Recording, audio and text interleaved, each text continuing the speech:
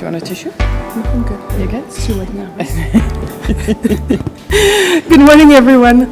My name is Kim Furlong, and I lead the Government Affairs and Policy for AMGEN Canada. And I'm also a volunteer on the Advisory Board of Canada 2020. And I'd like to welcome you to the second annual Health Innovation Conference. When Canada 2020 asked us earlier this summer to take a leadership role in advising and trying to create an agenda for this conference, Shannon and I had a number of conversations before we accepted that we didn't want it to be a regular health conference. Many of you in the room attend a lot of them, and we didn't want to focus necessarily on the hot issues of the day and what was necessarily making the headlines in the media. We wanted to talk about transformative change. We wanted to talk about how we would bring transformation to the health system.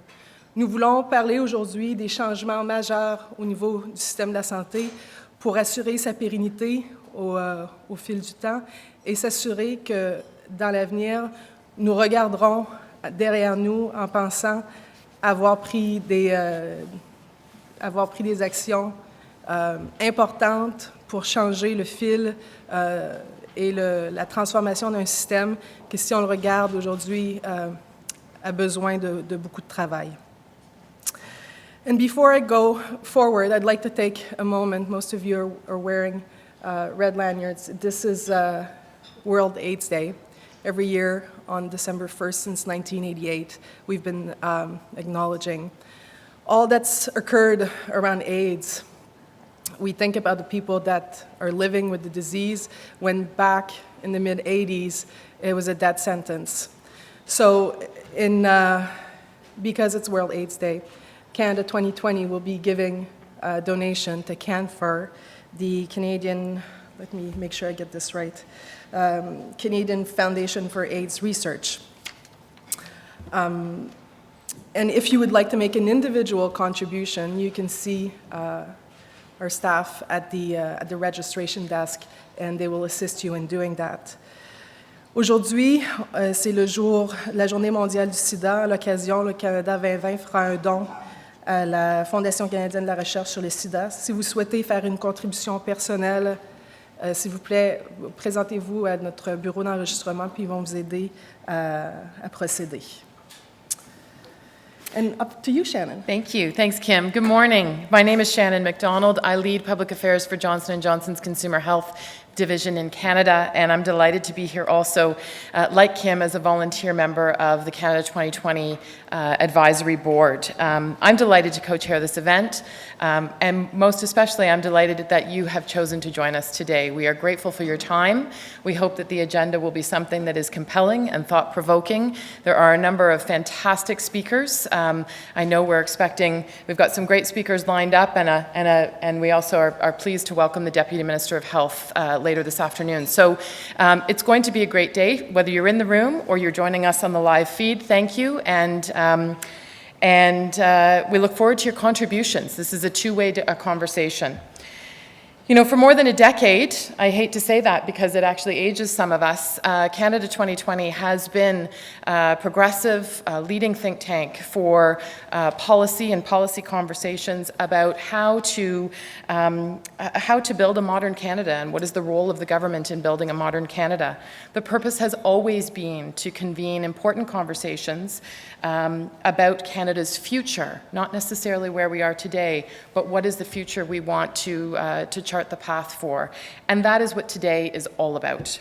Over the summer, some of you may be aware that Canada 2020 undertook a program of roundtables across the country, coast to coast, really sparked by the Minister of Industry, Mr. Bain's innovation agenda, and presented a wonderful opportunity to go out and speak with industry leaders and academics and experts and people on the front lines of many industries and many issues about what's the opportunity for Canada to be in a position and to harness the power of transformative innovation.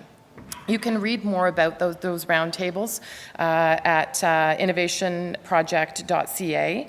However, today we wanted to pick up and reflect on some of those conversations. you know, we felt as we listened, and Kim and I had the privilege and the pleasure to participate in the roundtable on life sciences and life science innovation. And we felt there was an opportunity to really pick up on some of the things that were started to have a conversation about on that day, and reflect on them. There are many conversations underway about health across Canada. As Kim mentioned, many of you are in those conversations on a daily or a weekly basis. And we wanted to really, we felt there was an opportunity to begin looking at healthcare in a different way. And by no means is this our insight or inspiration. I think this is actually, we were just having a conversation this morning about how we can see this work beginning to happen in many ways. And you're going to hear about that from some of our speakers. But really today is about looking at health as more of an opportunity than a cost, and to think about health and health care as an economic and prosperity driver for the future of Canada. Good. Thank you, Shannon. So let's get the program rolling. I've been asked to introduce our first speaker. He was also at this roundtable this summer on life sciences, and has returned from a global role to take on a leadership role with the Government of Ontario. Bill Charneski is the first Chief Innovation Strategist for the Government of Ontario.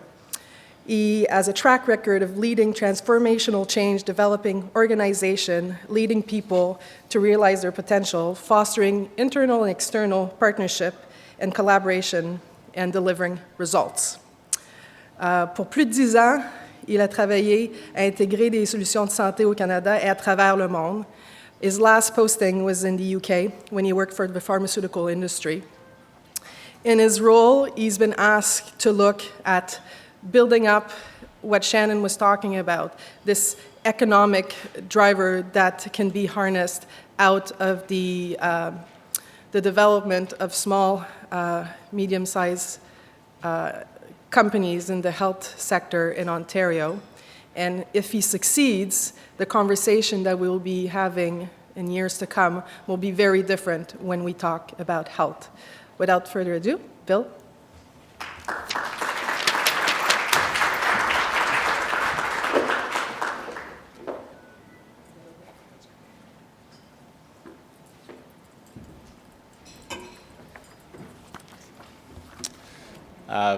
Kim, Shannon, thanks very much. I love when they read the short bios. That makes me very happy.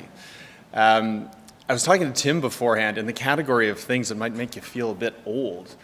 I was on the original board of Canada 2020 those 10 years ago, and one of the principal things on my mind at that time was the critical need to leverage our investment in healthcare in this country, at the time $150 billion in the aggregate across the country, as an economic driver. So to get past that point where healthcare was seen as just a cost center, right? Just a cost of delivering goods and services to the citizenry, and see it as an opportunity, to use the phrases that they chose, for economic development in the country. And Tim thought that was a pretty good idea. I thought Canada 2020 had a great opportunity in front of it as a progressive think tank, a leading progressive think tank in this country. And it's fascinating because that is literally the work I'm doing in this role, and also tells you how relatively unsuccessful we were a decade ago. And you know, we were unsuccessful because we got lots of people excited about this very important topic. And to be brutally honest about it, the conversation stopped at the Ministries of Health, all of them, because they couldn't really get their heads around the idea that maybe where healthcare is arguably the fastest growing job and wealth creator of the 21st century, and we make massive state investments in that fast growing industrial sector, that perhaps it could be more than just the thing that shows up on your newspaper pages or online around the time of any provincial or federal budget. Either we spend too much on healthcare or not enough on healthcare, or whatever it is. But the conversation isn't about what it is about in pretty much every other jurisdiction around the world, namely, what an amazing opportunity to get economic development in a fast growth, high growth industry in which you have competitive advantage and full government support for the end user.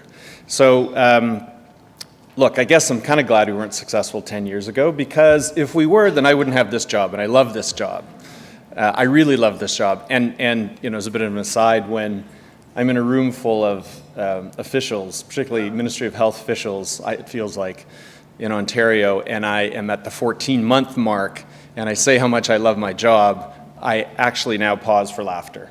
I don't know what that says about whom, but anyway. Look, thanks very much, Tim, and everyone for having me here. Thanks, Shannon and Kim, for the intro. We're going to cover a few things here because we are at the one-year mark of what I think, and more importantly, what a lot of people think is a pretty incredible piece of work. It's important. It's right in that sweet spot of social enterprise, namely delivering an incredibly important public good and service, while at the same time applying the best that the private sector has to offer. So to be very clear right out of the gate, I'm not talking about private sector delivery of healthcare, so no one run for the exits thinking that there's going to be a speech about that. It isn't. It's actually almost mutually exclusive to that. In fact, I would suggest it is. We're talking about what you can do to build a strong, vibrant health technology ecosystem in this industrial sector. So that's the conversation. I'm a year in. As I said, I love the job, and I've already seen how the discussion has changed and how we're having impact, we being the broad we, everybody in the health technology ecosystem is talking about health and innovation in Ontario and frankly across the country. We're already seeing clinicians and health service providers who I think have a better understanding of how to practically use new technologies to improve their standards of care, the way they deliver health care to people. We're increasingly seeing those amazing innovators and entrepreneurs in Ontario and across the country better understand the health system priorities and how to match their incredible ideas, their innovation, ideation, right? A word I didn't even know a year and a half ago. How to match their ideation with, in fact, the priorities of the healthcare system so that at the end of the day, ideas, innovation get commercialized. And really what probably should be called is Ontario's Chief Health Commercialization Strategist, because that's what we're talking about. It's the products, it's the technologies, the processes, the innovation that's knocking on the door of the healthcare system that isn't getting in. But there are also increasingly better funding, mentoring, and support opportunities for those innovators and entrepreneurs who are trying to get into that healthcare system. And there's just no shortage of examples of how powerful it is. But you can really see firsthand from this role and people who work with us about how these new ideas are taking hold in the healthcare system. Baycrest and the Ontario Brain Institute now have new opportunities for clinicians to actually partner with emerging startups to test, evaluate, and adopt new health technologies in that area. And in fact, for those of you who are interested, Baycrest has just announced a new innovation program to improve outcomes for people for seniors with severe dementia. Okay, so we're going to talk about 5 things quickly today. We're going to talk about what it feels like to be 1 year old.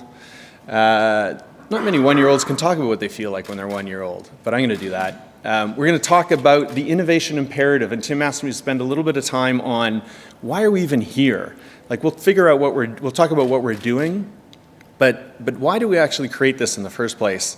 Then we're going to take a look at where we've come, talk about purpose and priorities, where we've come in the first year, and then where we're going in 2017 and beyond. And I'm going to finish with maybe the one message that you can take away from this if you take nothing else away from this, and that's that I really think we're on the right track together, and I'm going to flesh that out for you at the end. So I'm a bouncing baby 1-year-old, right? This actually is a child of someone on our team, and we're just so proud of the fact that they figured out how to get Otis on his little baby bib there. So that's the only reason for showing that picture. But it is a year old, and as I've said, we can see the differences already. Gosh, the work is far from done. But different conversations are happening, as Shannon and Kim said. Different conversations are happening, things are advancing, and more to the point, and more importantly, it's not what I feel, it is what I feel, but more importantly, it's what others are telling me. And I've spent, just by coincidence, the last 2 weeks in a number of different places where people have literally said that as they've heard me talk about where we're at in the 1-year mark. The innovation imperative, that's why we exist. This could be an entire day's conference on its own. And there are people more articulate than I am who you've you might have heard speak about it. Minister Baines, for example, has a terrific dissertation on why investment innovation matters in Canada in 2016 and going forward. From where we sit, the innovation imperative has two planks, if you will, that relate to why this office was created. So I'm going to give you the punchline first. This office was created for the first time in Canada, we are going to, in Ontario, leverage our investment in healthcare as an economic driver. So that's why it exists. We have a $52 billion end user, single payer, owned and operated by a single person, in air quotes, the government, sitting right here. Widely respected, not perfect, but widely respected. So that's your end user. Around it is an emerging health technology ecosystem. No shortage of startups in Ontario. I think you make the same comment around the country. No shortage of startups, no shortage of ideation. What we don't do is scale those companies up. So we have lots of small and medium-sized enterprises, between 800 and 1,200, depending on who's counting, and the criteria. But they're succeeding not because of this $52 billion end user, they're succeeding in spite of it. In spite of it. So think about that. You're this close to vertical integration in one of the fastest growing industrial sectors in the world. And yet the companies, the supply chain, to use that term a bit loosely, are succeeding in spite of the fact that the end user is right there. And they're amazing stories. I was in London, Ontario earlier this week. A bit embarrassed to say that I hadn't really heard much about Trudel Medical. Trudel Medical is a family-owned business. 500 employees, 240 of them in London. Great facility, terrific leadership team, family-owned, very successful. And when you sit with them, I mean, you're impressed by all of it. You're impressed by the technology. Actually, they supplied AstraZeneca. I think they currently supply AstraZeneca, but they also used to. Their business is they manufacture respiratory agent delivery devices. So think of those, puffers, to use that doesn't do justice to what they do, but think of that delivery device. So they manufacture those. Great presentation. Everybody's super excited about what they're doing. They have done all of this, sell around the world, do not have any sales in Canada, let alone in Ontario. None. That's how impenetrable the healthcare system is. That's just one example of the challenge and the opportunity. So that's why the office exists, to grow the health technology ecosystem.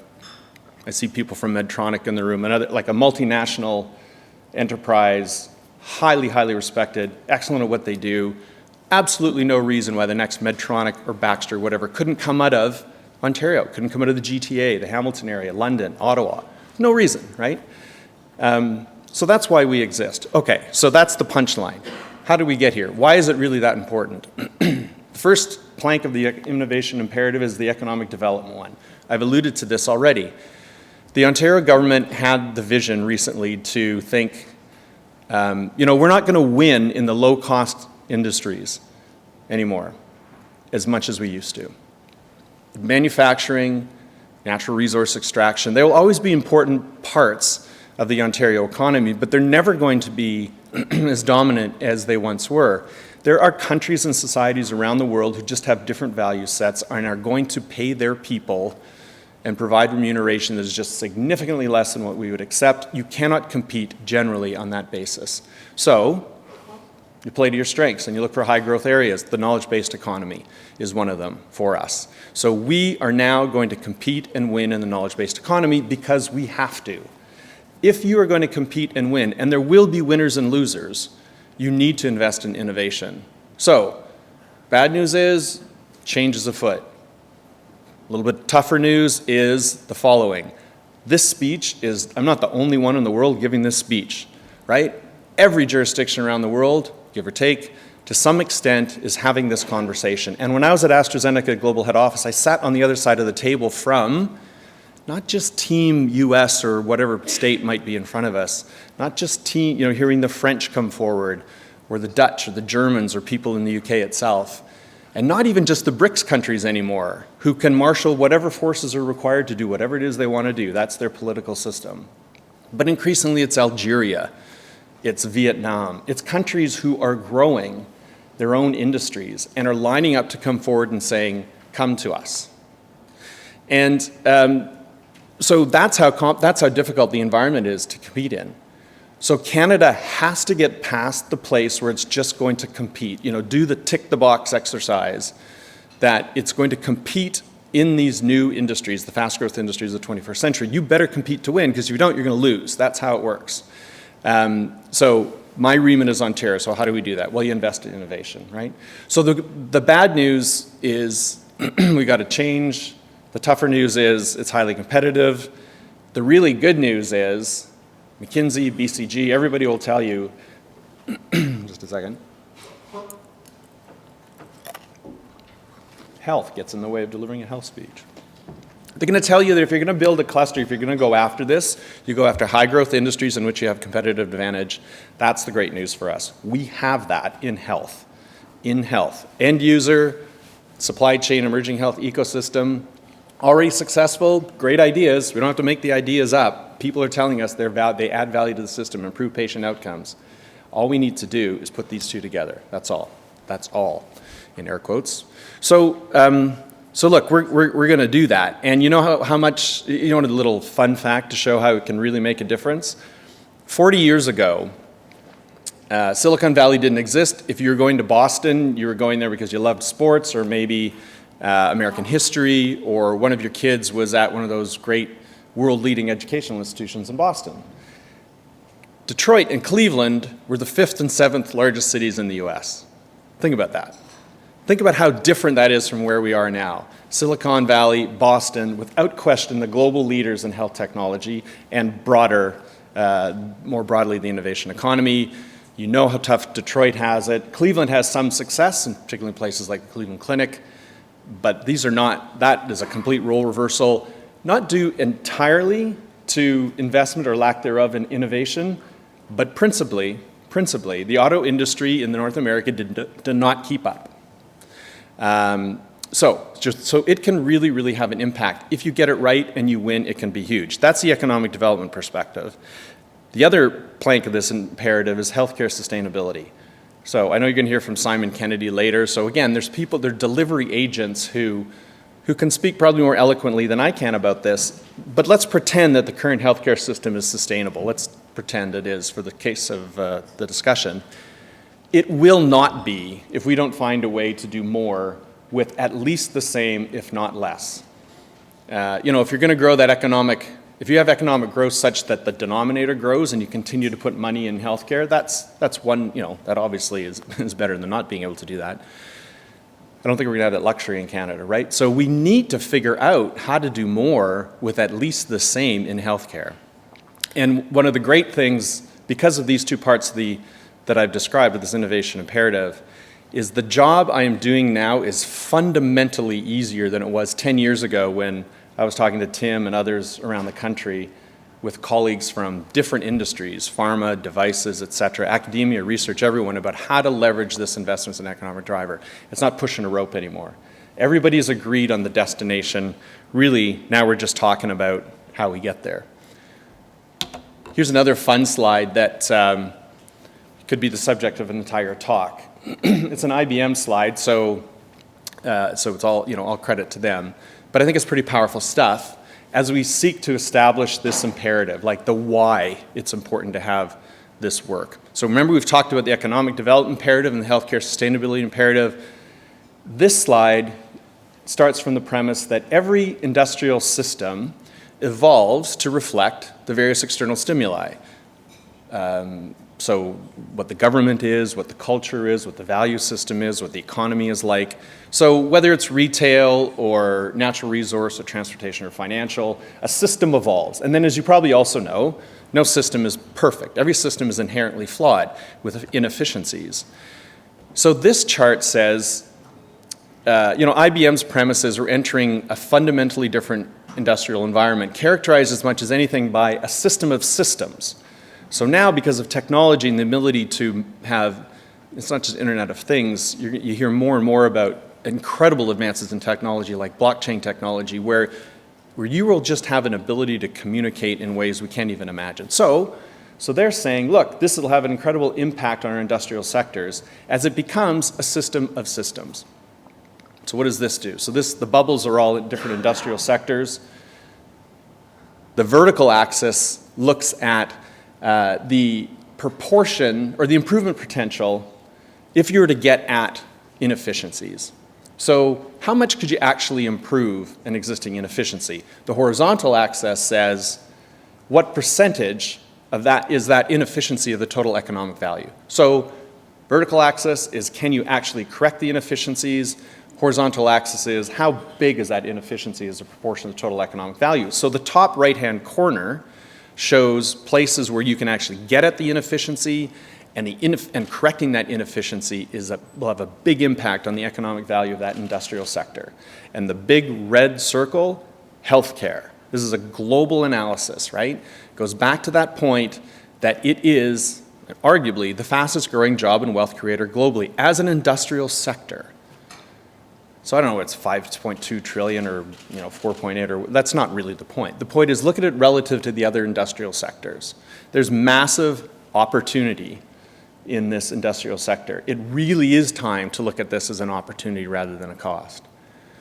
So the Government of Ontario has the vision to get at this. They create the Ontario Health Innovation Council, really impressive council, multidisciplinary, has people from finance, healthcare delivery, tech, multinationals as well as local. And the council issues recommendations, there's 6 of them. But their first one is to create an office of the Ontario Health Innovation Strategist whose day job is to look at this issue. And that's me. And so if there's somebody who is a representative of the council in the room, I always make the requisite joke that I wouldn't be standing here if it weren't for you. I don't think there is anybody here. But if I don't see you in the lights, I apologize. Anyway, so they create the office. I'm 1 year old, as I said, as of September 21. And we said a couple things right out of the gate. Like, we're going to try and run this office more like a business than an arm of the health ministry. That's why I was hired. I was expressly told not to get sucked into the bowels of Hepburn Block in Toronto. Keep up above the fray. Lots of people around to deliver health care. Your job is to see how the puzzle pieces fit together, to find out how to introduce innovation into the conversation. I can have a whole discussion about how I do this job that I think is really important for those private sector people looking to enter the public sector. But I think being well trained by various people over the years, including my mother, the idea is you come into the public sector executive table not with sharp elbows thinking you're this super smart private sector guy who's going to change the world in 6 months. You don't do that. What you do is you articulate for people what you're trying to do, you tell them what your purpose is, and you work with them to find ways that your remit, the work that you're doing, can help them do their jobs. And that was pretty smart on my part, but more to the point, the right way to do business, and really well received by colleagues. And I'll tell you that I'm super, super grateful to colleagues around that Ministry of Health executive table for being open to me and for being willing to engage in this whole topic. Because if it's true collaboration, third word in that purpose statement we're going to talk about, it takes two, right? And everywhere I go, I make that point that I'm lucky to be working with these people. They are incredibly hardworking, very smart. I don't even know how they keep the balls in the air as they do. And it's really important that be, from our perspective, and I think from theirs too now, that be a strong working relationship, and I think we've done that. So, because we have a small band of merry warriors, all kitted out, there's going to be about 12 of us.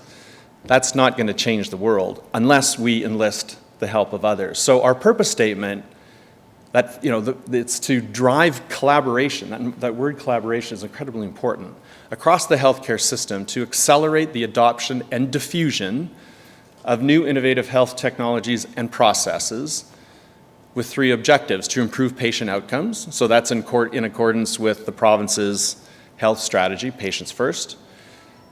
Add value to the system, that's cost effectiveness. In a room full of entrepreneurs, I will say, look, you have to understand that just because you think it's super cool, it might be super cool, but it has to be cost effective to be introduced into the healthcare system. There are opportunity costs to investments in health.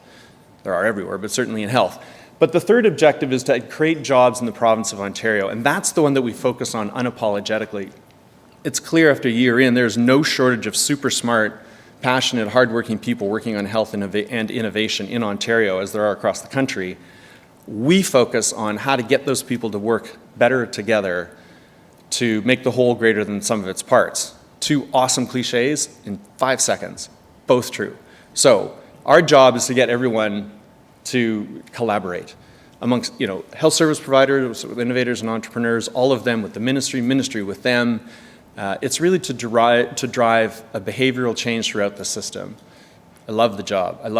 It's really interesting. None of them report to me, so it takes a lot of effort to lead without authority. So we're going to talk about our priorities as we look at what we've done to date, but we think of it this way. So at the top of the triangle sits the purpose, not surprisingly. There are really two principal priorities. One is to optimize the pathways to the adoption, diffusion of innovation in the healthcare system.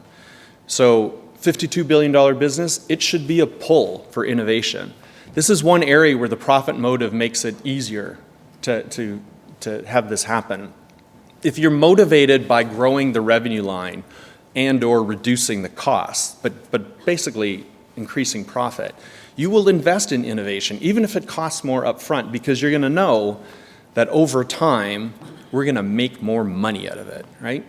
So, again, I'm not talking about introducing the profit motive into our healthcare system. However, we need to find the ways to create that pull that a $52 billion business should pull, even a social enterprise, so that innovation comes into the system faster and more broadly. So the pathways is the first priority. That's overcoming those barriers and hurdles to doing that. Gets you quickly to the second priority, procurement. Right now in Ontario Health, we basically have cost-based procurement. There are exceptions. But generally, because money is so tight, the instructions to the shared service organization, so those are the procurement bodies in the Ontario healthcare system, are to just get the best price you can. That's in many ways the antithesis to innovation. So we are driving towards a value-based procurement model in Ontario. It's already the subject of an EU directive. This is not, I'm not cutting edge, right? Nothing I'm saying is novel. It's how do we bring it into Ontario? So the drive to value-based procurement, where procurement is a pull, again, common theme, pull of innovation. Both of those things will be dependent on having a demand-driven healthcare system when it comes to bringing innovation in, and we're going to talk about that as a fundamental tenet of our work now, but also going forward. So under those two principal priorities, we focused on 3 areas. Remember I said we're going to run it like a business? We're going to judge ourselves by the impact we have. If you're going to do that, you have to have fewer priorities rather than more, because, again, another cliche, if everything's a priority, nothing is. So we focused on 3 areas. One is home and community care. We call it better care closer to home. That's the idea that the number one priority of health systems around the world with an aging population, you got to get healthcare to get to the people rather than making people continually come into bricks and mortars and big institutions wherever they may be located. We don't deliver that. Our lens on it, though, is how do you use digital, mobile, virtual technologies to make that happen. The second of those 3 focus areas is digital health. And so we'll talk more about that. The principle, though, is people should have control of their own personal health information, and there should be interconnectivity across the system so their circles of care are able to make better, more informed healthcare decisions faster, and the system is able to provide healthcare more effectively and efficiently. The third purpose is immensely powerful if we, the third priority in that line is immensely powerful if we can get to it, and that's to improve the health of our Indigenous people, particularly those who live on the reserves. Those outcomes are woeful. We'll talk about that in a second. But the potential for changing the way they do things in delivering healthcare to the reserves and frankly, the economic opportunity in doing so is immense. So I told you there were 6 recommendations from the OHIC Council. And in the first year, I'm really pleased to report that we've delivered fully on 3 of them and have made immense progress on the other 3. We created this office. We launched a health technologies fund, which I'm going to talk about in a second. We've recruited 3 of our first innovation brokers. So think field employees who have the insight to start putting people together out in the field. We'll talk about those in a minute. And the other 3 we've made great progress on. We're starting this move to the value-based procurement model. We've already started real conversations and actions on how to create incentives and remove barriers to innovation. and as I already started to talk about, we've started to optimize the pathways to the adoption and diffusion of innovation. I've met with over 1,000 people in the first year. 1,000 people, not all one-on-one, a lot of them one-on-one, because we decided early on that to continue the momentum of the council and the fact that the province, council recommendations and the fact that the province accepted them all, it was really important to get out there and show people what we were about. And frankly, that I and we weren't like the other health officials, right? We're trying to do things differently. We're agents of change, right? So it was very important for us to do that. Also, if collaboration is so important that it's the third word of your purpose statement, I think as you all know, you don't get collaboration in any aspect of life, personal or professional, if you don't have relationships of trust.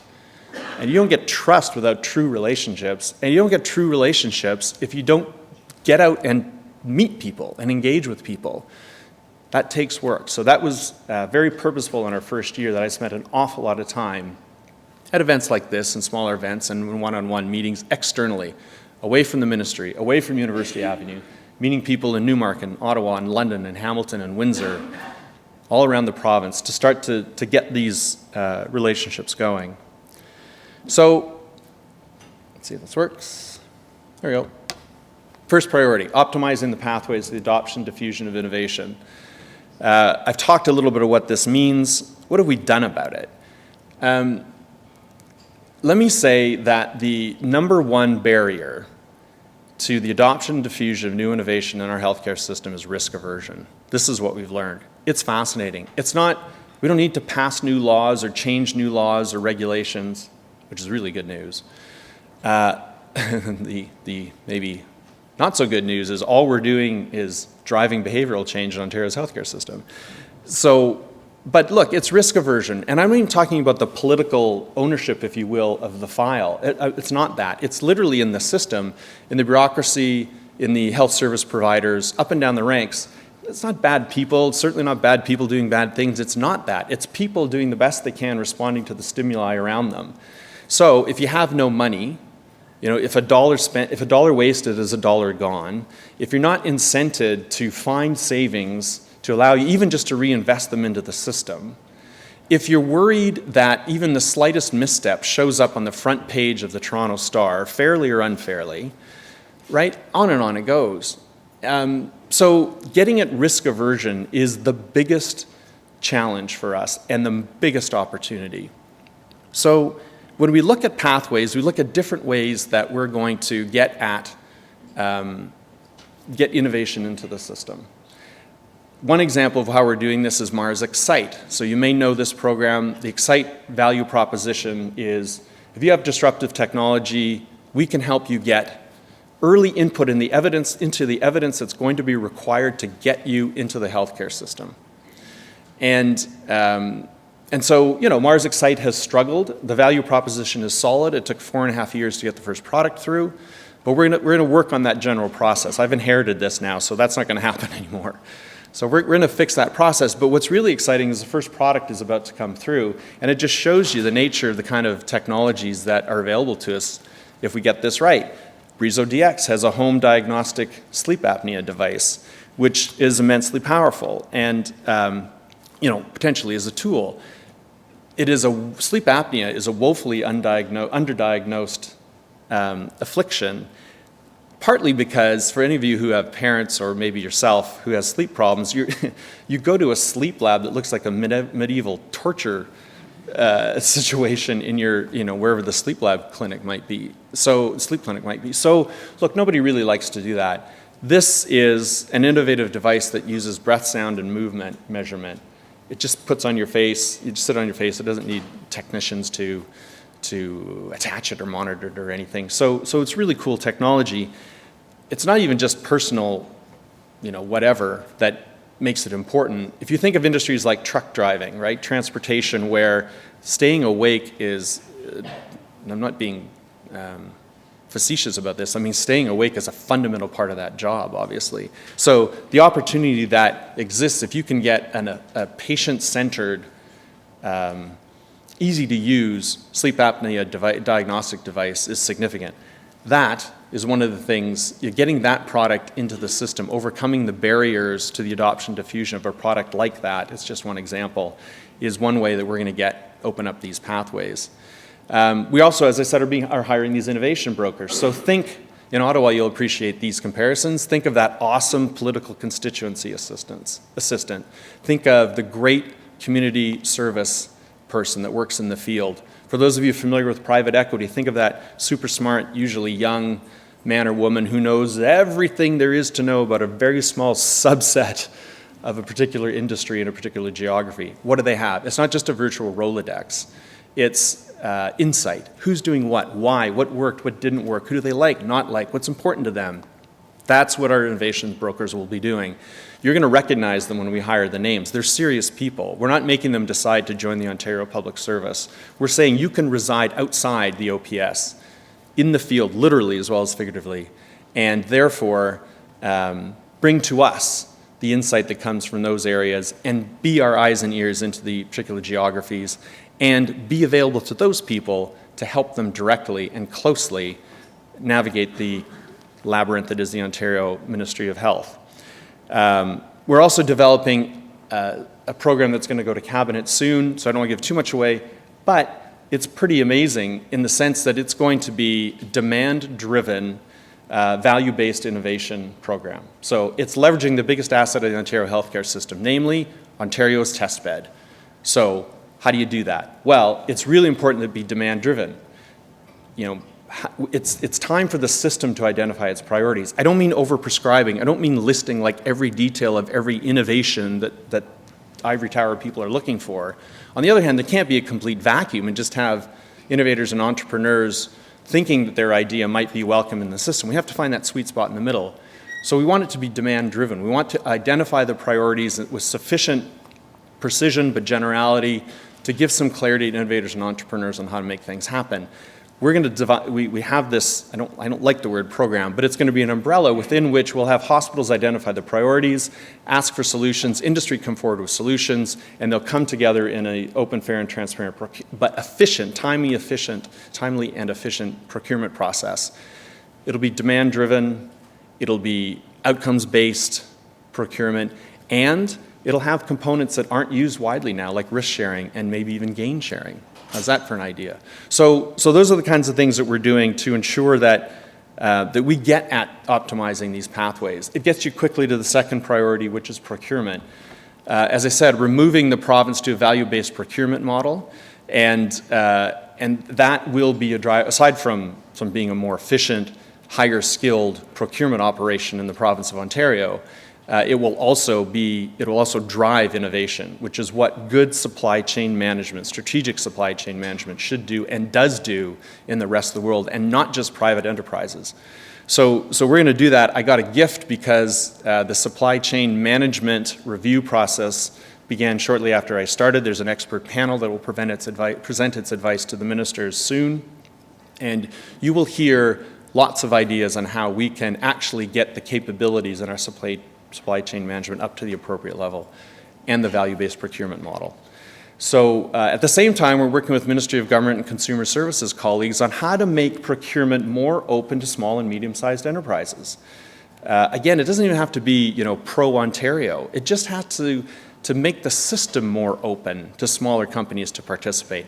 Not at the expense of the larger, the global multinationals. This is not a zero-sum game. It's growing the size of the innovation pie to the benefit of all. But in a system where procurement is really relationship-based, in other words, it's not evidence-based, so you've got to get people, sales reps in front of hospital CIOs or procurement agents or whatever, and together they kind of build the value-based, the RFP. That works for the bigger companies. They don't like it, but they can do it. Smaller companies can't do that. And increasingly, hospitals are bundling their offerings. So smaller companies don't even qualify. So that doesn't work either. And then if they do participate, it's 180 to 200 pages and 70 days to reply, and it takes 70 days to do so. So these are the kinds of things that we have to start doing differently. And probably most importantly, you can do an awful lot under the existing procurement rules in Ontario, and I bet across the country, that people are choosing not to do. And so we're going to educate boards, executive teams, procurement agents on how to do things like blow through the pilot phase, if you will. You don't have to do only a pilot. You know, the best ideas will come from true collaboration with industry, and then taking the idea into the system, as opposed to collaborating with industry, getting to a great point, and then saying to the company involved, thanks for all that, now we're going to go to an RFP. Right? That's not going to work for industry. Instead, what we want to do is get to that place where, for example, if it's open, fair, and transparent, you can procure right through that. You can say, we're going to do a pilot, and if you hit the milestones, we're going to have procurement into the system. You can do that, as long as you're open, fair, and transparent about it.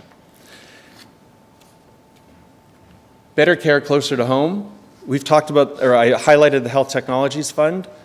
So we said, in the context of we're going to try and drive the change in behavior that we're trying to see, this fund, not very much money, it's not a game changer in itself, it's only $5 million a year in a $52 billion system, but it gave us the opportunity to say, we're not going to just give money to companies, we're going to give monies to health innovation teams. So companies who have partnered with health service providers and researchers or investigators if appropriate, you come forward with your idea and we'll match funds.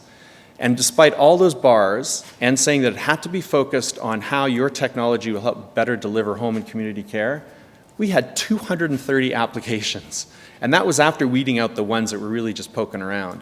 The last time a program like this was sent for call, they had 19 of them.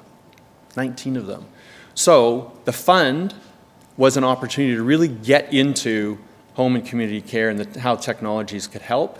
It was a chance to get our ministry colleagues around the table to look at all these ideas. We had, I think, 12 of the 15 departments in health ministry talking about them, like looking at the technologies, looking at whether they actually were answering priorities for the ministry.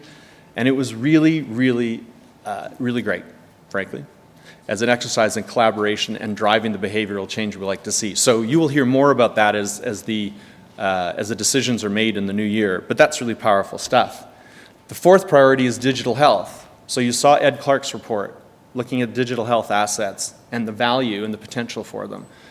I'd really commend that report to you. Remember, Ed Clark ran TD and took that through the merger with Canada Trust by his own admission from an entity that wasn't particularly customer focused.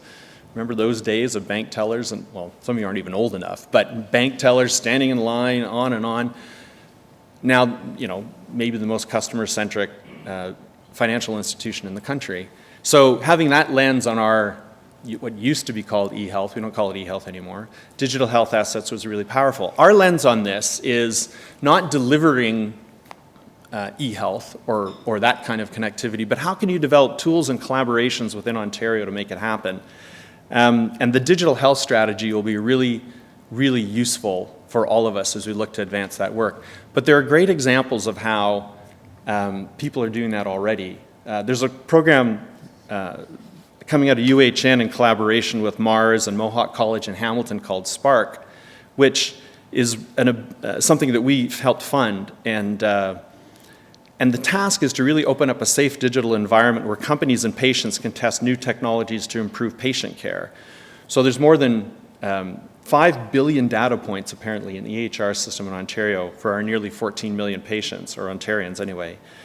And it's very cumbersome for anyone to access that data. So the work of Spark is to figure out the way to allow these people to tap into that rich data environment and ultimately have the data and the system reach their true market potential, again, to improve health outcomes as well as achieve economic growth. So it's a pathway. It's not a product or a technology. It's something that will help accelerate the commercialization of digital health assets in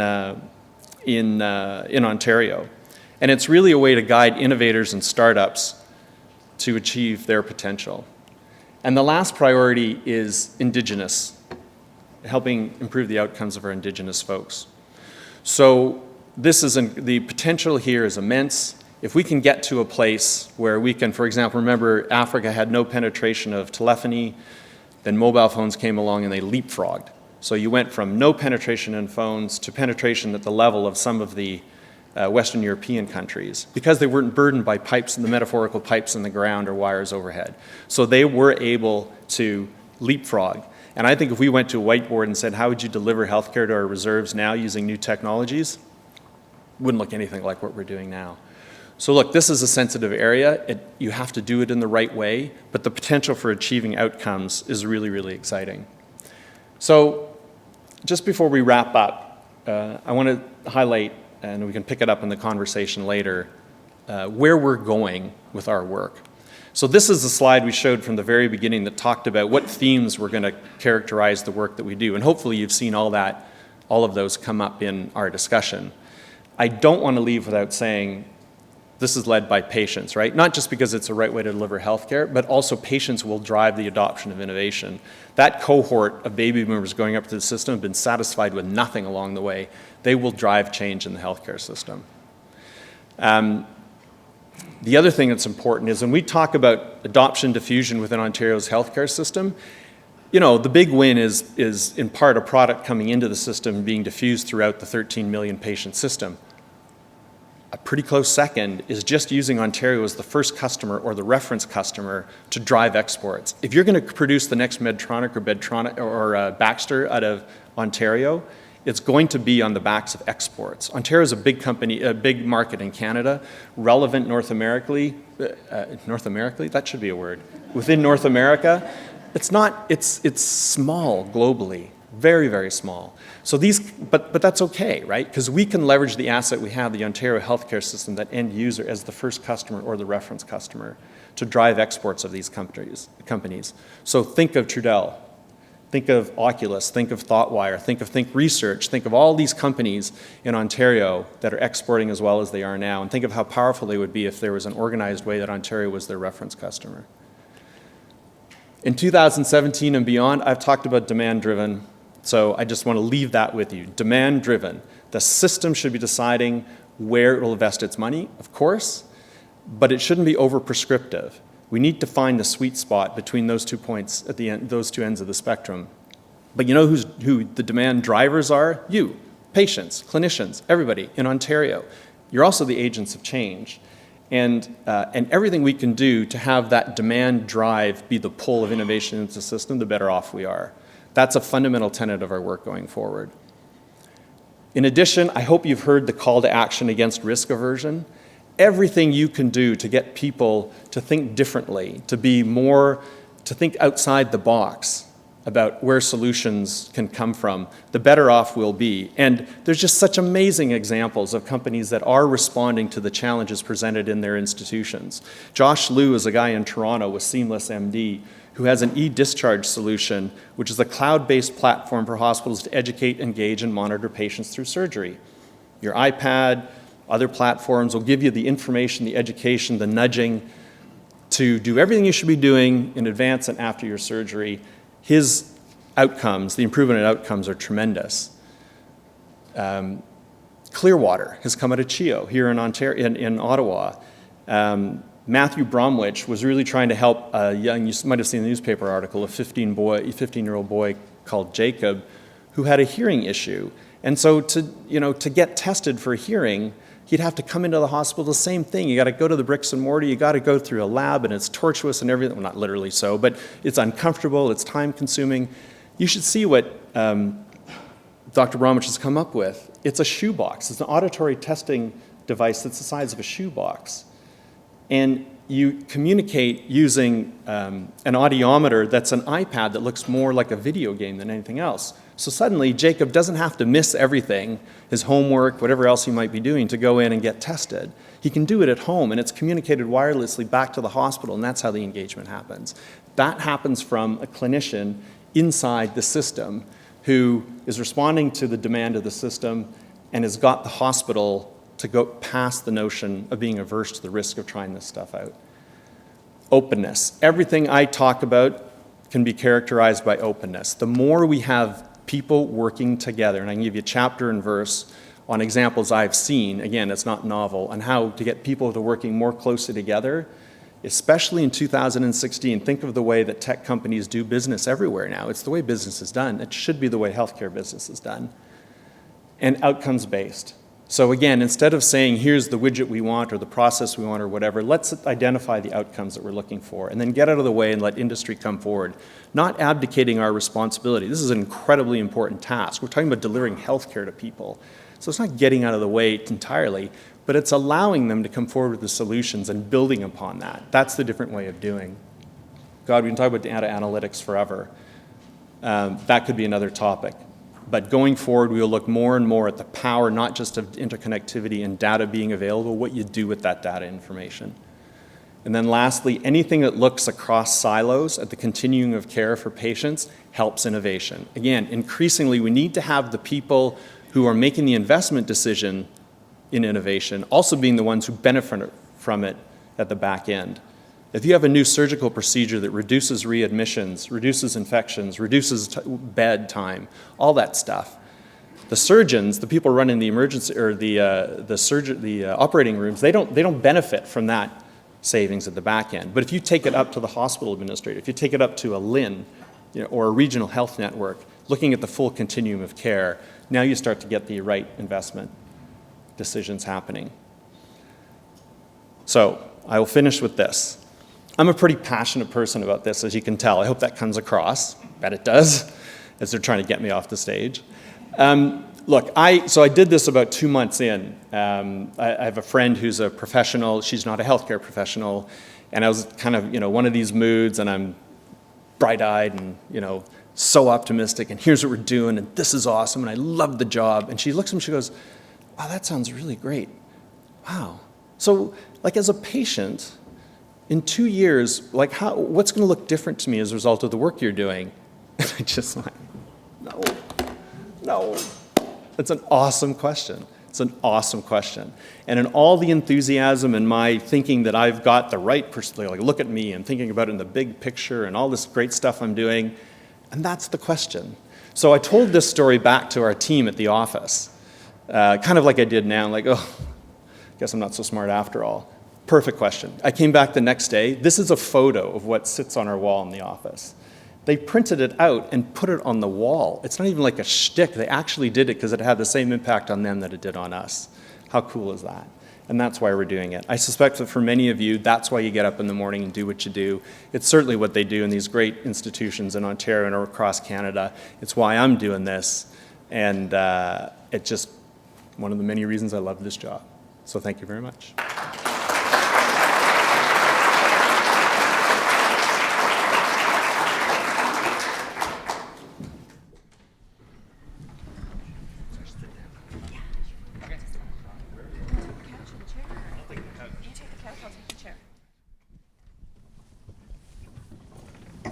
Good morning. I'm Jennifer Robson. I'm an assistant professor at Carleton University where I teach courses in public policy and political management. I was invited to be here today because I also work with Canada 2020 on a podcast called Brief Remarks. So there's a new episode out today. Go to wherever you download your podcasts. Go get the new episode today. For those of you, I'm going to do the professor thing. For those of you who are hanging out in the back, feel free to come forward. There are a few empty spaces up at the front, so please feel free. No need to linger at the back of the room. Bill, thank you so much for joining us this morning. Thank you. It's great to be here. So I want to cast back to 2013. As you noted in your remarks, your office was created on the basis of advice from an innovation council. Taking a look at the landscape, because of course in health and innovation things change very quickly, what in your view are some of the big changes that have taken place since 2013?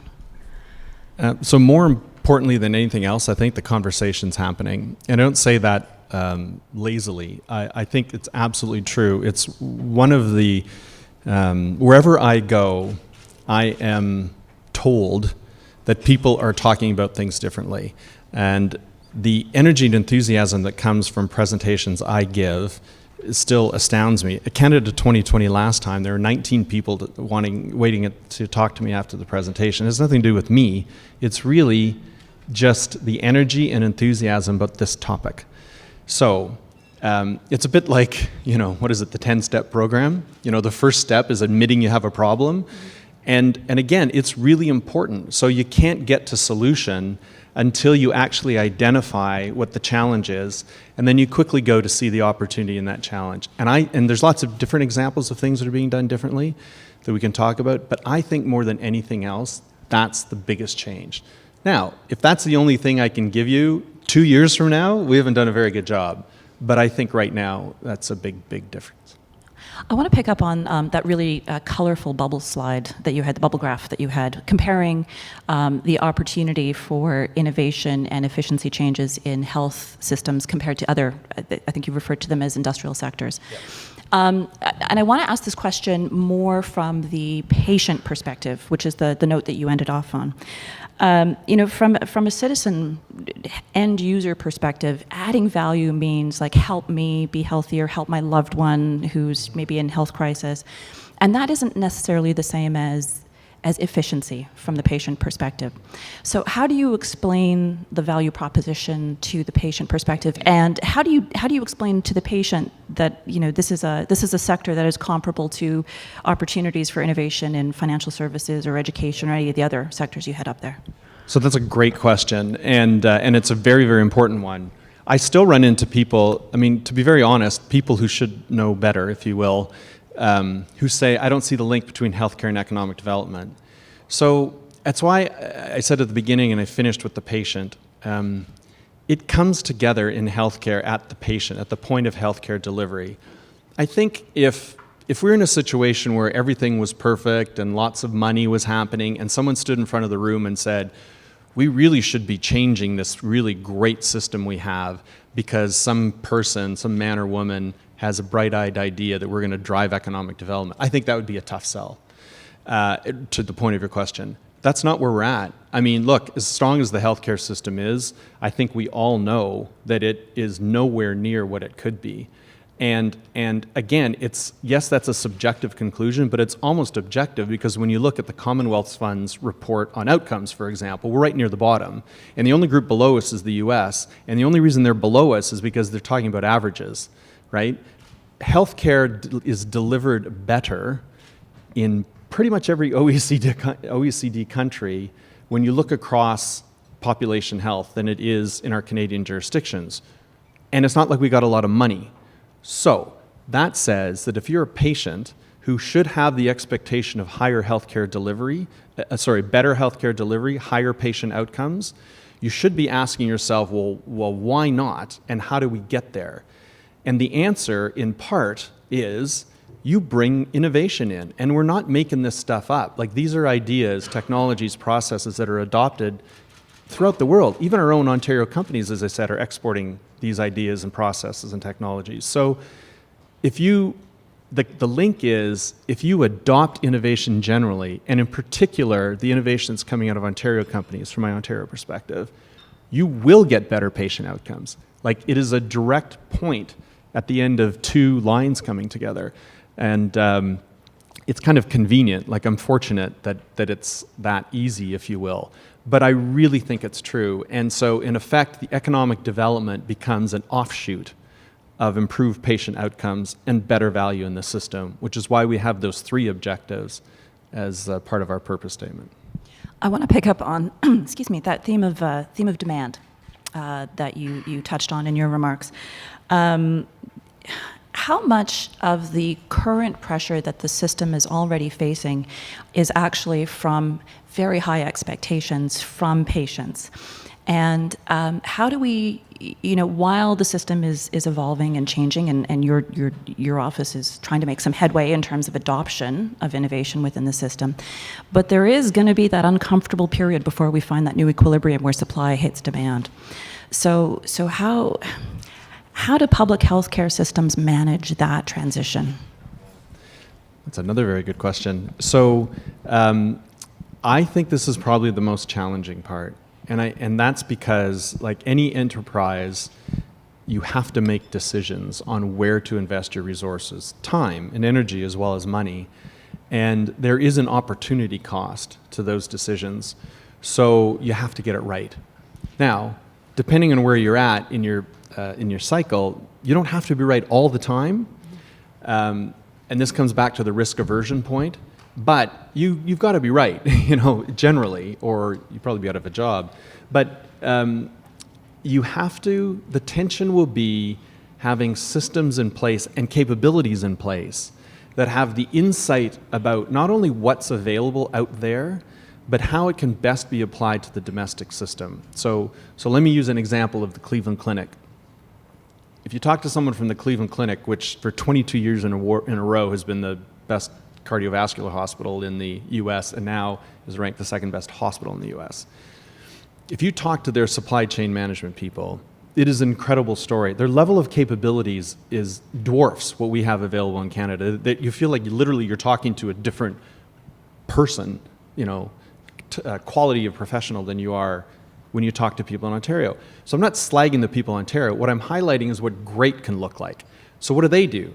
First of all, their whole supply chain management process pairs up with clinicians. So it's clinician-led as much as anything. So what does that mean? Well, now that means you've got people, men and women who are actually delivering healthcare on the front lines, who know what the challenges are and know what the opportunities are involved in this supply chain management process. Then their environmental scan is amazing. They know, it feels like they know kind of any technology that's available anywhere in the world, and they have the insight because of the clinician-led function of how it will actually help delivering healthcare in their jurisdiction.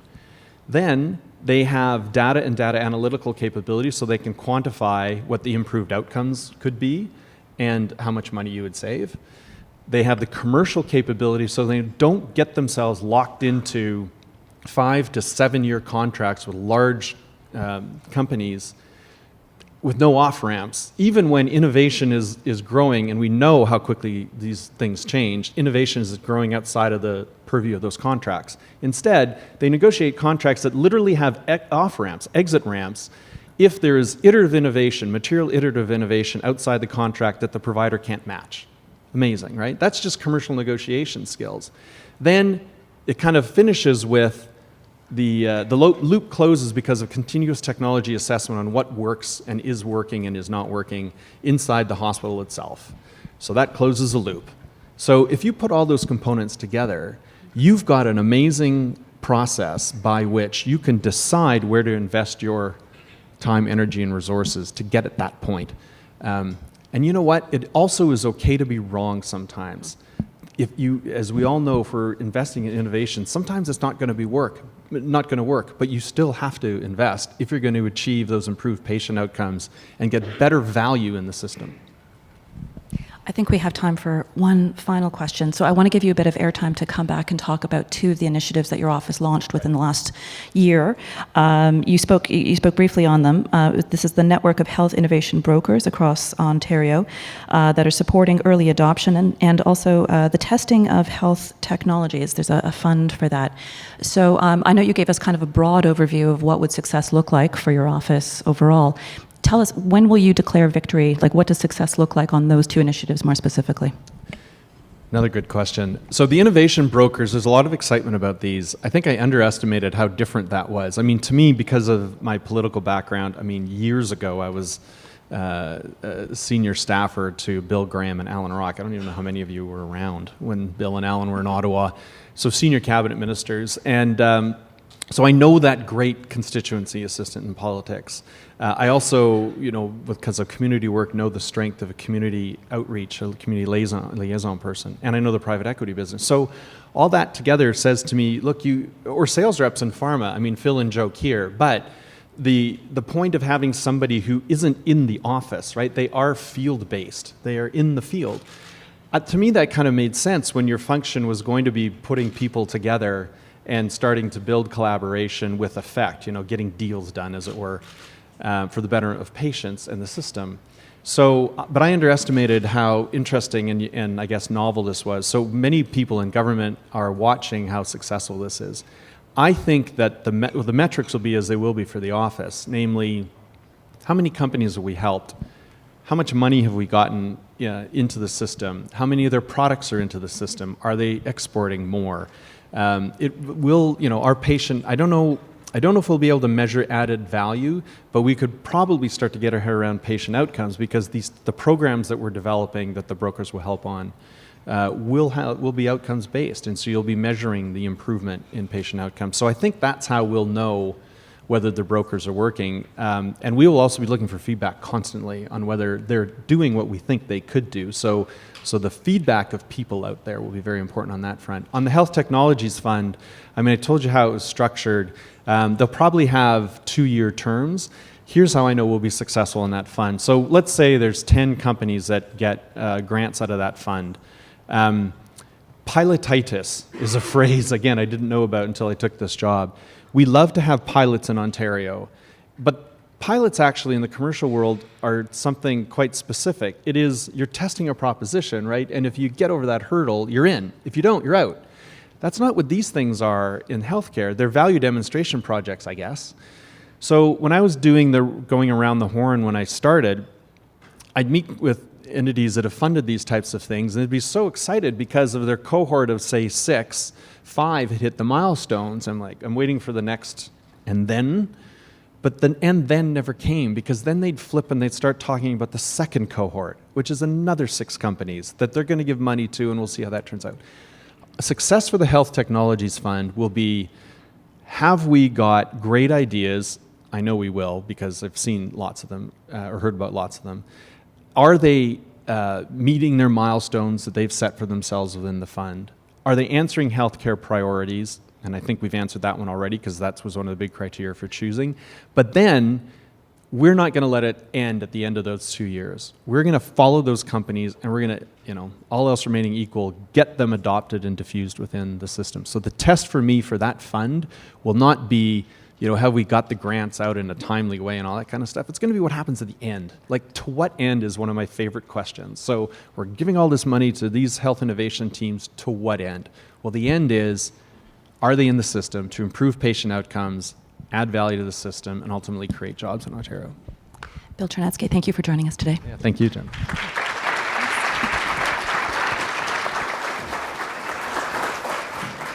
Thank you very much, Jen and Bill. Yeah, that's okay. It's all right. Stay up here forever. My name's Alex Patterson. I'm with Canada 2020.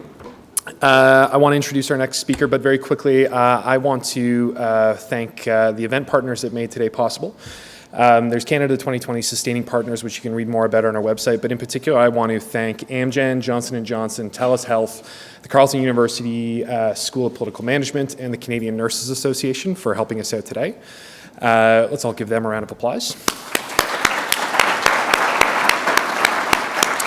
I also want to thank our team of volunteers who have helped get you seated. So on to our next presentation. I have the pleasure of introducing Tyler Wish. He's the co-founder of Sequence Bio, a data-driven biotechnology company in Newfoundland. It's currently leading a 100,000-person genome sequencing project. He's a trained epidemiologist. He's got a background in population-based research, human genetics, and drug discovery.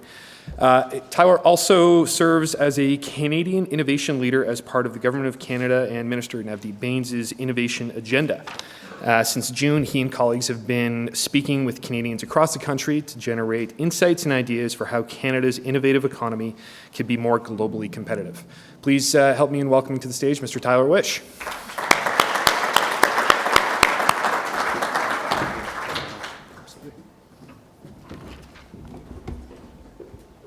Wonderful. Thank you very much. When Tim asked me to speak, I said like 45, 60 minutes, and Tim said, well, maybe more like 20, and I got 15. So I'm, as usual, trying to say way too much in a short period of time. But thanks very much. It's fantastic to be part of these discussions. And Bill, I will definitely be one of the 19 people wanting to talk to you later. So innovation. You're hard-pressed these days to find a word subject to more analysis, misunderstanding, and misappropriation. So let's move beyond the word for a moment and think about a functional definition of the subject. What do we want it to mean, particularly in the realm of healthcare? And I would suggest that we want it to mean better ways of living, more effective ways of preserving and regaining our health, and more effective ways of securing the long-term health and futures of our children. At the Canada 2020 conference last month, the innovation conference, John Manley said, and I'm going to paraphrase a little bit, research is the process of turning money into ideas. Innovation is the idea of turning those ideas into companies or money or outcomes. And I would argue that the bigger point is outcomes. We need to think a little bit more holistically about innovation, particularly because some of the bigger opportunities in front of us might not just be about revenues in companies, but opportunities to impact social outcomes, healthcare outcomes. So today I want to talk about some of these opportunities that are in front of us. I want to talk about some of the opportunities, particularly within healthcare innovation. I want to think about what we need to do as a country to regain a spirit of discovery, of collaboration, what we need to do as a nation to once again pursue bold initiatives that promise to put Canada on a global stage and impact all Canadians, particularly their healthcare.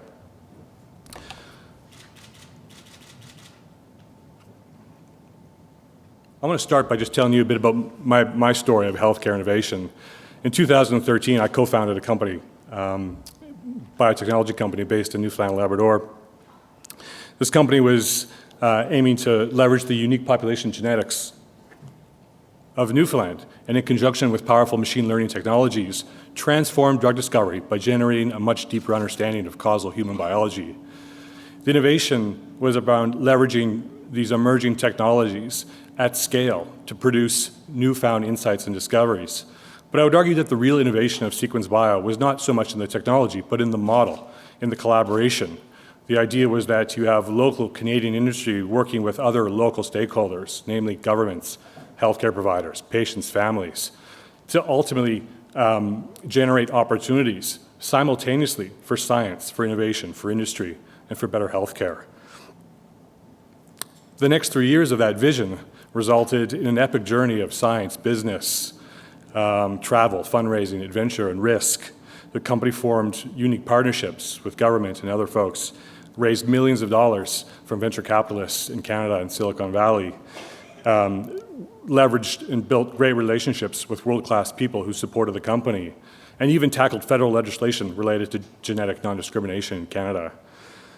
I could have never imagined that the ideas that we had in 2013 would have forced us to tackle such complex, big, ambitious issues related to science, politics, ethics, and social issues. Who knew sequencing 100,000 genomes could be so complex? There is, without a doubt, some value in being a bit naive as an entrepreneur. In short, this was an epic journey to transform the Canadian healthcare system and support innovative science and build a globally competitive company right here in Canada. And through this journey, I had this amazing experience to navigate the ups and downs, the challenges that many Canadian entrepreneurs face. And I think as a result of those experiences with Sequence Bio, I was appointed and asked by Navdeep Bains, alongside 9 others across the country, to engage Canadians in a conversation about how Canada can be more globally competitive with respect to our innovation economy. We were set out to have a number of discussions with the Canadians across the country, in the US, in UK, to talk about how Canada can be more competitive with respect to our entrepreneurial society, our scientific excellence, clean tech, competing in a digital world, enhancing the ease of doing business in Canada. In total, there was about 28 roundtables from 10 innovation leaders across the country, and I think it engaged about 450 participants through that process. We heard a number of things. Bill echoed a lot of them, and I would characterize those discussions really into 3 buckets, and that came down to people, technologies, and companies. When we think about people and our innovation economy, I think there was a clear, strong theme around STEM and the need to introduce these necessary skills early in education so that we develop a workforce that's going to be successful on the global stage in this new economy. There was a lot of discussion about experiential learning, and again, providing young people with opportunities to experience and apply their creativity, their problem-solving skills. There was discussion about adult learning. I think the trajectory of creative destruction is really going to force adults to re-educate themselves to be productive members of society. In terms of technology, there was a lot of discussion about clusters and partnerships, creating hubs of excellence that can compete with Boston, with Cambridge, with San Francisco. discussion about greater connectivity amongst our business communities, our academic institutions, innovators, venture capital, et cetera. Clean tech is clearly a big theme that many people were interested to partake in. Harnessing digital technologies was another. When we think about companies, there was some discussion today about already the challenges of scaling Canadian innovation, Canadian companies, and capital is an important part of that discussion. So certainly, how can we create the right environment in Canada to not only support a thriving domestic venture capital market, but also make Canada an attractive place for foreign capital? Digital adoption is an important theme, as well as having a flexible and nimble regulatory environment so that companies operating at the boundaries of technology can feel comfortable in bringing these solutions, these services, these technologies to market. Over the next couple of weeks, or the next couple of months, I'm sure you'll hear more from Navdeep Bains, his team, with respect to the action that's going to be taken from all of this engagement process. Before I come back to healthcare innovation, I really just wanted to take an opportunity to just highlight some of the technological innovation that's occurring that I think is poised to really disrupt healthcare in this country. And that simply can be summed up by, I think, the themes of data and data analytics. And again, Bill's already touched on these subjects.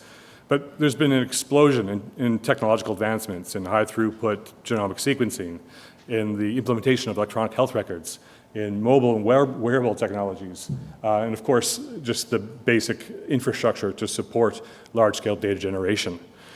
The second component of that is that we now have the tools to be able to utilize this data in new ways that can generate deep insights into healthcare, medicine, drug discovery. I want to just highlight a quick example of that. This is some work out of Mount Sinai in New York by Joe Dudley and his team. And it's an example of leveraging the power of data, electronic health records, and analytical tools. The underlying technology is topological data analysis. It builds similarity networks. And in this case, on the left-hand side, you've pulled tens of thousands of people's electronic health records information out of a single hospital. And each node on that graph represents a single patient or a cluster of patients. And if two nodes are close together in space, it means that those two patients are quite similar in terms of their clinical profile. So you end up building this amazing, dense, intuitive graph of tens of thousands of people who are participating in a healthcare system in New York. And now we can light up that network for anything we want, anything at all. In this case, we've lit it up for type 2 diabetes. And the striking thing, of course, is that it's not one disease. Now, that might be obvious to many of you who are physicians or patients or care providers. But for many people, it's quite enlightening. There are maybe 3, 4, 5 different subtypes of type 2 diabetic patients. When you take that network and enhance it just for those type 2 diabetic patients on the right-hand side of the graph, you see there ends up being 3 very distinct subtypes of type 2 diabetic patients, each of which are associated with different clinical profiles, different comorbidities, and even different genetic profiles. So just an amazing example of how data that exists today and tools that exist today, if we were to be able to access and generate and share that information, can enable healthcare providers, industry, researchers, all kinds of opportunities to understand disease, classify disease in a different way, implement new ways of diagnosing, treating, prognosing conditions, accelerating drug discovery, and perhaps most importantly, engaging you, participants, patients, in a new way around your own healthcare data. This is just another quick example of knee replacement surgery from a single hospital. And asking the question around care pathways. These are ultimately the big drivers of costs and outcomes for healthcare systems and patients. They're very difficult to get right. But again, leveraging the same types of technologies, it becomes much simpler to find the right best care pathway for different disease populations. Now imagine if this was breast cancer, multiple sclerosis, psoriasis. For this group of people here, or all of Ontario, or all of Canada, that is possible, again, if we have the right frame of mind, the right collaboration, and it can generate unique, useful insights into how Canada can be a leader in healthcare, drug discovery, medicine. But to do that requires a different way of thinking, a different way of collaborating, a different way of using these tools. The Wright brothers didn't solve flight because we needed commuter flights between Ottawa and Toronto. They solved this challenge because it was right in front of them. They solved it because they were surrounded by a culture of people who were excited about advancement, who were excited about innovation, because they lived in an era where investment in technology was valued. And because they lived in an era where discovery wasn't pigeonholed into narrow fields. And I think some of that thinking, some of that culture, some of that spirit needs to be revived in our Canadian healthcare ecosystem. So again, what do we need to do as a country to be innovative, to be successful, to encourage collaboration, to encourage discovery? What do we need to do as a nation to get inspired and tackle big, complex problems together? And I would argue that there's at least three broad things that we need to address or that we can do. And one is a cultural problem or issue that we have in Canada. And that's a tough one to solve. But I think, I'm speaking, preaching to the choir here. I think, the first thing I was going to say was risk aversion. Bill, I think you hit it right on the nail on the head there. It is, an issue that is inherent to any large institution. But if we are truly going to be innovative in healthcare, we need to find ways to break down those silos, to break down that thinking.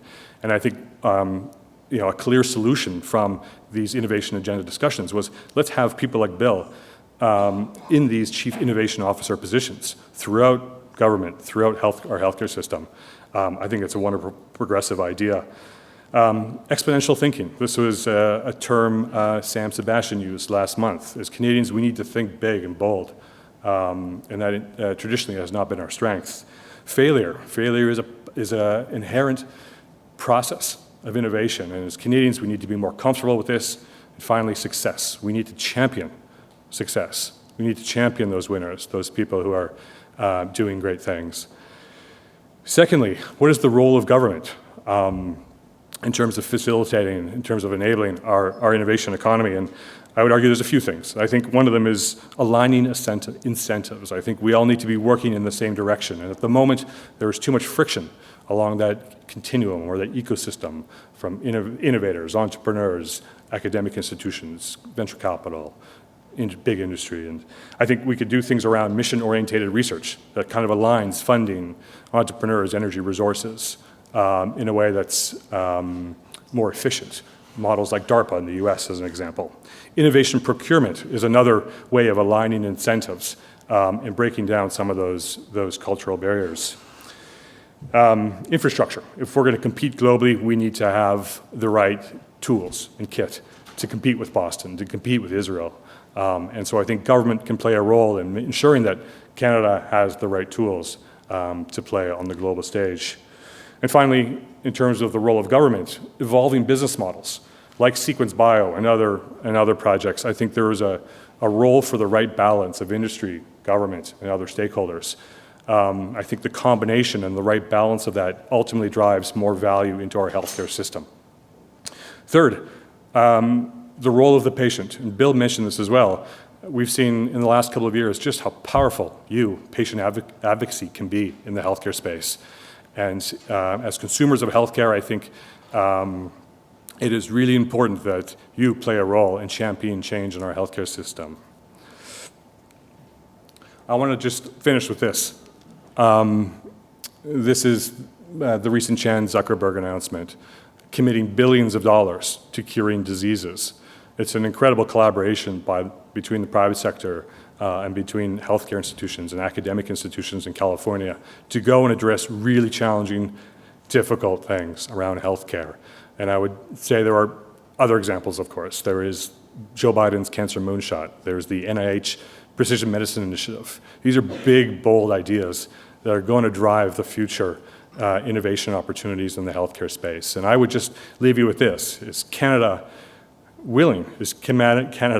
committed to being globally competitive, being globally relevant, and pursuing these big, ambitious goals? I hope that we are.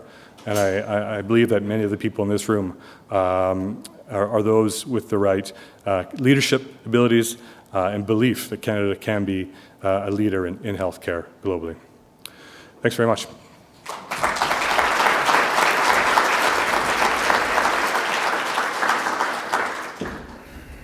Thank you very much, Dr. Wish. Now I have the pleasure of introducing someone who's leading innovation on the opposite end of the country. Andrea Palmer is an entrepreneur, an autism health advocate, and these are her own words, exponential tech geek, based in Vancouver, BC.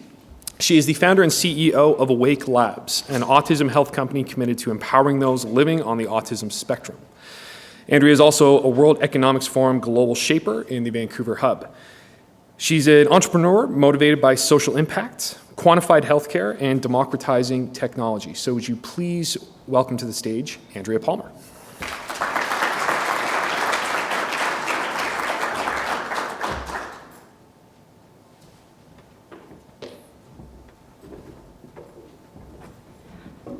This is the last slide. If we could go to the first one, that'd be wonderful. Or we can just start at the end and work backwards. That would do. Hi, everyone. As you heard, my name's Andrea Palmer. I'm currently based in Vancouver, but we're moving to Toronto. So soon we'll be working on both sides of the country to empower individuals living with autism.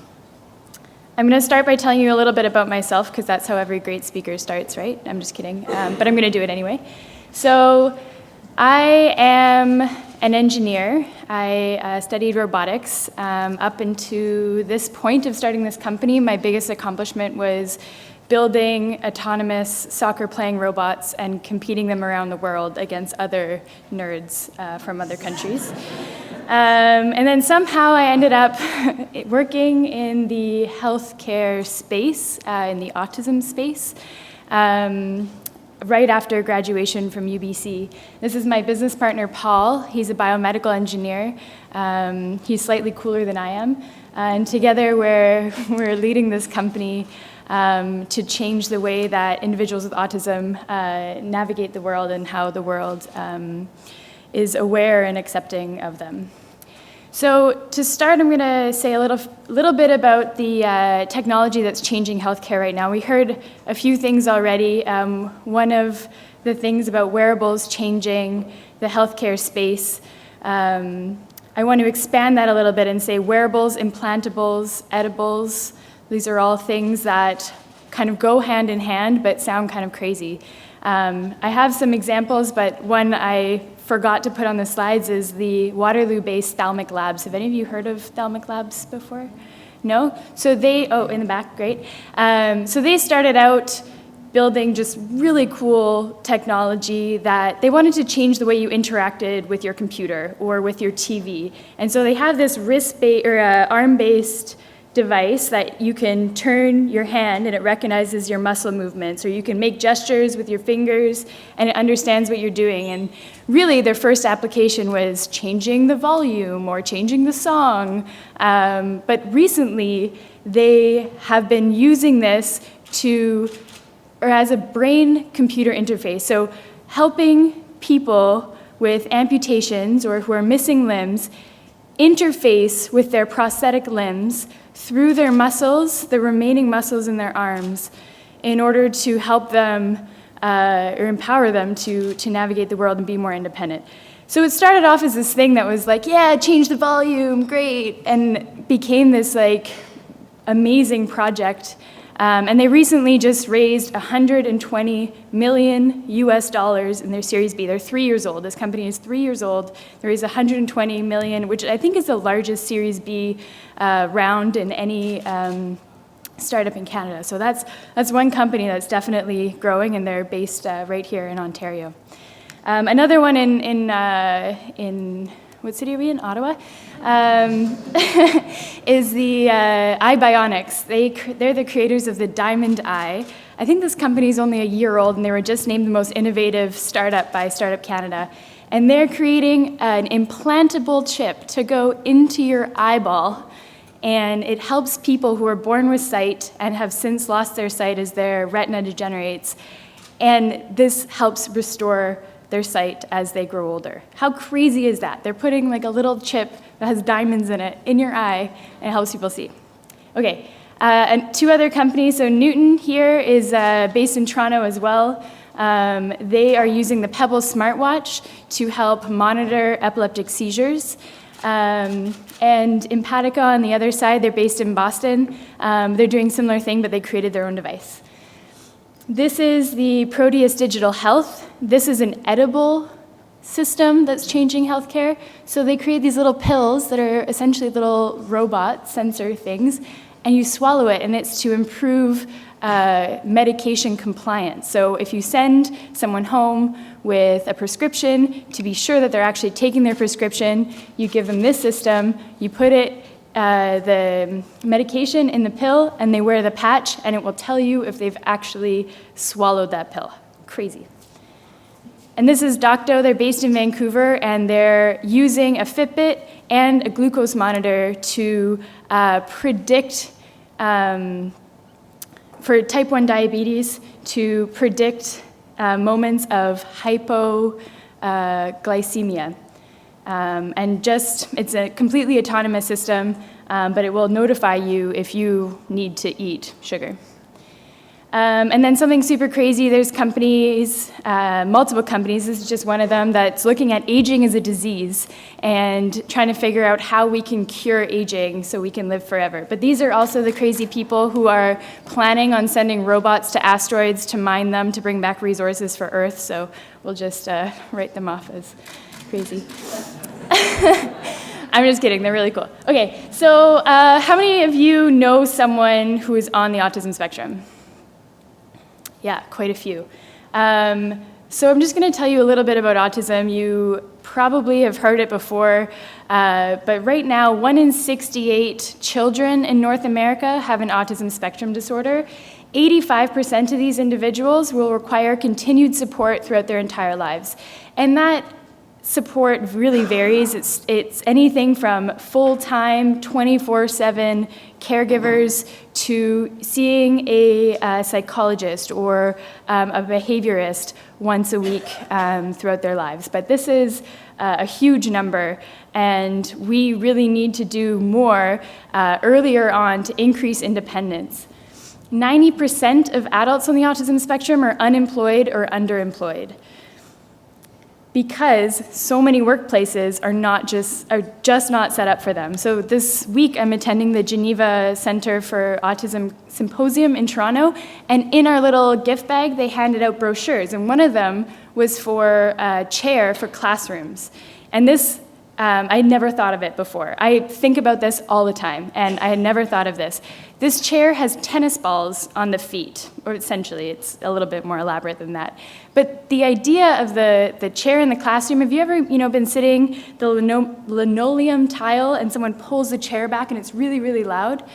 Well, with the additional sensory challenges that come with autism, that chair being pulled back can cause anxiety that means that individual will no longer be able to focus in the classroom. So this chair with tennis balls on it will reduce the noise, so autistic individuals in classrooms can focus on their learning even more, reduce one of the sensory challenges that happen in the classroom. Autism in Canada is, we have one of the best systems, I would say, for supporting autistic families. But it really varies across the country, and there's no national strategy. So as I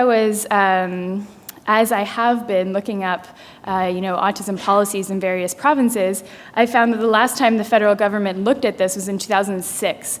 And in 2006, the rate of diagnosis was 1 in 166, and right now it's 1 in 68. So that's a pretty big difference. And Senator Jim Munson, whose name I spelt completely wrong here, so forgive me. It's with an O, not an E, fun fact. He said that, I really like this quote because I really like it, but it's also very hard or difficult. It says, autism is an equal opportunity neurodevelopmental disorder. So it doesn't just affect, it's not a partisan disorder, but it's something that we all need to focus on and come up with a strategy together across the country.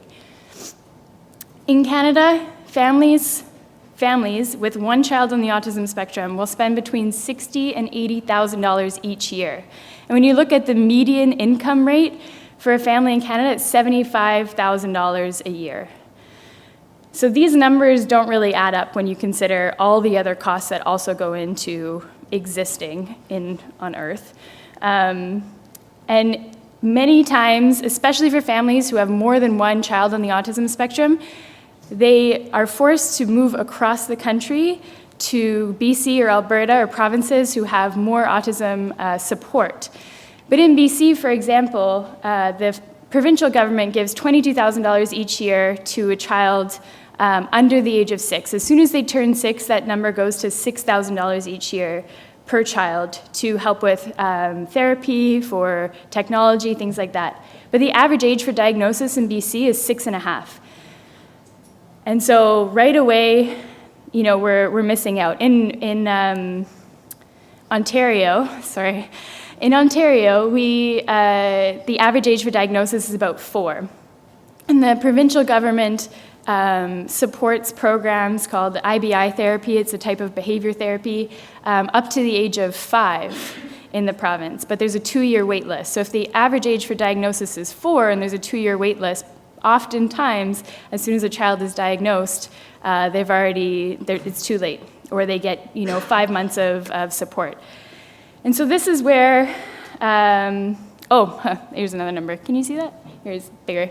In the United States, the UC Davis just did a study that said $268 billion is spent each year on direct medical, direct non-medical, so that's therapy, speech pathologies, and indirect lost productivity costs of managing autism. This is 1 year for one disease in the United States, in one country, $268 billion. It's mind-blowing. Oh, man, there it is again. Okay, cool. So here's what we're doing.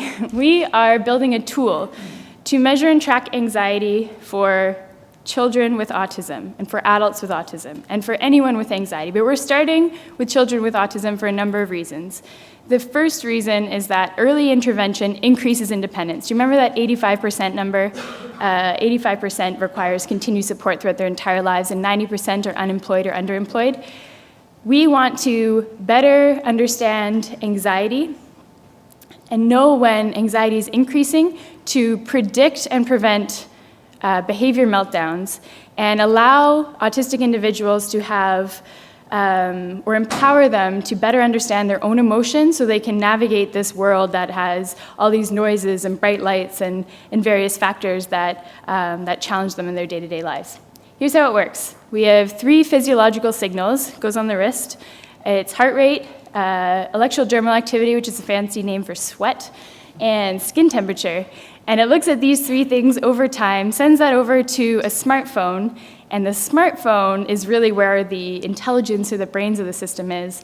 We look at analytics using machine learning and deep learning, which are super cool technologies. And fun fact, the leading deep learning researchers are here, Ottawa, Toronto, Montreal, some of the founders of this type of technology. So it supports healthcare, it supports the energy industry, it supports everything. So cool.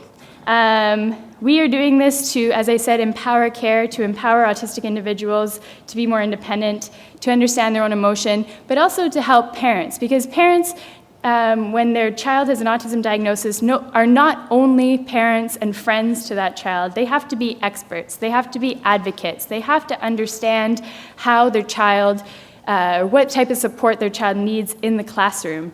And that's a lot of responsibility for someone. And so we want to be able to help them provide these analytics so they can see what's going on, trends over time, so parents can become more informed, untrained experts. A lot of the parents we work with have since taken on a training course or something to become a behavior interventionist or to better understand autism. So as I mentioned, we're doing simple personalized behavior tracking that goes along with the 3 sensors to better understand anxiety. We're using deep learning for anxiety insights. And really our goal is to improve focus and learning in the classroom by better managing anxiety, increase independence through early intervention, and transition to the workforce.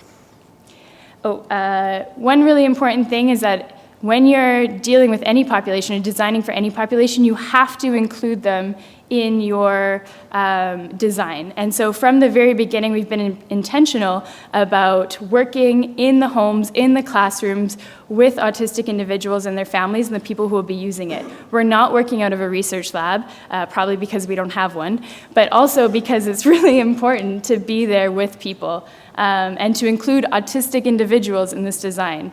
There's so many cases, like the movie The Accountant, that shows this autistic savant, and they did not consult a single autistic person when they were making that movie and designing it.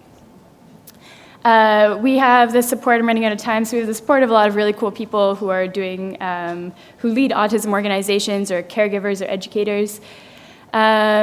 We have the support of the federal government through the IRAP program, the National Research Council, which we really appreciate. And also we've been using the Trade Commissioner services because autism is not a disease that's limited to Canada. It is definitely a global issue. And so we've been going to Boston and Tel Aviv and Atlanta and all these other places to figure out how we can connect with those communities as well and incorporate it into their worlds. So we started our first study with the support of IRAP in May, and in January we'll start our pilots, pilotitis as I heard earlier. We'll start our pilots of testing in the real world in 3 different countries, because that's important, and then we'll be full sales by the summer, so we're still in development. And we really see this as being a platform to go to senior care and dementia care, where very often the same untrained caregivers are working to take care of their loved ones. And a tool like this will be able to help them better understand how they're feeling. And also for addiction and clinical stress and anxiety and PTSD. And we have a whole blue sky world, but we're starting with autism. And thank you so much.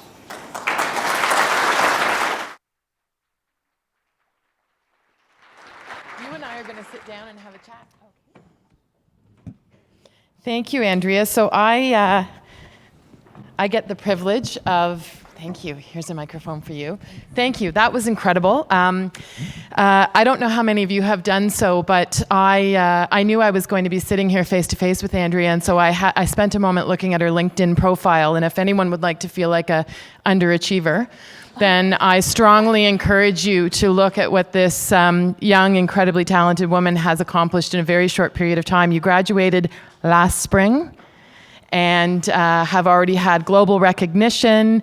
I figure when your university recognizes you as the alumni of the future before you've ever left the school, that you've got something going on. So congratulations. Thank you. We started off this morning talking about health and healthcare, reframing the conversation as an economic and prosperity agenda, and not just from the perspective of starting companies and supporting companies, but really from driving outcomes that help Canadians live their best lives and participate in their communities and their workplaces and ultimately in the country broadly, and what that means for this prosperity of Canada. My question was going to be, do you see the application of Reveal in other spaces, particularly in terms of brain conditions, which you actually touched on at the very end, but what are you hearing from the people who you're working with, the people who are using this technology, maybe the early adopters, in terms of how it's changing their lives so that they can live their highest potential? It's pretty incredible right now because we're not on the market, and we used to have a lot of media attention. Right now we're focusing on building the product because that's important. And like multiple times a day we get emails from people who are looking for any resource that they can online to figure out how they can manage anxiety, how they can help their child have less meltdowns or better understand how their child is feeling. And they find us and they send us an email and they said, here's my story, here's exactly how I see Reveal coming into our lives. How can I buy this? And right now we have a pre-order page on our website, and I'm blown away by the people who we've never engaged with, who don't even send us an email, who know nothing about us. Maybe they do some research, but like they find our page and they pre-order a device just like that because they need something that will help them. And then there's also people who don't have autism, who are wondering if they can help them with their generalized anxiety or with borderline personality disorder. There's this woman from Finland who has borderline personality disorder, and she wants to be a mother someday, and she doesn't know if she can keep her children safe. And she thinks that Reveal might be able to help her regulate her emotions well enough in order to have children and become a mother. And it's just like, it's incredible and so motivating, but also terrifying that we have so much kind of riding on what we're doing. But yeah, it's a good place to be. That's fantastic. So thinking about what's riding on what you're doing, you're here from Vancouver. You've got a room full of people in Ottawa. Some of them, like Mr. Chernetsky over there, are making very important decisions and driving new conversations and new opportunity. What, on behalf of, you are a Canadian, you are building what I think you think of as a global company that happens to be located in Canada. What is the one thing or one or two things that you want policymakers, be them health policy, finance, industry, trade, what do you want policymakers to understand about what you and your peers are trying to accomplish, so that they can help you drive the kind of impact that you envision for this and other interventions? Wow, so many things. Well, Bill's not going anywhere. He's here for the day, right? Hey, Bill. The biggest one, so going back to those numbers of the amount that families spend right now on support, on therapy, on speech pathology, things like that, and the median income. And it's really unfortunate, but there are, the rate of divorce for families who have an autism diagnosis is much higher than families who don't. So very often it's a single income family, or there's one stay-at-home parent or something like that. So the biggest thing is really, putting resources towards supporting the families. And right now, so I mentioned BC, the under 6 years old, 6 to 18, but as soon as these individuals turn 18, there's no resources, there's no funding. And so families need to make a decision, how are they going to support autistic adults as they grow older? Do they put them in a home? Do they stay home and take care of them? Do they hire a caregiver? What do they need to do to support adults, autistic adults? And that's a really big thing that just isn't being addressed right now in Canada at any level. At any level, excuse me. So I think that's probably the biggest thing. And then worldwide, or as we expand globally, sounds silly, but the trade deals are really important for us to be able to export devices. And so maintaining trade agreements is, don't let it slip. We need that. It's not silly at all. It's not silly at all. On behalf of the group, I would really like to thank you, Andrea. And on behalf of those of us who are not in our 20s, I'd like to encourage that group that's working on the cure for aging. Don't laugh at them, encourage them. Thank you very much. Thank you. Thanks very much. That was really great. It was great. We are going to take a little bit of an overdue break. I'm going to ask you to please curtail it to 10 minutes so that we can get moving on with the agenda. I believe you all know where the facilities and things are. If we can see you back here in 10 minutes.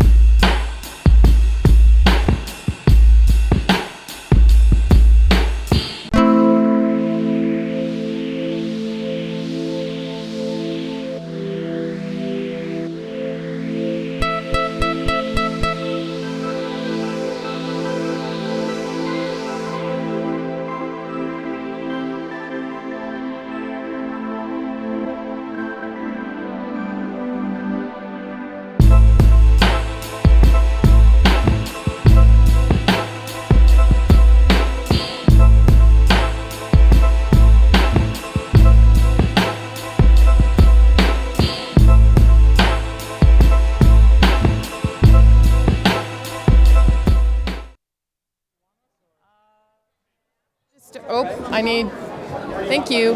May I ask you to start moving back towards your seats, please, so we can get started. Take this off while you're having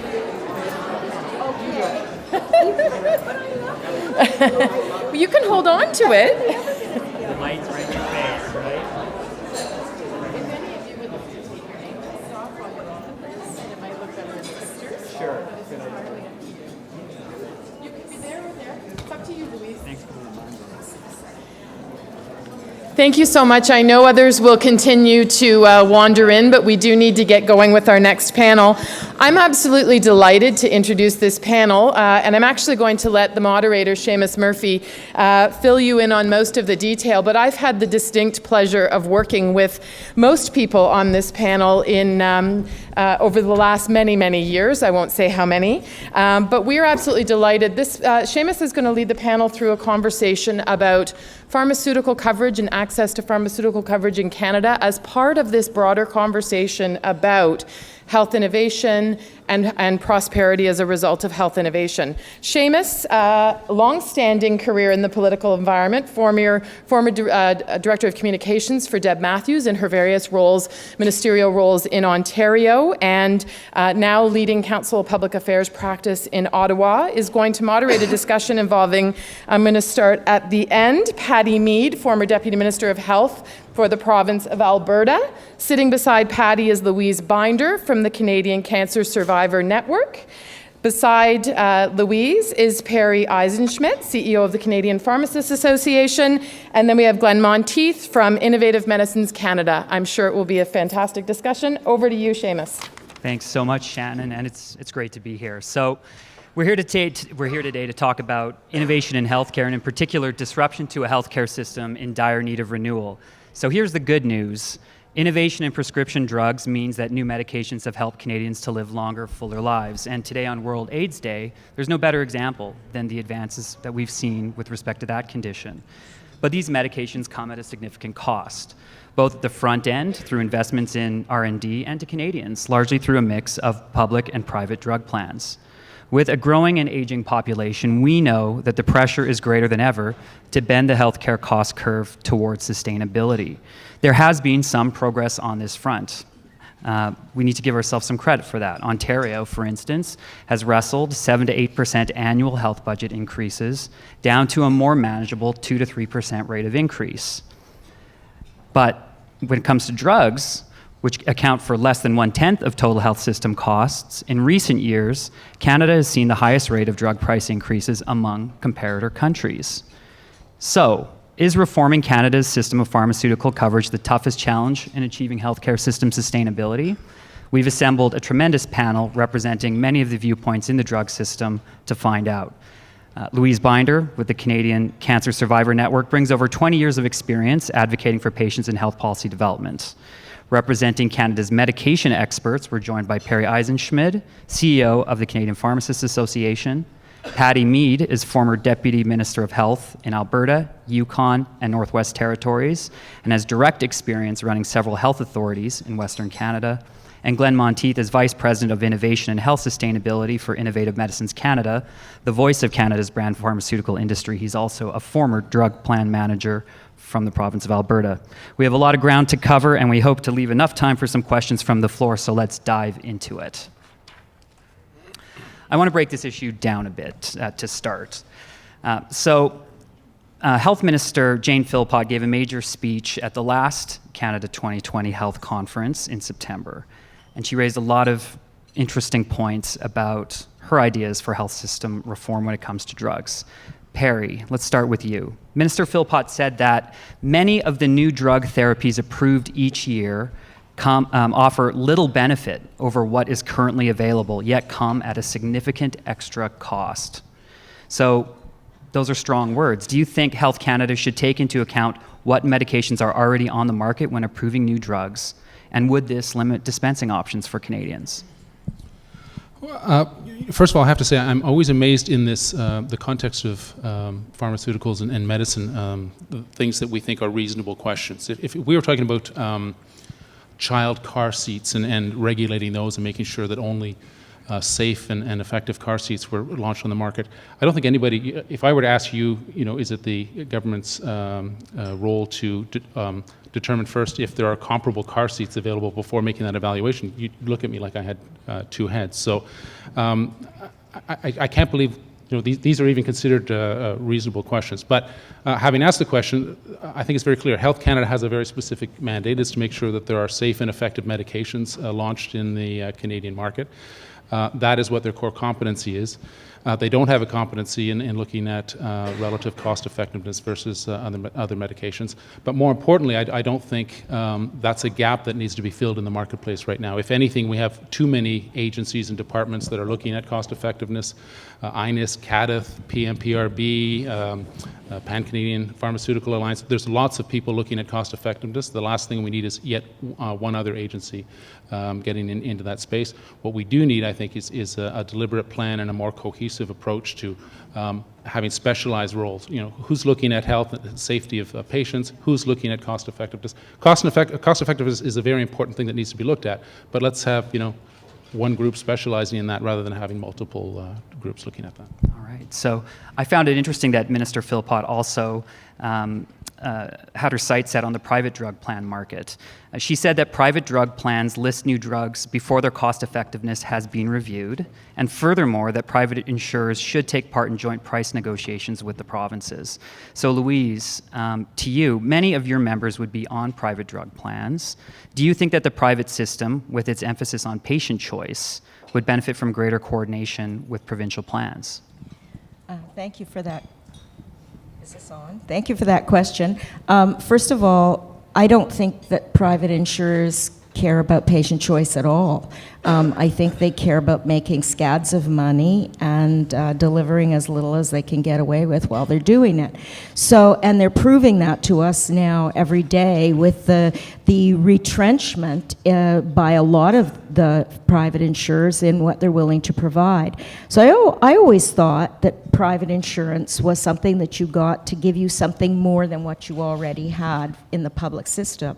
If it isn't, let's just stop having private insurers and let's just put all the money into the public system and we'll just forget about it. But if they're going to continue to say that they're providing something to employers to make them have the opportunity to attract and retain people as part of a compensation package, or they're going to allow me as an individual to purchase something more than what I can get in the public system, then they do have to believe in patient choice and they do have to pay for stuff. And in fact, they're going in absolutely the opposite direction. I recently met with one of the ministers of health in a province not so close to here on the west, and I said to him, don't fall into that private insurer trap. And he said, I find it very interesting. Private industry, when they're doing really well and they think governments aren't doing so well, say, you should give us everything to do because we in private industry really know how to do stuff and you governments don't. And the minute they run into a little bump in the road, then suddenly it's, you governments need to help us out because we in private industry are like poor little private industry.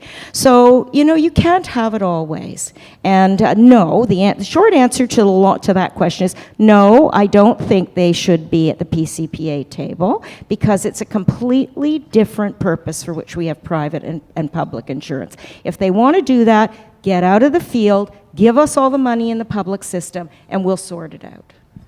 Okay. Well, Glenn, the minister also singled out how we price patented medications, saying in essence that Canada shouldn't be compared to more R&D intensive markets like the United States and Germany. Do you think that Canadian pharmaceutical companies, first off, get enough credit for the R&D that they do in Canada, and should our system give patients who run out of options more access to clinical trials? Thank you. This is on. First of all, thank you for the question, and I want to correct a piece of information at the very beginning of this session. So Canada does not have the second highest drug costs in the world. In the OECD data, this is a misconception. In the OECD data, it has the second highest expenditures per capita in the OECD, which is price of drugs, but it's also the volume of medications that are used, a very different measure. When it goes to actually the pricing, in the latest Patent Medicine Prices Review Board annual report, depending on what technical measure you want to use, we're third or fourth in the comparative starter countries, who are the R&D countries that are in that basket.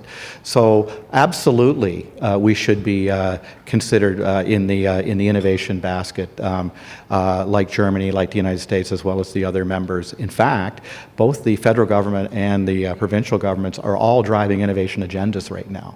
Okay, I think the confusion is the measure that the Patent Medicine Prices Review Board uses to measure the innovation investment in Canada is a 30-year-old outmoded tool for how innovation is actually funded.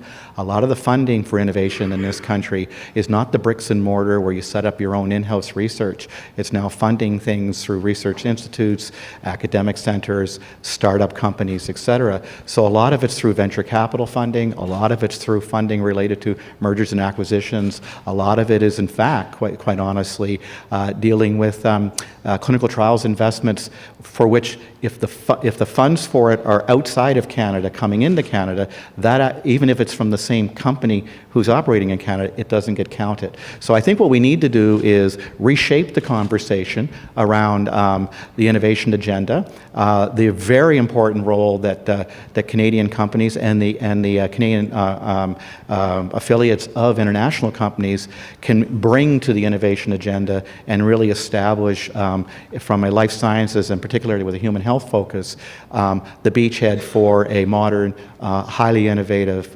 post-industrial economy. And I think there's a huge opportunity there.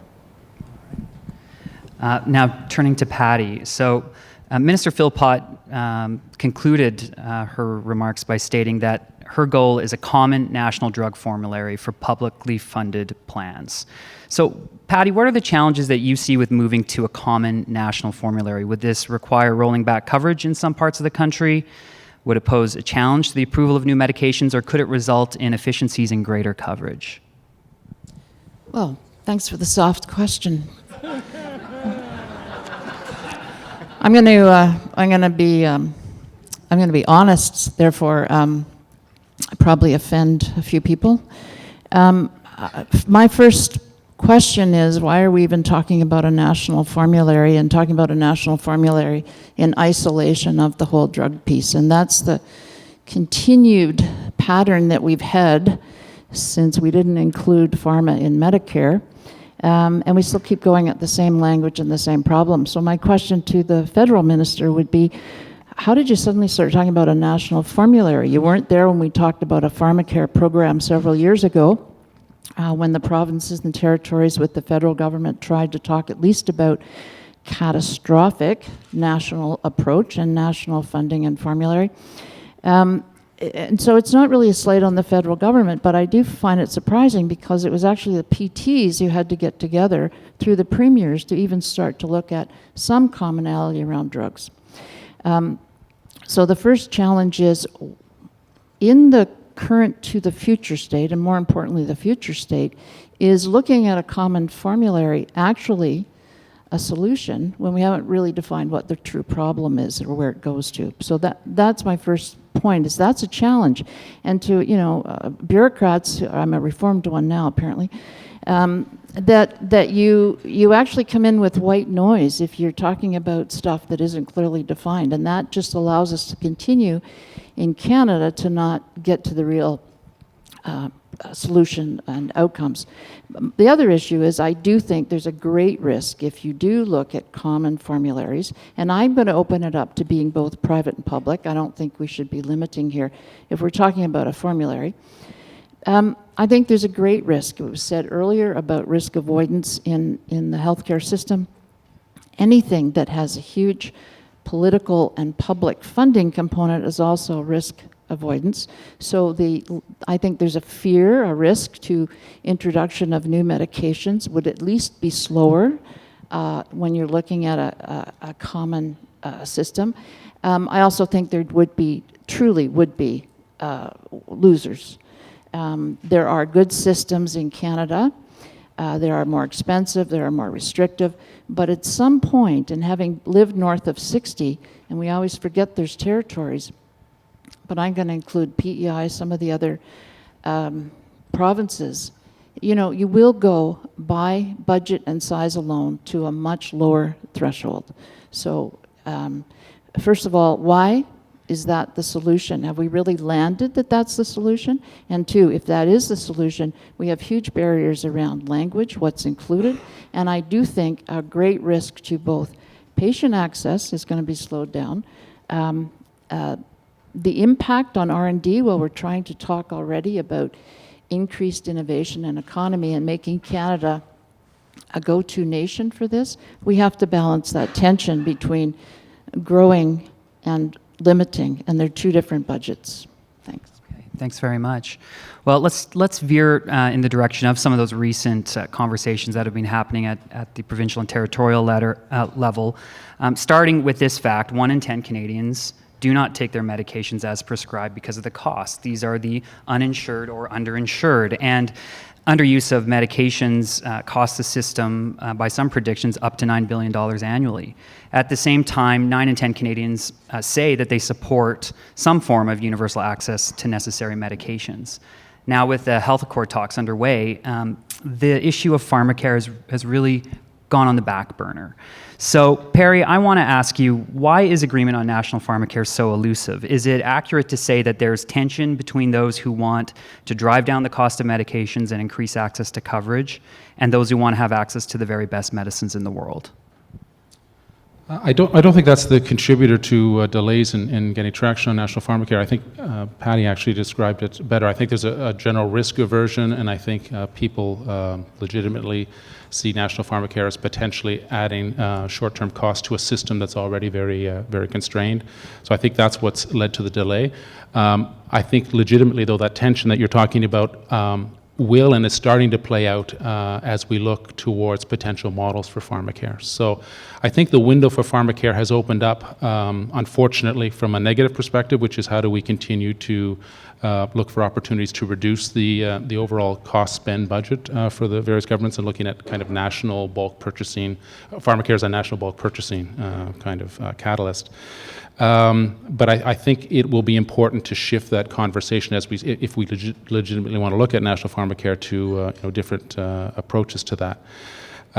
I think anybody who stands back and looks at, we've heard the figure, less than 15% of total healthcare spending is in the pharma space or the medication space. You can continue to chip away at that 15%, but if the other 85% continues to grow at a pace of 3 or 6%, that's not a sustainable model.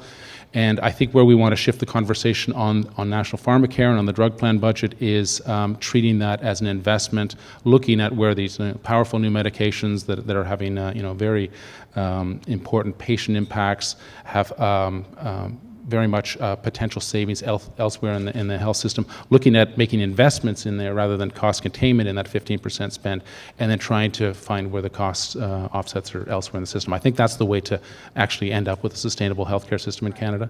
And the window was opening for the wrong reason, but now that the window is open, I think we should have a very kind of legitimate conversation around the options. Perfect. Well, building on that, Louise, in recent years, we've seen a number of new life-saving treatments for rare diseases come onto market or soon to be on the market, but they're quite costly. Is catastrophic drug coverage a good first step towards pharmacare, or should the focus be on that 1 in 10 Canadians who don't have adequate coverage? So I think that might be an interesting question if I were Meryl Streep in Sophie's Choice in the 1940s, but I don't think it's a very relevant question for Louise Binder living in almost 2017, which I wasn't supposed to, by the way. I'm one of those people who really are happy about World AIDS Day, because if it weren't for those drugs, I'd be dead about 20 years ago. So I have a lot of skin in this game. I think first I have to say that we have been so badly served, in my opinion, by politicians in terms of the way they're educating us about what we really are entitled to in this country. The Canada Health Act never promised us drugs. It never did. And people still don't seem to know that, including apparently maybe our Minister of Health. So, you know, the reality is it promised us doctors and hospitals, and the only reason we get any drugs out of it is if you happen to get the drugs that the hospital decides it wants to give you. So let's stop believing that we were ever promised universal health care. I mean, I always say we would have been if our founding fathers had been founding mothers, and I get to say that because Justin Trudeau says that he's a feminist. But the reality is, I'm reminded when I say that Monique Béjean was actually one of the people who helped build that. So that kind of makes my argument go downhill until you realize that what she tells us is that she'd have been happy to put drugs in there, but the provinces wouldn't do it. And I bet they're really sorry they didn't now. So that being said, the fact that, you know, we're starting from the wrong place, that doesn't mean we shouldn't try to get to the right place.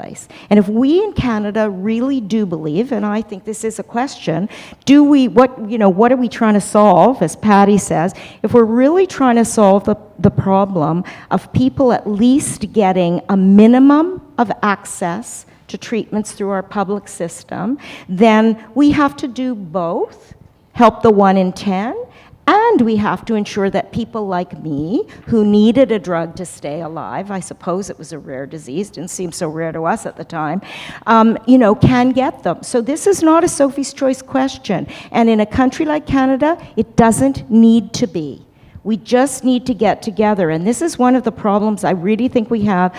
I say these days, process is the new substance, because really that's the truth. We need to all be in the room together, and the more I hear governments say, oh, we can't put patients in the same room as the pharmaceutical industry and with doctors, and you'll all get scared.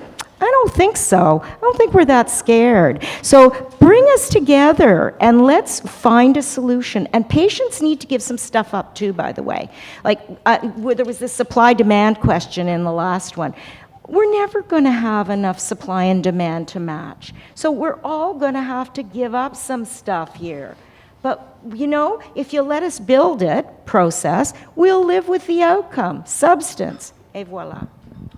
Not that I have a strong opinion about this.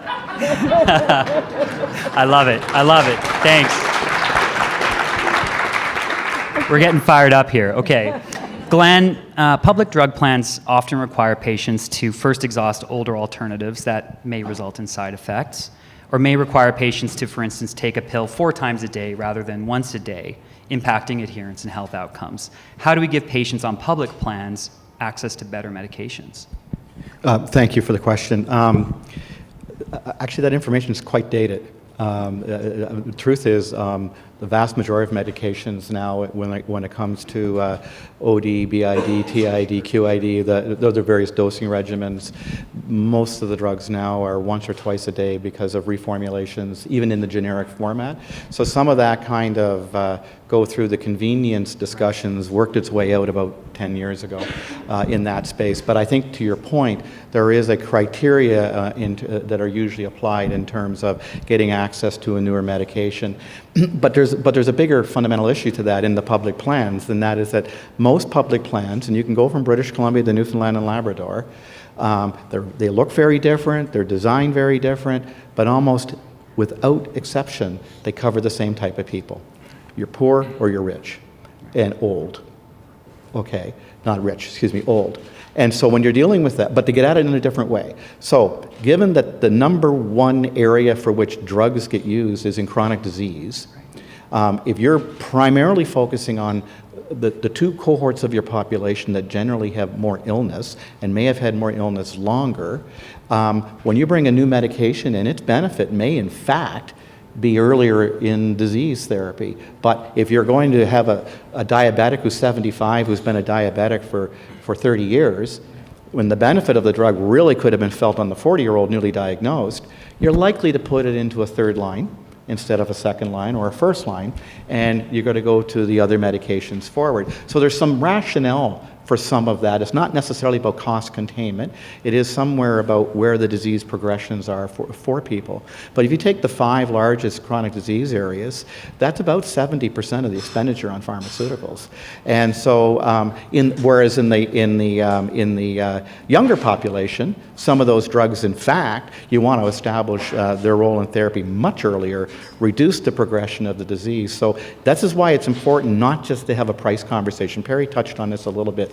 You got to have a price and reason for use and role in therapy conversation if you're going to get the best value of medications. And I think that's where a lot of what you referred to on the underutilization or the non-compliance is the clinical term for it going forward. I think if people understand the benefits in the right order, then it's not about you're being treated second rate. It's about you should have been treated earlier. And what's fascinating to me as a former Ministry of Health person, and I'm sure Patty observed it as well, is the whole cost in the healthcare system fundamentally is chronic disease management. And there's not a healthcare system in Canada that's set up to manage health from a chronic disease perspective.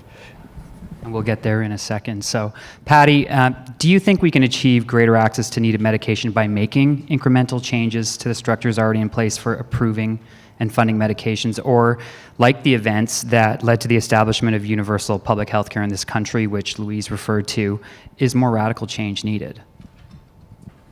Part of my excitement when I listened to conversations that happened this morning is the explosion in a whole different world that's touching health but outside of health. And I think we see the same thing in the pharma area with new drugs and the move to the way drugs will be targeting.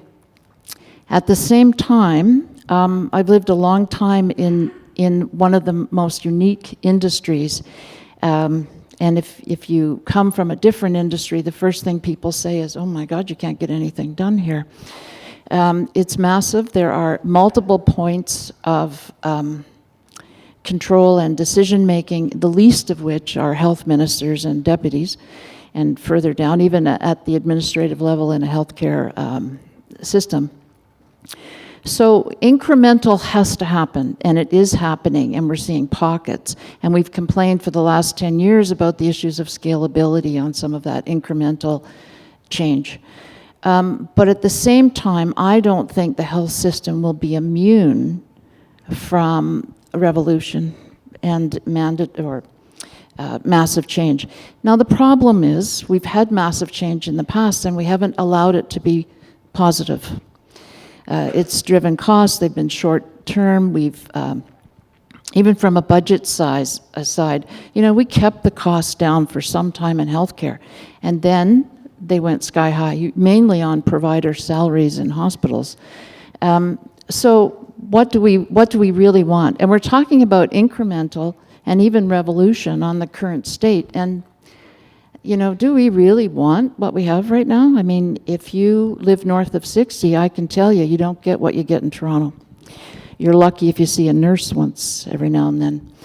Nothing wrong with nurses, by the way, because up there they're doing a great job and doing it all, but with support. But they're very, very different systems between urban, rural, and remote Canada, and even who gets what in drug coverage and follow-up. So the first issue would be, if we're really going to talk about pharmacare in general, or universal pharmacare, or greater and equitable access to drugs, then we really are talking about finally having a conversation about, is Medicare as we know it passé, and what does the new world look like? And we're really afraid. And it's a political, landmine to go there, so it shouldn't be left to politicians. It's not fair for them to have that conversation. The conversation has to happen in other areas.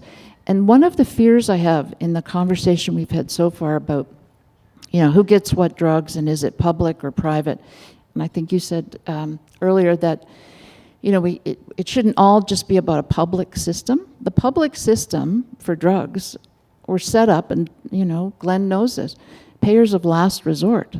Payers of last resort. So what are we really building a system on? Do we want a public system, or do we want an improved private system, and what other models are out there? And Quebec is an example. Europe is an example that would fit within a federation concept. So incremental has to happen. It has to continue. I hope the pace increases. I hope that we get around the scalability issues. But we also are on the verge of whether it's educating Canadians about what really was. You know, Jeffrey System's Chronic Conditions, the first half of that book should be mandatory reading for every Canadian, because we don't know where Medicare came from or what's included to be able to build the future. But we have to have the conversation, and people assume we're having the conversation in health, and a health accord will bring it there.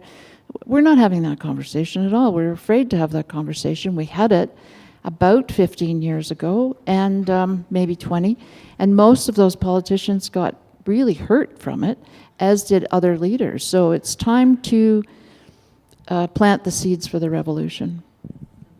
Okay, bring on the revolution. All right. Well, I want to round out the panel by following the money. So we know that 5% of patients account for 2/3 of all healthcare costs. And on the flip side of that coin, 5 chronic diseases drive about 75% of health costs. So, Perry, do we need to do a better job of taking into account health outcome measures and other system savings when making drug pricing decisions? So should the health system reward specialty drugs that prevent hospitalizations or reduce dependence on other health services?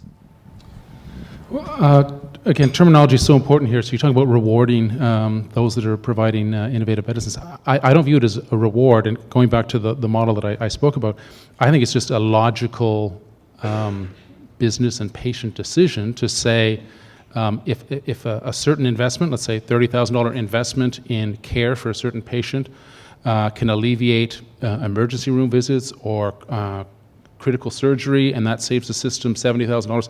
It's not a matter of rewarding those that are providing the innovative medicines. It's about making the intelligent and informed decision to say that is the right thing to do for the patient. That's the right thing to do for the system. So I just think we need to try to take a longer term, more disciplined perspective on some of these. Again, we talked about it at the conference last week. Treat this as an investment decision, not as an expense reduction decision, and I think we're going to be better served at the end of the day. Okay, so Louise, there's a patchwork of approaches across Canada towards the treatment of certain illnesses. Mental health is a great example of that.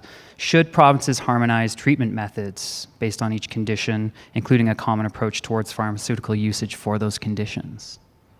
No, they shouldn't.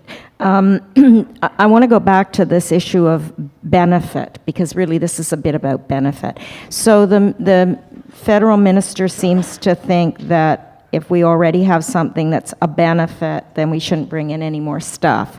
I would have thought a doctor would understand that there's a big difference between benefit on a population health basis and benefit for individual needs. And those two are not the same. So maybe she was talking, to give her the benefit of the doubt, maybe she was talking about population health benefit. But is that really what we want in Canada, is just, population health? What about individual needs? And I thought innovation was all about individual needs. And the worry I have is that the policies are going in this direction, and the science is taking us in exactly the opposite. All the science is moving to precision medicine, targeted therapies, immuno-oncology, genetic-based medicine, and I can go on and on and on. And that's not about population health anymore. That turns almost everything into a rare disease. So I really think that this is the crux of the problem. What is it that we really want our public system to do? If we don't want it to help individuals, well, tell us. And then, of course, we'll try and get some private health insurance, which won't help us either, apparently, anymore. So I don't know what we're going to do. But the reality is, everybody's got to get honest and get real. And until we do that, and I agree with you, like the politicians don't have the guts to tell us the truth. And I kind of don't blame them, because they're going to get fired from their job if they do. So who's going to call the meeting? That's always my question. Who's going to call the meeting to bring us all together in a room to have that honest conversation? So far, I think the patient organizations are the only ones who are prepared to do that. Maybe I'm wrong. Maybe we should get everyone together. Let's do it. So, Glenn, I wanted to ask you, how do you think drug policy factors into reducing the strain of these high-need, complex patients on the healthcare system? Should we move towards a model where healthcare professionals are rewarded for improved patient outcomes? How could drugs be involved in that? What does that look like? Sure. In most high-performing systems, the reward is actually secondary to generally how the system is organized to compensate the providers, generally how they work in a team environment, how you get the right professional involved at the right time. Right now in the Canadian system, most things trigger from the physician, usually a family physician, who may see 6, 7, 8 patients an hour, may see everything from TB to an inoculation to a runny nose in that same time period. And we're dependent on that individual, God bless them, to coordinate care. And that's just not happening, okay? So how you organize care really matters in this space, and jurisdictions like Ontario and Alberta and Quebec and others have all tried to reorganize it. But it's more than that. You have to actually set the systems up. So you have to have the right professionals in the right place. We also have to recognize you have to do it in an environment that's not kind of gravitating towards large institutions. So to what Louise said in the Canada Health Act, it's physicians and not just hospitals, inpatient hospital services. Those are the insured services that everybody kind of connects through the Canada Health Act. And I will remind people, the Canada Health Act isn't a Charter of Health Rights. It's merely a funding piece of legislation that gives the federal government the authority to transfer funds to provinces to run a health system. So that's all it is, but we've enshrined it, like we've enshrined what's in healthcare, et cetera. So in the middle of that, we have several 100,000 health professionals and assistants to health professionals trying the best they can to provide the care to 36 million Canadians, and to our ability to kind of target those who are falling through the cracks, and many of the 565s are those who are falling through the cracks. We have addictions, we have mental health issues, we've got chronic disease, we've got marital breakups, we have all kinds of things, and the whole social determinants infrastructure doesn't even connect to this. And in fact, in some jurisdictions, I'll use Alberta as an example, in some jurisdictions, privacy legislation doesn't even allow the information about the patient to flow to all those who are giving the care. So there are many systemic things that we need to fix. So then we come to drugs. Okay, drugs represent innovative drugs. Drugs in total, about 13% of all health expenditures in Canada. Innovative drugs, about 6.4%, and that's down from about 8.4% 10 years ago. But the focus now is on something very different. And so where you're getting these more targeted therapies that Louise is talking about, it's very easy to talk about the $1 million patient or the $500,000 patient, et cetera, and therefore we translate that to drug pricings out of control, et cetera. Except there might be 10 people in Canada who have that condition, who may even qualify to that, but we're struggling, and it's a nice soundbite. As a young economist, I remember someone in my economics class showing me a banner on a national headline, 28 million eggs went to waste in Canada. What they didn't say until you're about the fourth column in, it was 2% of Canadian production for 1 year. And I think we have a lot of those lovely catch-grab things. So when you're trying to organize the system, this is a fundamental piece. I will argue that pharmaceuticals and other new technologies are able to allow for a more cost-effective system to be run, less institutional care. The recent debate going back and forth on the new hospital in Ottawa is a classic example of this. Everybody's looking for the new shrine for healthcare, when in fact, the real investment, not to say they don't need a new replacement facility, but the real investment is how do we prevent people from going in there to begin with? And that's where pharmaceuticals and other care matter in the system. We're ill-equipped for the task. Okay. Last question from me, and hopefully we get a few questions from the floor in. Patty, at the end of this conversation, what do you see as the biggest barriers to system change? Is it the inability to move money between silos in the system, like hospital care, primary care, community care, and drug budgets? Or is it the inability to truly account for future savings by providing that better care up front? How do we resolve these issues? Okay. Big question. Well, I'm a boomer, so first of all, people like me should be told that we should stop being selfish. We should not live forever. And nor do we need all of the the changes to circle around us. So, that's the first barrier, I think, is right now a whole issue of culture. But I want to go back to what Glenn said. We really need to stop looking at health as a silo or pieces of health as a silo. And one of the advantages right now is the whole push and speed of innovation and transformation and economic development, because Canada has to find new industry, and we have to move to that kind of an economy. Because when you talk about a health budget, that's the barrier. A health budget is all of these things are add-ons, add-ons, add-ons. And there has been a failure of delivery that, in fact, all of the things in the past that the system administrators were told would save money actually never saved money in enough to be able to move the dollars from one pile to the other.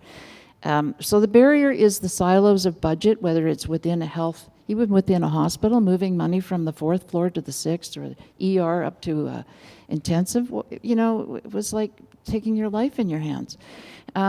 So really, the whole rethinking has to be, stop trying to add on and do the money with the mix, because at the end of the day, healthcare is about money. And then we get into the patient, right? Now, one of the, big things would be that instead of the other departments or the other funders crying about health eating their lunch and taking all of the money, that should just be a given, that health for a while will be a big cost center.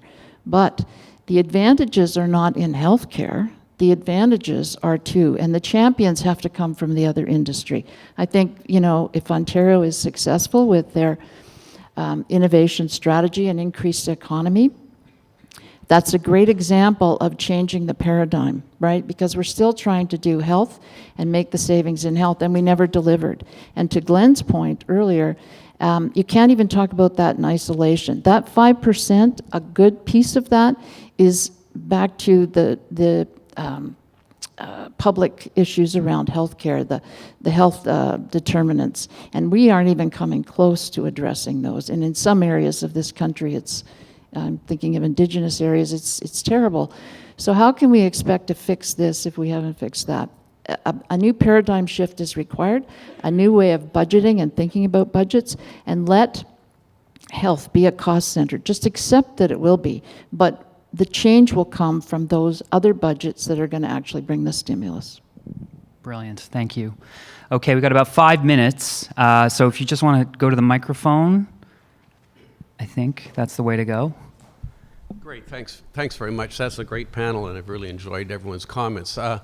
My name is Wayne Critchley, and I should explain, to preface my question or comment, that I have a background in this field, I guess, for about 30 years, including many years heading up the PMPRB, the Drug Pricing Board, a period of time at CADTH, and following these events carefully. And what I love about a conversation like this is it could have happened 30 years ago when I started. When I joined PMPRB, I was told drug costs are out of control. The system is not sustainable. We cannot afford the new treatments that are coming to market. At that time, people were dying of AIDS, as Louise mentioned, and dying early from cancer, and many other diseases that today are treated, are curable, in some cases are certainly preventable with good lifestyle choices and treatment. And I think, wow, so what has happened? Well, I guess we're spending a lot more money on drugs today than we used to. Guess what? We're not.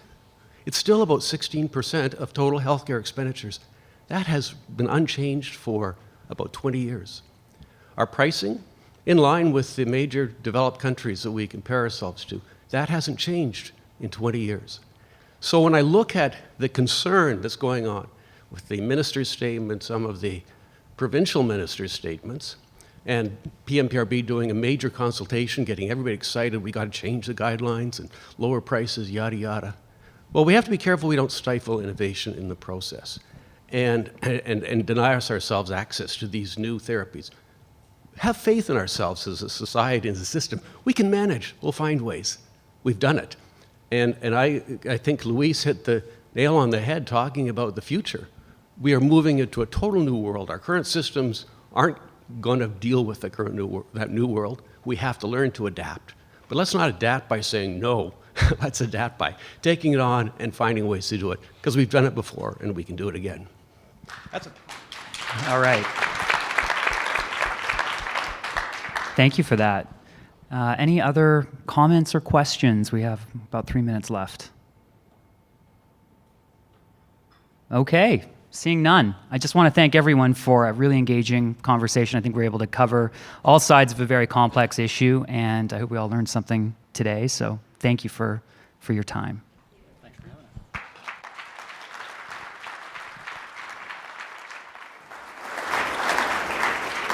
Thank you, Seamus, and thank you, panelists. I know I was looking around the room and everyone was quite rapt with the discussion. I think when you use words like revolution and when there's applause after speaking, thank you very much. My name is Melanie Colson. I'm the Director of Content and Engagement at Canada 2020. Thank you very much for being with us here this morning, and thanks to those of you who are tweeting wildly. It's fantastic trying to keep up with you and the discussion.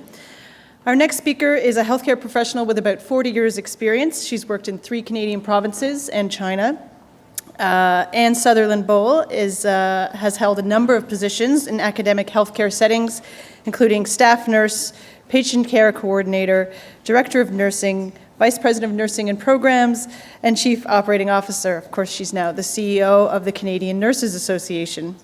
Throughout her career, Anne has been successful in carrying out innovative programs and effecting change. In the BC Health Ministry, where she was chief nurse executive and an assistant to the deputy minister, and oversaw the implementation of the nurse practitioner role and the use of the baccalaureate degree as the entry to practice requirement for nurses. As chief operating officer at the Vancouver Coastal Health, Vancouver Acute, and led the establishment of a collaborative practice model that more fully uses the skills and abilities of RNs, LPNs, and care aides. Please join me in welcoming Anne Sutherland-Bowell to the stage.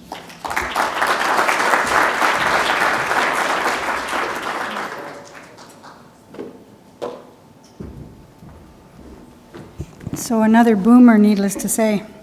Anyways, I'm delighted to be here with you this morning to talk a little bit about nursing and the contribution that we can make to innovation and health. And though my comments are going to be about nursing, the message I would clearly want to make is that nurses are part of a team, and that includes physicians, social workers, all the other professions, and of course the patient and the family.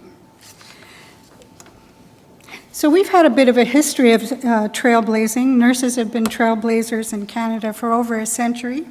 Since the mid-19th century, Canadian nurses have been the primary care provider in rural and remote areas and in the north. Nurses have always been innovators, largely due to necessity, and early adopters of improved ways to deliver care, whether by dog sled or in helicopters. And today we continue to develop. We use the best evidence that we can, and that informs the approaches that we make to the care to serve our patients. So my intention today is to give you a snapshot of some of the roles that nurses are carrying out and the opportunities as we continue to innovate in our healthcare system. But first, a little bit about let's see if this works. In terms of our statistics and who we are.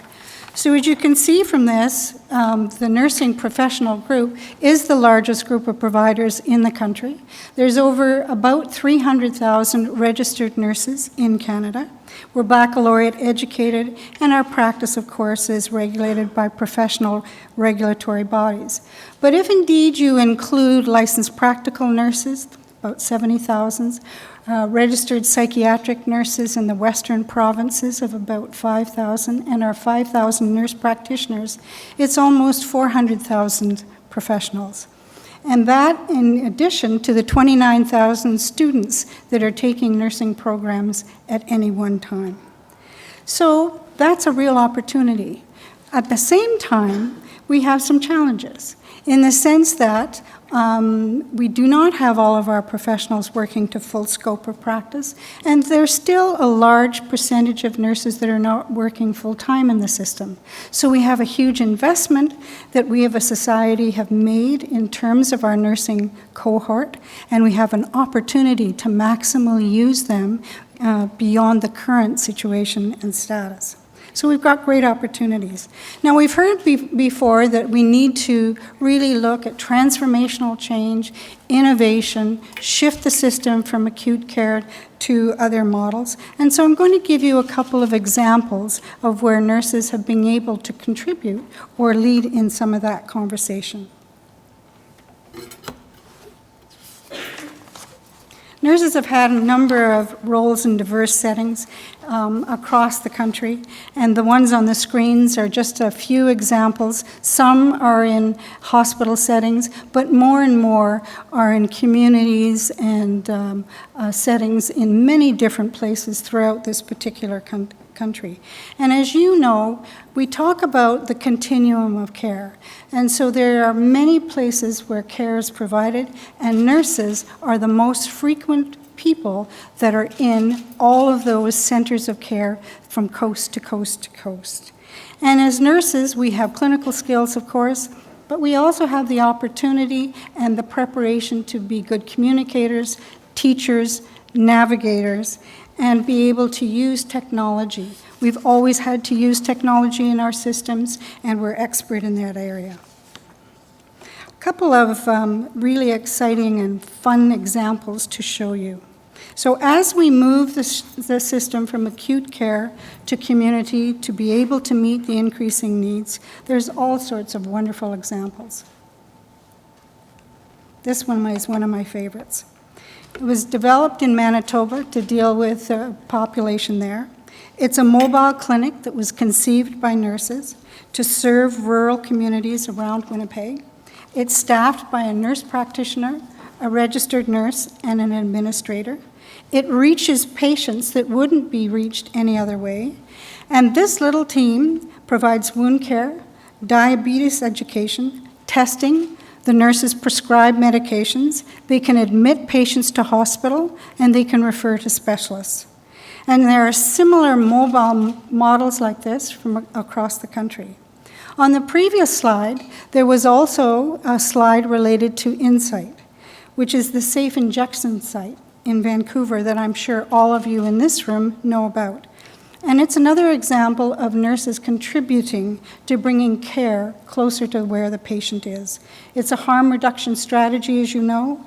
It's a critical gateway to primary care, infection control, birth control, and recovery, with reduced mortality and a real economic savings to the healthcare system in the measure of about $20 million per year for patients in just one healthcare authority. And another group of nurses that are providing care closer to where patients live are street nurses in Vancouver, in their downtown east side. These are nurses, in their office is the street. They work there 24/7, providing care outside on the street to patients where they live. As we continue the transformation, we need to continue to think about moving beyond the episodic and urgent care to accessible services offered by Canadians where they live. And strategic investments in health promotion, illness prevention, results in savings across the continuum of care. And as Patty Mead was mentioning, I think one of the major barriers to moving forward on these innovative practices is the silos and having to actually move the money from one sector to another sector. Because we know where the innovation is happening. There are lots of great models, but actually transferring the cash from Part A to Part B is probably the biggest barrier that we in nursing see to moving forward in the transformation that we need. But we need to do it. And we need to invest more heavily in primary care and in the community setting. We know from a survey that the Public Health Agency of Canada did in 2012 that 55% of Canadians over the age of 12 are living with a chronic condition. And a chronic condition and disease management, and clearly we continue to add chronic conditions as we age, each one of us, they're not best served by the episodic management of care in an acute care facility. They are best supported by continuing care in a prevention model in the community where nurses and others can contribute to supporting the patient as they live with this condition over years and decades. So one of the solutions that we have found successful in nursing is the implementation of the nurse practitioner role. And these individuals with advanced skills and preparation are well suited to managing patients with chronic conditions along a continuum of care in their communities, close to their families over years and decades. And research has shown that nurse practitioners offer high-quality care, high patient satisfaction, improved access, and it is cost-effective. You've been hearing a lot about home and community care and community-based care, and we look forward to the investments that this federal government has promised related to increased capacity in terms of home care delivery. We know that this is what Canadians want by NANOS polling that has been done by us and others. We know that it saves the healthcare system a tremendous amount of money, and we know that nurses are well suited to provide this care.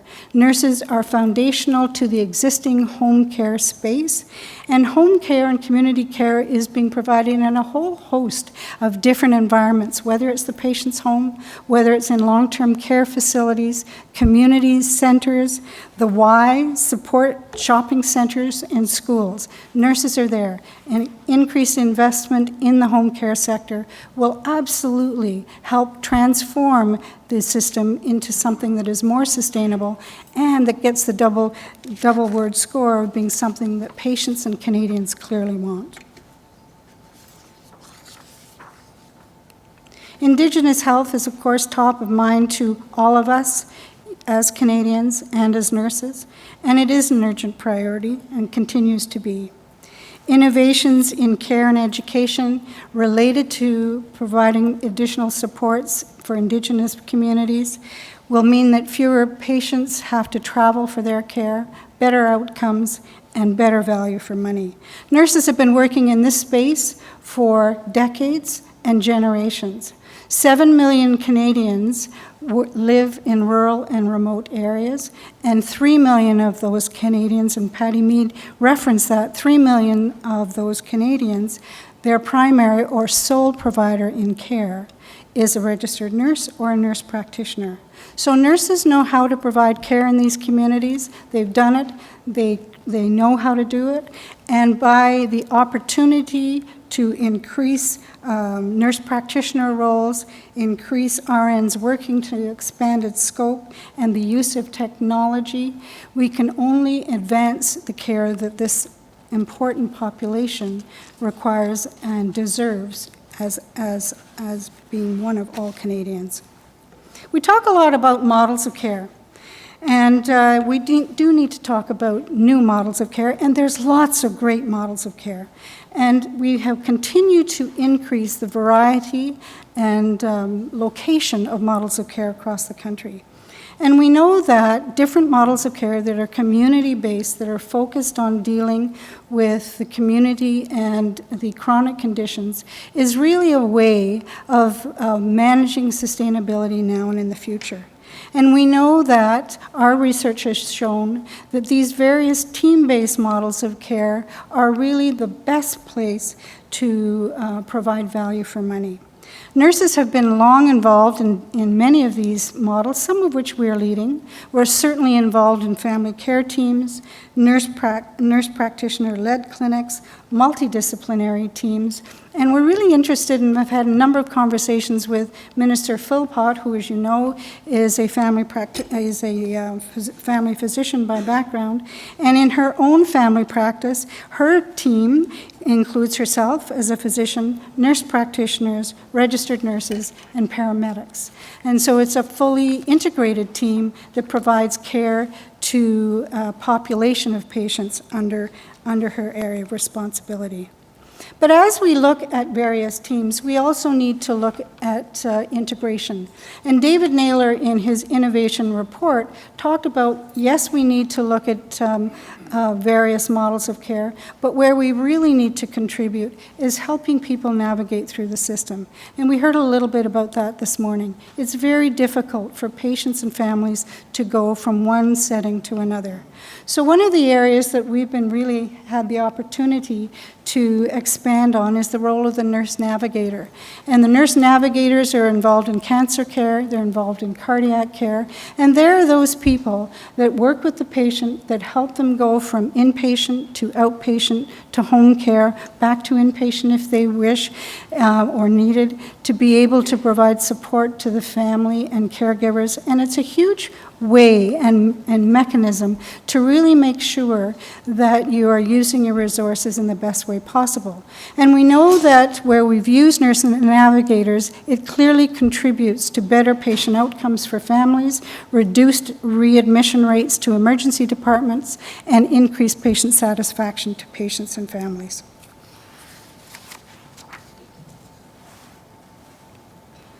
So in terms of the future for nursing, what we're being looking at is really encouraging and working with our regulatory bodies and policy leaders to really move forward on maximizing the scope of practice that nurses, nurse practitioners, and the nursing family is able to do to maximally support the healthcare system. And this is one of the examples that we're currently working on to increase nurse prescribing for registered nurses. Many nurses are doing this across the country, certainly in rural and remote areas. We know it's safe. We know it has a good value for the patients and the communities. And so you'll see lots more work in this regard in the near future. So finally, as we look at the healthcare system from a nursing perspective, we believe that we have the resources in nursing. If we can look at expanding the roles that nurses currently have, that we combine technology with ingenuity, that we focus on continuing to the development of teams and increasing capacity in the community services, and really have the opportunity to incent some of those innovative practices that are currently in play in many places across the country. And nurses, we are well positioned and ready and able to be part of that future. Thank you very much.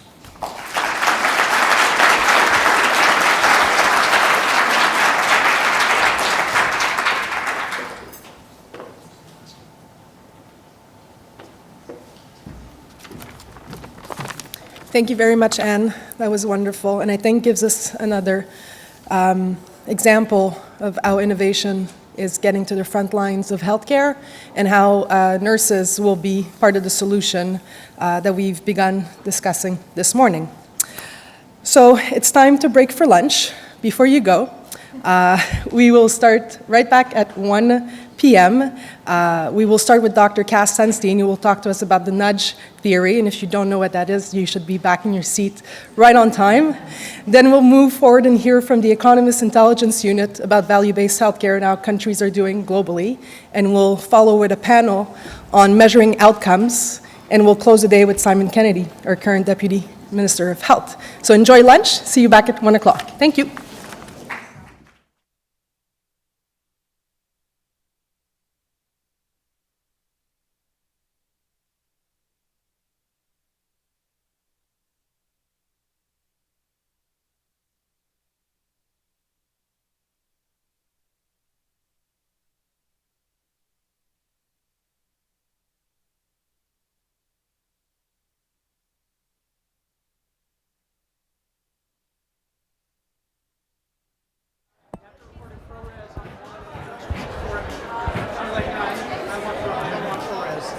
I only have 230 gigs of hard drive. Hey, check. Hey, check. Hey.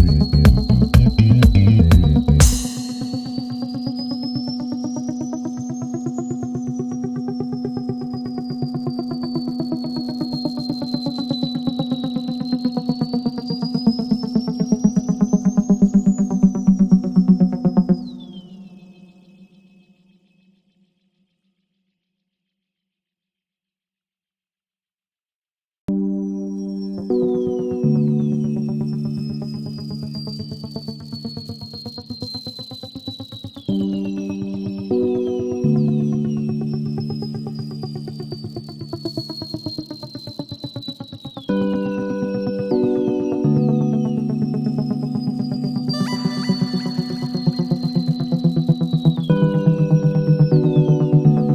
for that final hush to settle over the room. Folks, my name is Don Lenehan. I am Senior Associate at Canada. Very happy duty here this afternoon to introduce Cass Sunstein as the next speaker. But before I do, I want to say a couple of things about the book. There are many books and many works, and I'll say a little bit about that later.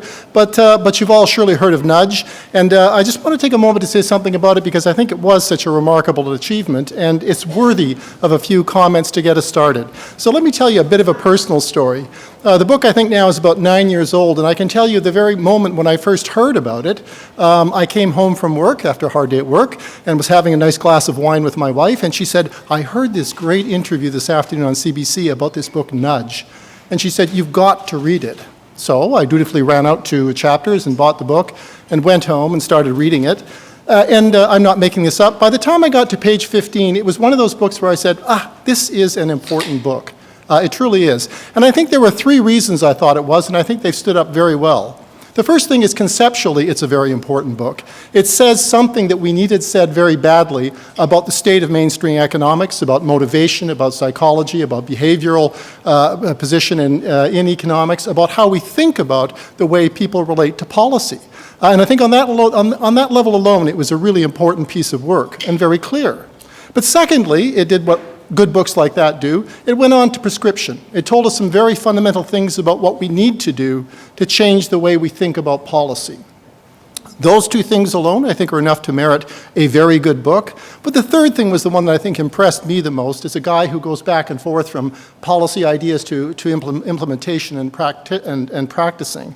And that was that the book is enormously programmatic. It's chock full of very practical ideas and examples and illustrations of how you take these high-level ideas, these conceptual ideas and these principles, and you turn them into something new. You turn them into something practical. And I think the proof is in the pudding here. 9 years later, there's not a person in this room, there's probably not a person somewhere across this government or in most governments across the continent and around the world who don't see nudge as a part of their basic vocabulary now. And I think that really is a remarkable achievement.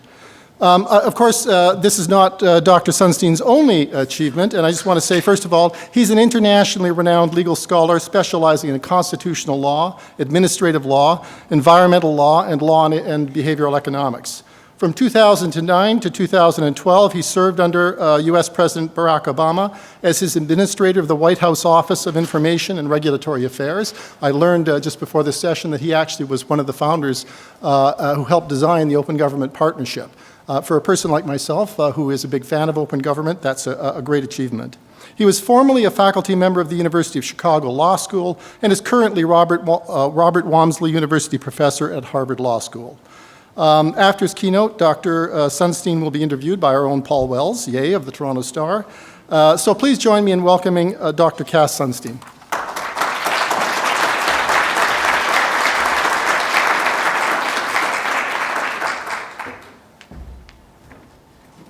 Okay, it's a complete thrill to be here. Thank you for coming. Thank you for not staying at lunch during this presentation. I actually have some breaking news for you. So you're going to see a bunch of slides, but this is completely new. For the past 8 months or so, I've been involved in trying to learn whether citizens of various nations are in favor of nudge-type interventions. And we're getting a kind of map about how people in liberal democracies, at least, think about these things. And the map basically shows that the citizens of most liberal democracies, and I have the data on the United States, the United Kingdom, Italy, France, and Germany. So let's take that as our quintet. They are in favor of the interventions I'm going to be describing, overwhelmingly. And the positive view is so strong that political disagreement basically doesn't matter. So in Germany, whatever party you are, chances are that something like a calorie label, so that people can know whether the food they're eating has high caloric content, therefore a mandate to that effect. People do not like things that are deemed manipulative, and that's a very narrow category. If they suspect the government is doing something that is self-serving or is not in the interest of choosers, they're opposed to that. But otherwise, there is a strong democratic consensus in their favor. Mandates, by the way, stand on a much weaker ground. People are more skeptical about mandates, even if they approve of the goal. Now, what I'm here to tell you is that there are two nations, Hungary and Denmark, which are more skeptical of these interventions. I think I understand Hungary. Denmark is a bit of a puzzle.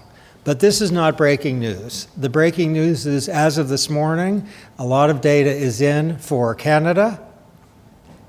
And we know that Canada stands with the United Kingdom and the United States and Italy and France as being very favorably disposed toward these tools. The citizens of this nation are very bullish on nudge-type interventions. I can't say that the citizens of Canada are more bullish on these interventions than the citizens of other nations, but I am hopeful that once the full data is in, that might well be the picture. That's the first bit of breaking news. The second bit of breaking news, I think you'll find at least slightly entertaining, which is if people hear that other people like nudge-type interventions, then they like nudge-type interventions more. If you ask people in the abstract, do you like these interventions, you'll get maybe 75% support. If you ask them whether they like it and tell them that there's 75% that support, then it shoots up to 85%. Which is to say that second order or meta nudges in favor of nudges, are effective. And in producing the data which shows widespread democratic support for nudges, I meant just to learn something, not to generate further support for nudges. But the second bit of breaking news suggests that that will be an effect of the data. The third bit of breaking news is actually occasioned by a conversation I had about an hour ago about cost control in the healthcare sector. And the question is, what tools are available for that? And much of what I'm going to say will bear on that indirectly. Here's something that bears on it, I think, pretty directly. The United Kingdom's Behavioral Insights team focused in the recent past on the problem of overprescription of antibiotics by doctors, which has multiple adverse consequences.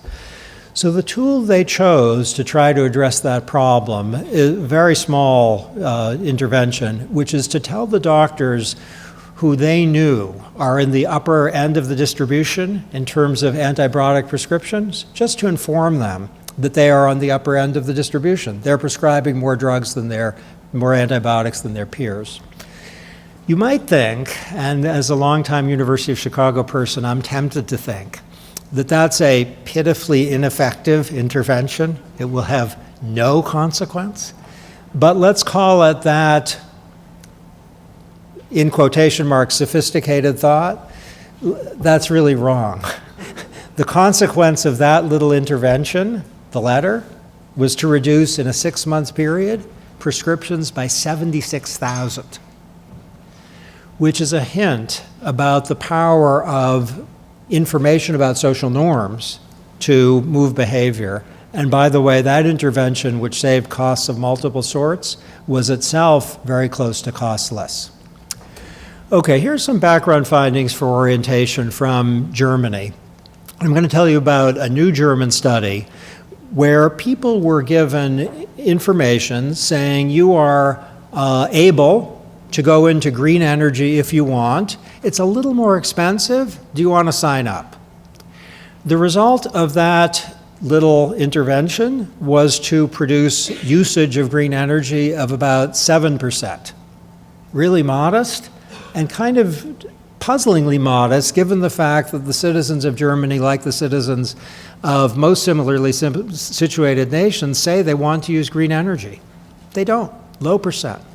The best predictor of whether people would opt into green energy, and this is not going to win anyone the Nobel Prize, what I'm about to tell you, is whether people are members of the Green Party. That's a true, unsurprising finding. Okay, here's what the researchers did that's a little more amazing. If they told people you are automatically enrolled in green energy, it's a little more expensive, opt out if you wish, there was a 10-fold increase in usage, almost 70%. And this is tens of thousands of households, ended up in green energy. So the upshot of this data is that a little shift in the default rule from opt-in to opt-out produced not an incremental change in green energy use.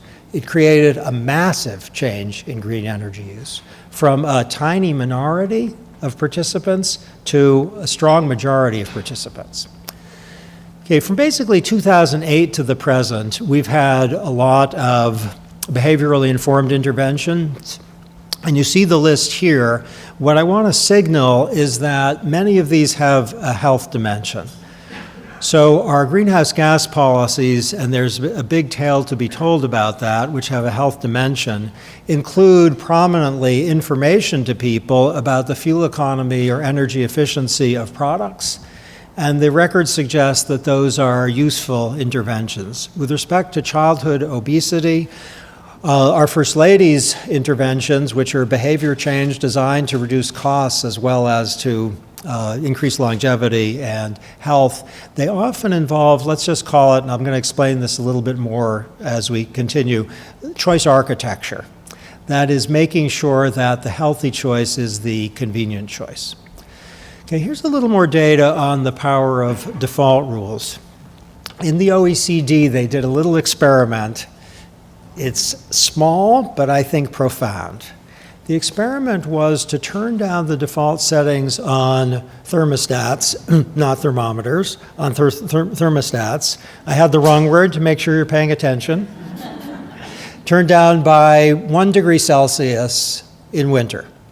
The effect of turning down the thermostat by 1 degree was to save significant energy, just changing the default. Now that's consistent with what you heard about green energy. If you turn the thermostat down by default 2 degrees Celsius, what do you think the result would be? The behavioral prediction is, well, then you're going to double the savings. The actual fact is you cut the savings down significantly, which suggests that the consequence of this kind of nudge, that is changing the default, will be significant unless it makes people too cold. And that's a general truth. Okay, in New York, as in many cities, there are default settings for tips, where you can automatically give 20, 25, or 30%. If you want what used to be the standard 15, you have to exert a little effort. The effect of that change in the default settings on the screen is to increase tip intake by 10% annually, which means that a cab driver who earns $6,000 in tips a year is suddenly given $600 extra. And the large lesson of these two findings involving thermostats and taxis is that often if the relevant thing is made easy or the path of less resistance, you will get very significant movement in its direction. There's some very old psychology which suggests if people aren't doing something, there are two things you can do to change their failure to do it. One is you can try to figure out what the source of the resistance is and eliminate that. The other is you can give them a kind of push in the direction. You can apply pressure. And the finding is that the application of pressure is typically much less effective than identifying the source of the resistance and taking that away. That's basically what happened in the New York cabs data, in the thermostat data, and in the energy data. Now, there are three big reasons why default rules are a peculiarly effective nudge. One is that inertia has a great deal of force. If the path of doing nothing is the path that is healthy, let's say, or cost-saving, that's the path that people will take. The default rule also has a suggestion in it. It has informational content, and some people are listening, and they will be motivated accordingly. The third reason has to do with something everyone in the room should know about if you don't yet, which is loss aversion. Let's do a little study right now, shall we? This half of the room, you all have to give me, sorry, $10. This was by kind of arrangement with the organizers. I'm very sorry. But I'm not pocketing the $10. The $10 is going to be reallocated so that everyone here on this side, you're going to get $10. This is actually not true. This is a thought experiment, but I had to phrase it this way so that the psychology would be apparent. If we did this, the aggregate level of well-being in the room would actually go down. It would not be held constant. Those of you who lost $10, and you're not looking at it, you can see your faces when I said that. This side of the room was really actually quite unhappy at the prospect. Nice people, but what are you doing here, taking $10 away? Whereas you all were kind of pleased, but it wasn't that big a deal to get $10. People hate losses more than they like corresponding gains. And the default rule establishes what's a gain and what's a loss. It establishes the reference point. Professional golfers putt better for par than for birdie. That's startling because a stroke is a stroke. If a professional golfer on average putted as well for birdie as for par, he'd make $1 million more a year. The problem is when you're putting for birdie, you know if you miss it, you still get a par. You haven't lost anything. If you're putting for par and you miss, you have bogey. That's terrible. And golfers know that. There's loss aversion, and losses are measured by the reference point. The default rule determines that. Okay, here's a little story that's a true story, which is the view of the kind of experts in my country has been that calorie labels are a pretty ineffective health intervention. And the reason is that the aggregate data isn't showing a lot of impact from calorie labels. But if you disaggregate the data, you will find that people who don't have a weight problem are unaffected by calorie labels. That's not sad. They needn't be. They're doing just fine. And the aggregate data masks the fact that people with weight problems actually are losing weight as a result of the calorie labels. Obese men and morbidly obese men are showing a significant reduction in intake as a result of the calorie labels. It's an effective nudge. Obese women are also showing a significant reduction in caloric intake. The one group that isn't is morbidly obese women. That's extremely interesting. It may be that there's some despair that's set in there, but I think that's a very important footnote to the main tale, which is that the story is a success story. Okay, here's an assortment of problems. The one that's maybe most relevant here, the two are smoking and mental illness. Mental illness, by the way, deserves an asterisk because the behavioral science shows of adverse health conditions, there's a lot of adaptation in the human mind. If you lose the use of an arm or a foot, chances are you're just going to be fine in terms of your experience of life. But if you suffer from two things, there's an extreme inability to adapt. One is chronic pain, and the other is mental illness. So these are pressing policy initiatives. On all of these issues, it would be pretty good to use behavioral strategies. Okay, so we have all over the world, some here, of course, in Australia, Mexico, Colombia, Italy, the United States, and the UK, relatively recently in Germany, we have behavioral teams. Here's an executive order which has a charming name from President Obama, 13563. You'll never forget that, will you? As long as you live, it's perfect. It's our constitution for regulation, and there's a provision here which specifically calls out behaviorally informed approaches. You see the words warnings, default rules, and disclosure requirements? Those are nudges. This one from more recently is more targeted to behavioral science. It's less constitution-like, it's narrower, but it is a strong signal from our president, use behavioral science, basically. Okay, so the question is what happened? And I'm now going to give you a bit of a glimpse. I taught at the University of Chicago, as you know, for many years, and when we woke up in the morning, we had a little prayer that we would say. It wasn't really to God so much as to, I think, the Nobel Prize people in Sweden. And the prayer went like this: human beings are rational, they calculate probabilities and maximize expected value, they respond to incentives. Amen. And the policy prescription that follows is improve incentives. And certainly governments that I'm familiar with know this prayer. Okay, so the behavioral objections, all of which relate to healthcare, I think the principal ones are, it's just 5. Human beings have limited attention, that there are aspects of products and activities and situations that just aren't on their view screen.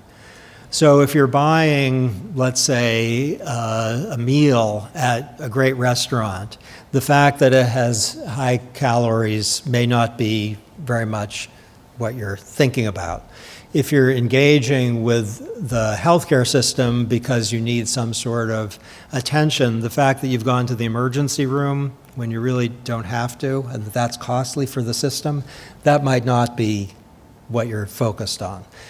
We see, and actually this is a literal truth, we see a very small subset of the things that are actually before our eyes, and that means that many of the things that could help us or hurt us are not motivating our behavior. Human beings often think that the future is a foreign country, later land, and they're not sure they're ever going to visit. And I have a little demonstration right now of present bias. Think, if you would, of yourself on a beach, your favorite beach that you've ever visited, tomorrow.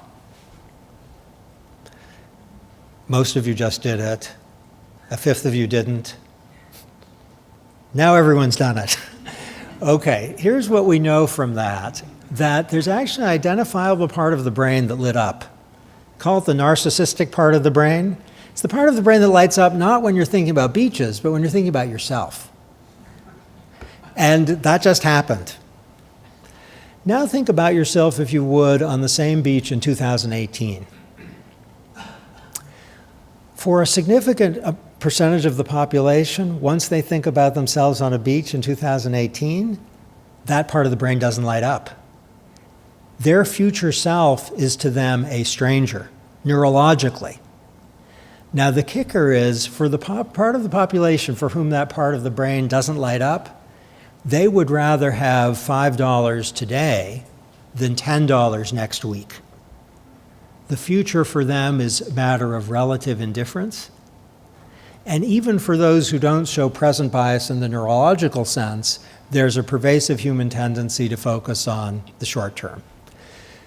We know that people don't always deal well with probability. In New York, not long ago, people were very frightened of Ebola. Do you know who the Kardashians are, the TV stars? Okay, I don't know that they were frightened about Ebola, but what I do know is at the time when many New Yorkers were frightened of Ebola, more Americans had married Kardashians than had died of Ebola.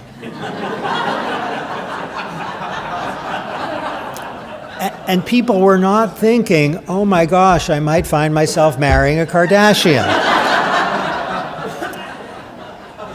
Now the upshot of the Ebola scare is that an old behavioral finding, which is people make judgments about risk by thinking, does an event come readily to mind? That was working with a vengeance. People had a salient event where someone got Ebola in the United States, one person had died. And that drove probability judgments through the roof, even though the statistical reality was very low.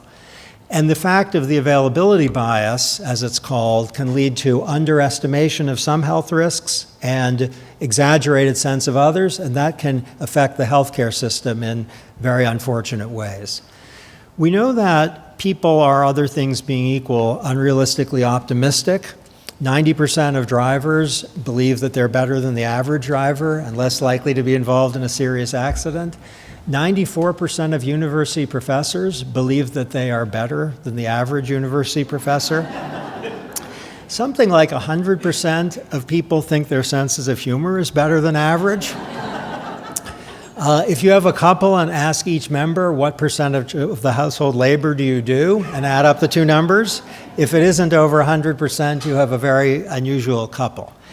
Unrealistic optimism can lead people, I understand the word baby boomers was used a lot earlier here, it can lead boomers to fail to take steps that can be very important so that they impose less costs on themselves and on the healthcare system.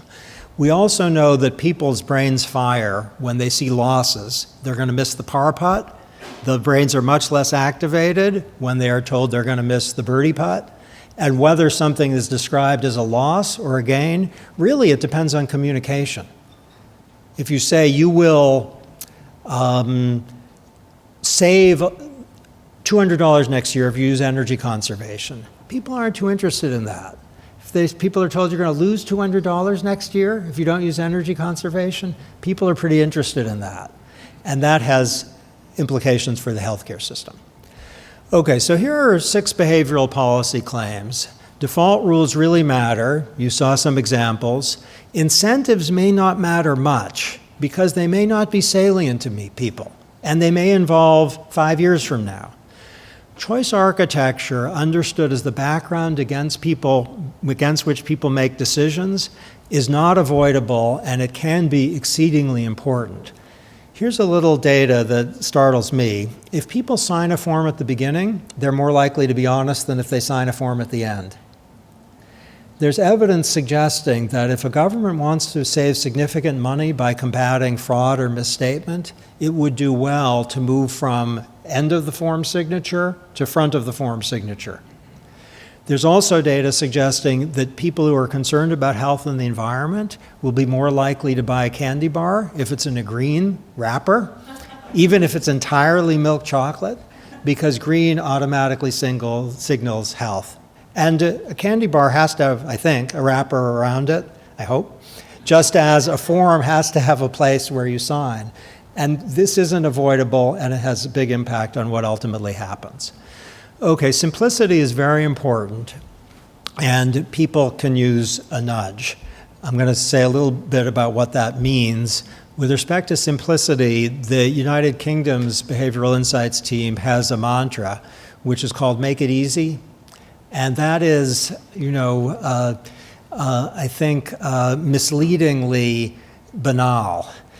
Misleadingly meaning it's much less banal than it seems, and I'll give a few examples. Okay, so here's some data about automatic enrollment and savings plans, and take this as pretty vivid real-world evidence of not an incremental effect, but a kind of massive effect from a switch of the sort we're describing. And I hope that you can think about contexts where a default can be rejiggered or something can just be described as the social norm in a way that can produce a policy goal. So what you're observing is the effect of automatic enrollment on savings plans in the United States. And what you're seeing is that at every end of the income distribution, participation in plans is shooting up significantly as a result of what, according to a Nobel Prize-winning theorem, should have no effect at all. So the Nobel Prize-winning theorem says that if the default rule goes one way or the other, and people can costlessly switch, it will have no impact on the outcome. But the data shows that's not true. If people are defaulted into savings, they are going to participate big time. If they have to opt in, the participation rate is going to be a lot lower. This is like the German data on green energy, but it's a much larger data set. Okay, this is, I think, at least with respect to government agencies that I'm familiar with, this is a picture of government failure. And what you're seeing here is a flow chart for a form we have for financial aid for poor students who want to go to college. I don't have enough slides to put the form up. It would be well over 100. So I am, being merciful on you and myself by just showing you the flow chart. Now, no one wanted the form to be difficult and so challenging for students as to defeat the purposes of the subsidy, but that's what's happened. And time and again, I saw in our government the equivalent of this, where complexity, sometimes generated by lawyers, sometimes generated by well-meaning people wanting to clarify things, ended up being a counterproductive nudge. Okay, so if you want a definition of a nudge that has an example in it, think of a GPS device as the thing. And the reason the GPS device is defining is that it helps people get in the direction they want to go in a way that's respectful of their preferred destination, that preserves their freedom of choice, but tells them, this is what you should do. If you think I want the scenic route rather than the short route, or I have some nostalgia for a particular path, you can completely do that. But it increases life's navigability. So our book, Nudge, doesn't use the word navigability. It's a kind of unwieldy word, but I'm increasingly thinking that in the areas of health and finance, navigability is really what's needed, isn't it? If you think about a hospital or a doctor or a nurse or a patient or someone maybe going to the emergency room or not, the challenge is that navigability isn't there. Okay. This is my only scandalous slide. It's a urinal. It's not just any urinal. Some of the women in the room maybe have never seen a urinal before. This is actually what it looks like.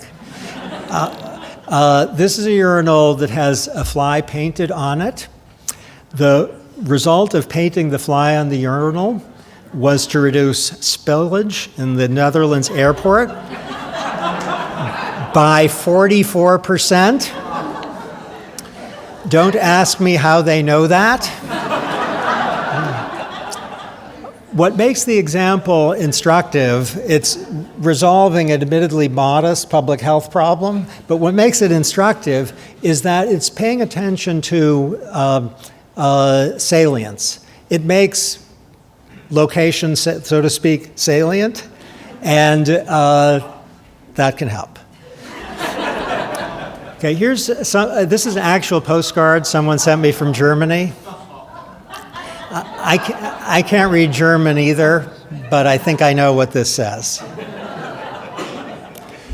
Okay, here's something like the UK antibiotic study. It just says, take your litter home, other people do. And we know the impact of that can be very significant. In the UK, an original nudge that Prime Minister Cameron introduced was to try to reduce delinquent tax paying, and I'm hoping you're thinking of analogs, just by sending a letter to the delinquent taxpayers saying you're in a small group in your community, haven't paid your taxes on time. Would you like to pay your taxes? And the consequence was to produce a lot of money flowing into the UK Treasury. Other interventions in other nations, including saying, there are great public services that are made possible, don't you want to pay up? No impact. Telling people you might get in trouble if you don't pay, that didn't have much of an impact either. It's invoking the social norm that ended up having an effect. Okay, this is sometimes described as a nudge cafeteria. The idea is to make healthy foods, the salient foods, the ones that you can see easily.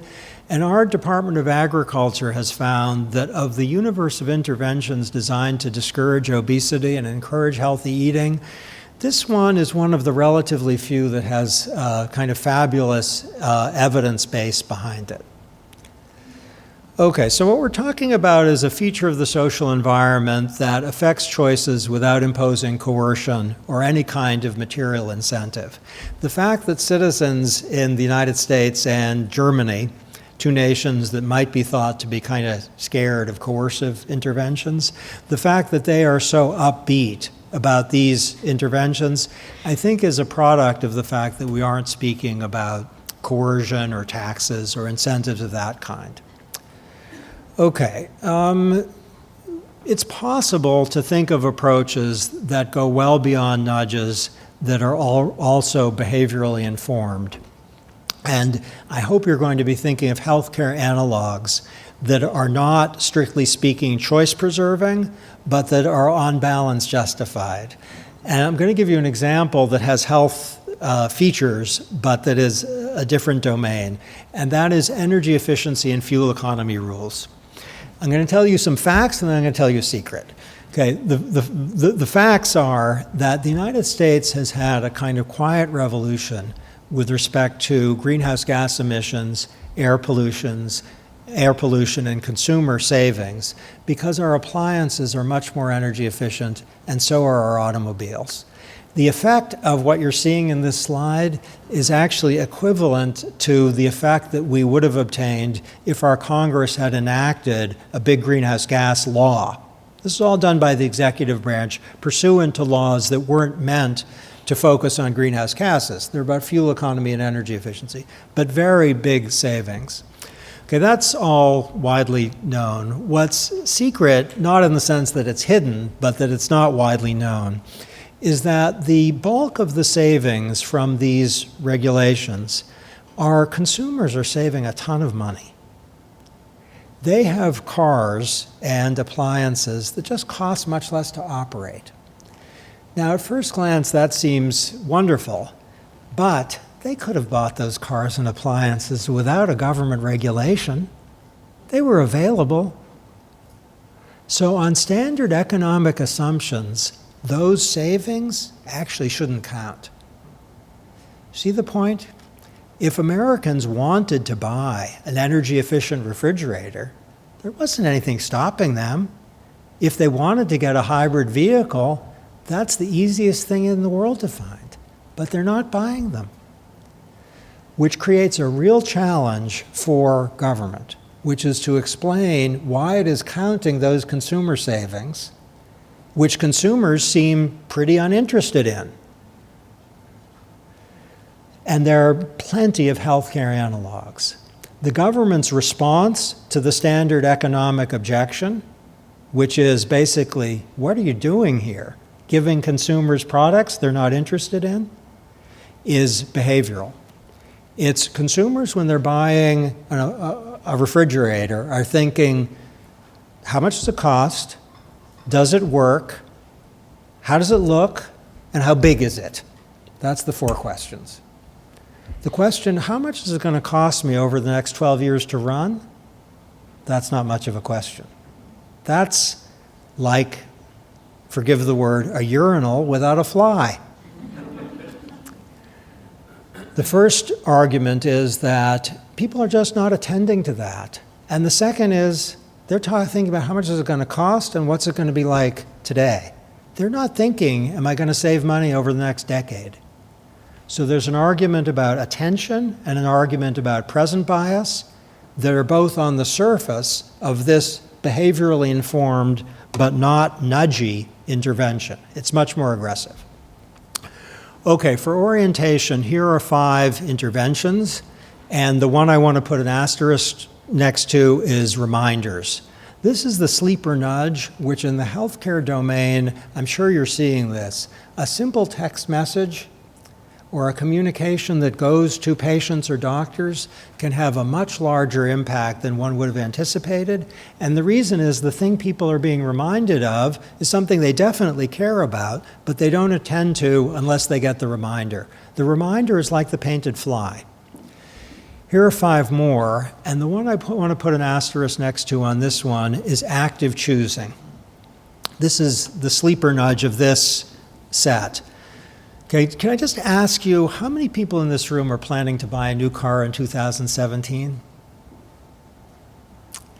Okay, it's overwhelmingly likely that the number of cars bought by the people in this room, or the number of people in this room who are buying cars, just increased. And the reason is, if you ask a large group of people, how many of you are going to do X next year, the number of people who do X next year grows, because it brings it to the surface of the mind. I wasn't planning to, but I know I'm buying a car next year. Okay, the simple point is if you actively make a hospital or a doctor or a patient choose something, you bring it to the surface of the mind, and that often has a significant effect on behavior. Okay, so these things aren't nudges. Subsidies, tax incentives, civil penalties, and criminal sentences. These things may be important, they're certainly part of the toolbox, but they are a different category. Okay, I'm going to give you two examples from recent US policy. We had a problem, which is that students are eligible, poor students are eligible for free school meals in public schools. And this is kind of a searing problem, meaning that these are kids who may have obesity or health problems, may have hunger issues, and they are eligible for nutritious, relatively low-calorie, good meals at their schools, and they're not signing up. It's unclear why they're not signing up. It might be the parents are frightened by a message from the government. It might be it's just too complicated to sign up. So there was an initiative called direct certification, it's very much in place, which says you're automatically in if we know you're poor. If you don't want to participate, you don't have to, but you're automatically in. The consequence is 12 million children, basically in recent years, are getting school meals that are nutritious and healthful. And while that's an abstract number, this is the one nudge I confess that I get a little emotional about.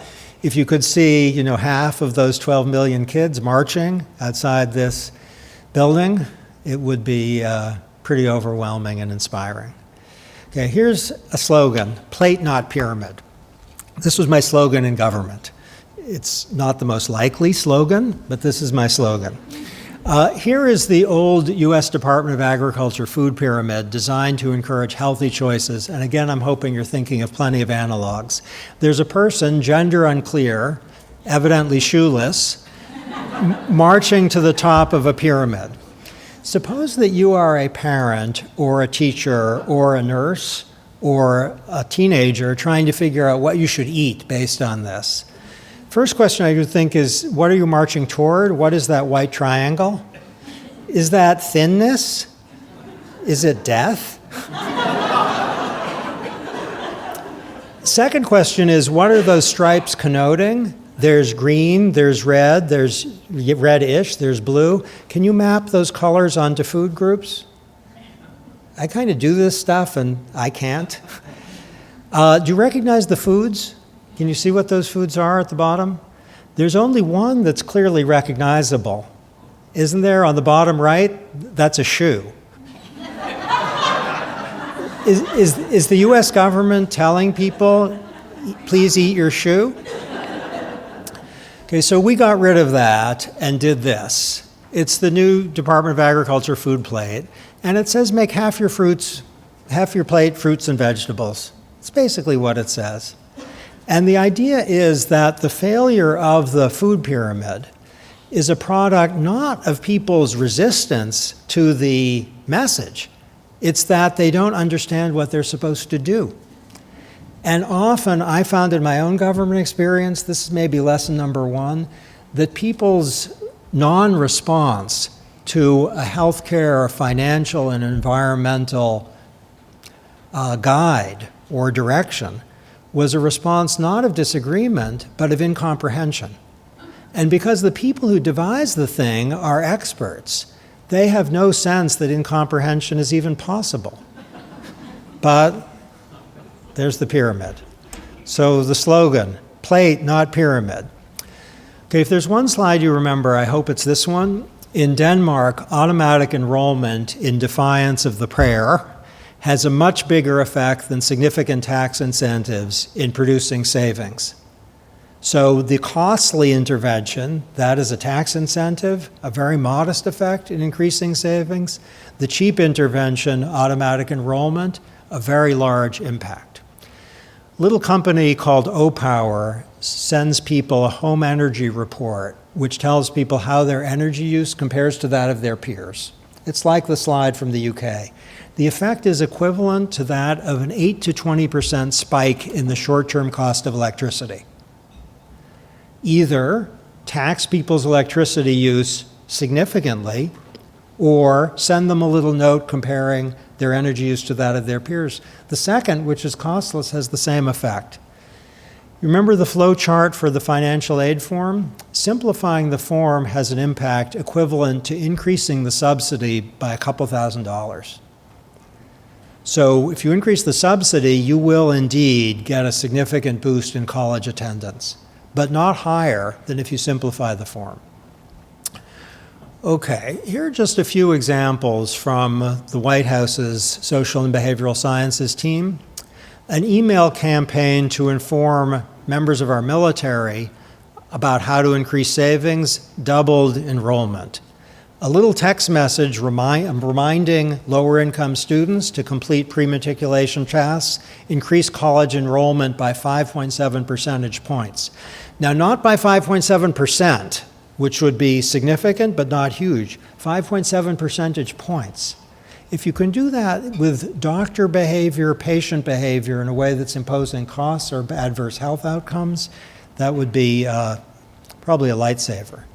A little letter to farmers designed to tell them that loans are available produced a 22% increase, not in the proportion of farmers who applied for loans, but of those who actually got the loans.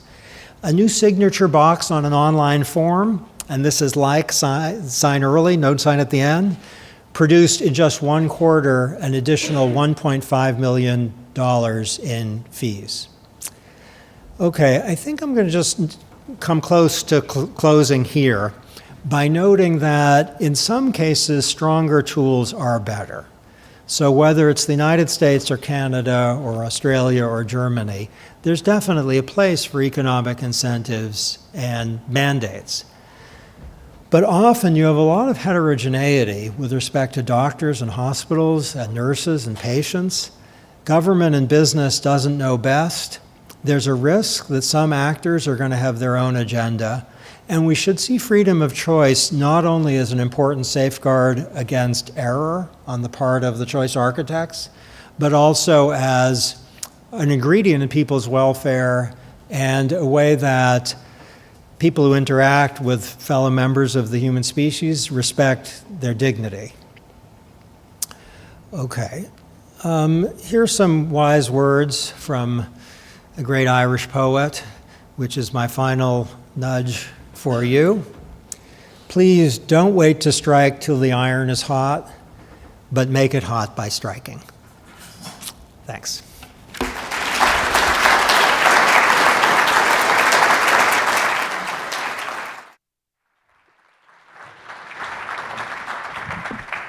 That's for you. Thanks very much, Dr. Sunstein, for that extraordinary tour d'horizon of your work on nudging. I didn't like it. Who here liked that talk? That's the only thing I have to say. Good. I want to begin by repeating a question I asked you just before lunch, which is, when you talk about these sophisticated changes at the margin to government action, do you sometimes have the feeling these days that you're operating in some weird pre-November 8th world and that the Trump wave has just swept that all away? It's a great question and a natural question. So I think let's distinguish between the world and the United States, shall we? In countries all over the world, there's not just an increase in use of behaviorally informed tools, there's a kind of massive surge of interest. So Qatar recently announced it's creating a behavioral insights team. There's activity in France and Italy, as well as established institutions all over. So I think of behavioral science in terms of public policy. It's out of its childhood, but it's not quite reached puberty. It's around 11 or 12 in terms of development. And we're going to see a ton over the next generation. In the United States, the use of behaviorally informed tools is so ingrained in the day-to-day work of, our Department of Health and Human Services, our Environmental Protection Agency, our Department of Transportation, our Social Security Administration, that it's not created a Republican and Democratic division. So that I just don't expect that there's going to be any diminution in the enthusiasm. You didn't see you saw in the debates and in the statements of the president-elect a lot of words, but I don't think he ever said, I'm going to excise behavioral science from the United States government. That would have been a very surprising thing for him to say for numerous reasons. For one thing, he's a fantastic practitioner of behavioral science. He's fantastic, whether you like him or not. He has a lot of intuitive appreciation. So he says, everyone's voting for me. Or the X and the X will be some group, they love me. And that's exactly what he should be saying if he wants to encourage, and he succeeded. That was one of his tools. So in terms of the health policies, finance stuff, the Affordable Care Act is highly unlikely to survive in its current form, but the most controversial aspects of the Affordable Care Act are not the things that we're talking about. The things that our nudge is in the Affordable Care Act are disclosure policies so as to encourage hospitals to compete with one another on dimension of performance and cost. That's both helping patients and helping the system. And that's not something that Republicans oppose. Pinning down the ideology of the president-elect can be a difficult task. So let's back away from that and talk about the reaction to your book when it came out among people who know their movement conservatives. I was struck by the plaudits that came out from folks like George Will, because perhaps mistakenly, my assumption would have been that this would have your thoughts, your observations would have been perceived as more nanny state government. The government coming out and saying, "Well, why don't you just?" Or "Here, I'll sign you up for." And yet, a lot of conservative commentators got the fact that this represents a substantial ratcheting down in coercion in government. Well. If you have a situation in which the government isn't doing anything, let's say you have a government that hasn't come to terms at all with the tobacco problem, and then it's suggested we should have first public education, second graphic health warnings, and third, let's say, as some countries have explored, plain packages. That seems like an increase in government activity relative to the status quo, but it's something that conservatives generally find, let's say, somewhere between fine and only minimally concerning. So one of the first calls I got was from the Weekly Standard, which is one of our conservative magazines. They said, "We really quite like this. Will you come in and talk to us?" And when I was working at our White House, actually, I got calls from Republicans saying, "We like your ideas. Can you work with us on a competing healthcare bill?" I couldn't say, yes, I'd love to do that. But it was an interesting fact that was what the Republicans thought. So consistent with your point, insofar as we're adding choice-preserving tools where we had nothing, it can be congenial to a conservative program, or at least not very disturbing. If the idea is that we're going to reduce mandates and substitute for mandates or taxes something more like information or default rule, that's great. Then it's a reduction in government activity. What I found in my own interactions with Republicans in our government is that at least when they weren't running for re-election, they're impressively pragmatic. So with a strong, and I know this is true here too, that a number of Canadians, the paternalism doesn't have quite the pejorative quality here that it does in the United States, but a number of Canadians, consistent with our data, want freedom of choice to be preserved. And this is a way of doing that. If you have something that says, you can't buy certain kinds of refrigerators because they're not energy efficient, and the reason is that consumers are making the wrong choices, that's another thing. And we can think of healthcare areas where to tell doctors or hospitals, this is what you must do, is seems, who do you think you are to do that? And you don't have to be any political persuasion to agree with that, but to inform people that you're costing the health system a lot, or this behavior, which 10% of people are doing, is harmful, let's say, to the efforts for cost containment from which we all benefit, that's not something that's going to split people along ideological lines. You also mentioned before lunch that your conversations with the Canadian government about nudges pretty substantially predate the election of the Trudeau Liberals last fall, which could, it could suggest, on the one hand, that your ideas are congenial to Conservatives, and on the other hand, to the extent that you were talking to government departments rather than to elected officials, that governments operate at various levels, and that the work you're talking about will proceed under a Trump administration, no matter what. Yes, I'll tell you one thing that I think is helpful. If you think to yourself, I'm a conservative, therefore I think this, or I'm a liberal or a progressive, therefore I think that, to cease having those thoughts and to think instead, that with respect to, let's say, children in some nations, there's a childhood obesity problem. And the question is, what's the best way of addressing that? And whether you are left of center or right of center, chances are you're not going to say we should ban brownies. Brownies, that's not a good, right? That wouldn't be a good idea. Or we should have a stiff tax on certain products. On reasonable assumptions, a stiff tax at least, that's not a good idea. But to say, look, are there things we can do in the healthcare system so as to make it easier so that parents have something like a GPS and hospitals can work with them?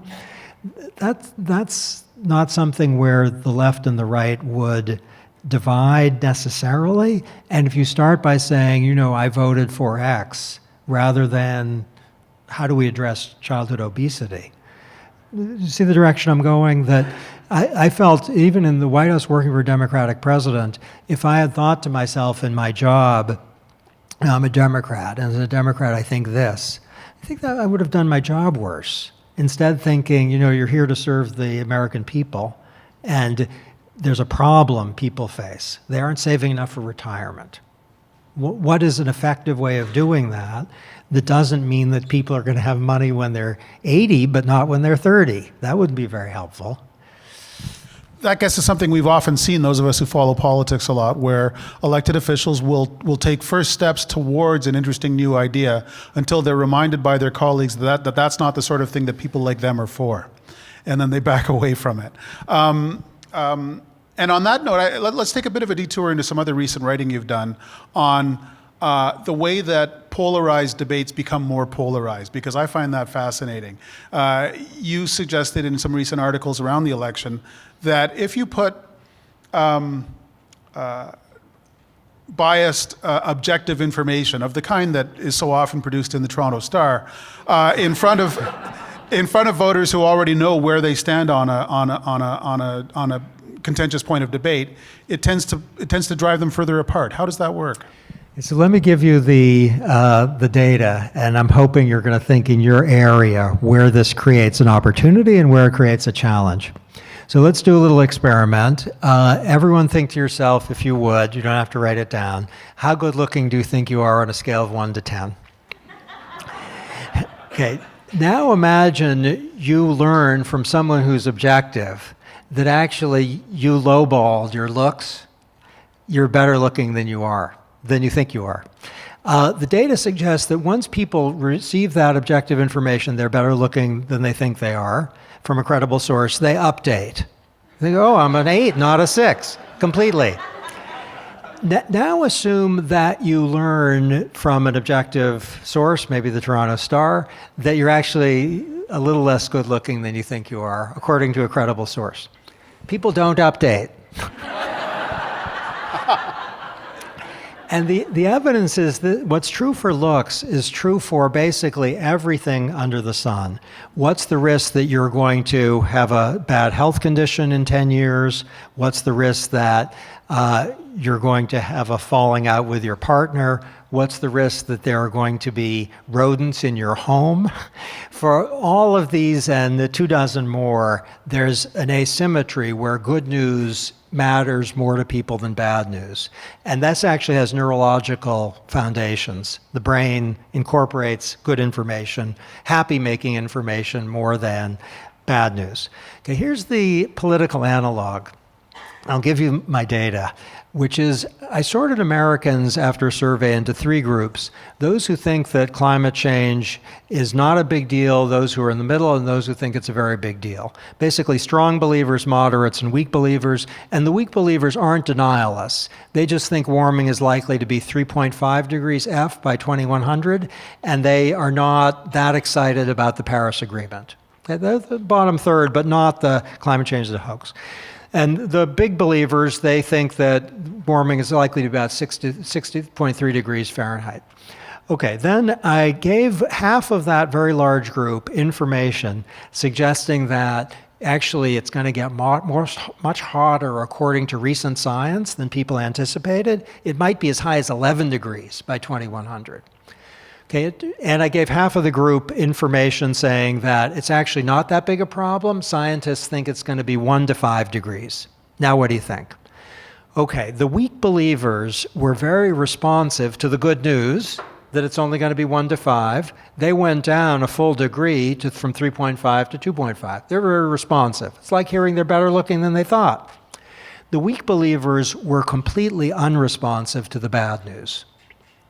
At 3.5, just in the abstract, that's where they were. When they heard scientists think it's going to go up to 11, they were unmoved entirely. They stuck at 3.5 on average. Okay, that's politically, I think, kind of dynamite, suggesting that across a wide range of issues in their health analogs, people are impervious to bad news, and they are very responsive to good news. I don't think that's intellectually that interesting, because it's just replicating the finding I've told you about. Here's the intellectually interesting one. This is the one I hope to get. If climate change believers are told that we're all going to burn up, they think we're all going to burn up. They go up 2 degrees from 6.3 to 8.3. If they're told, actually, it's not going to be so bad, they're only modestly affected. They go down by less than a degree. That's to suggest that climate change believers are very responsive to it's horrible and quite unresponsive to don't worry so much. Now we get to politics. This little experiment I just told you about, it's happening every day on the social media. People are given news saying the climate change, it's not so bad, it's getting terrible. And the people who are the big believers are getting more polarized, oh my God. And the people who are relatively skeptical are getting more polarized, don't worry. There's a group in the middle, I haven't told you about the moderates, who were responsive equally to the good news and bad news. They showed no asymmetry. But that's the middle group.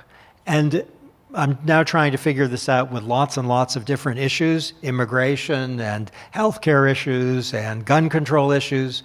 What we're seeing is the good news effect, like for looks, that is pervasive. People regularly update when they hear things are better than they thought.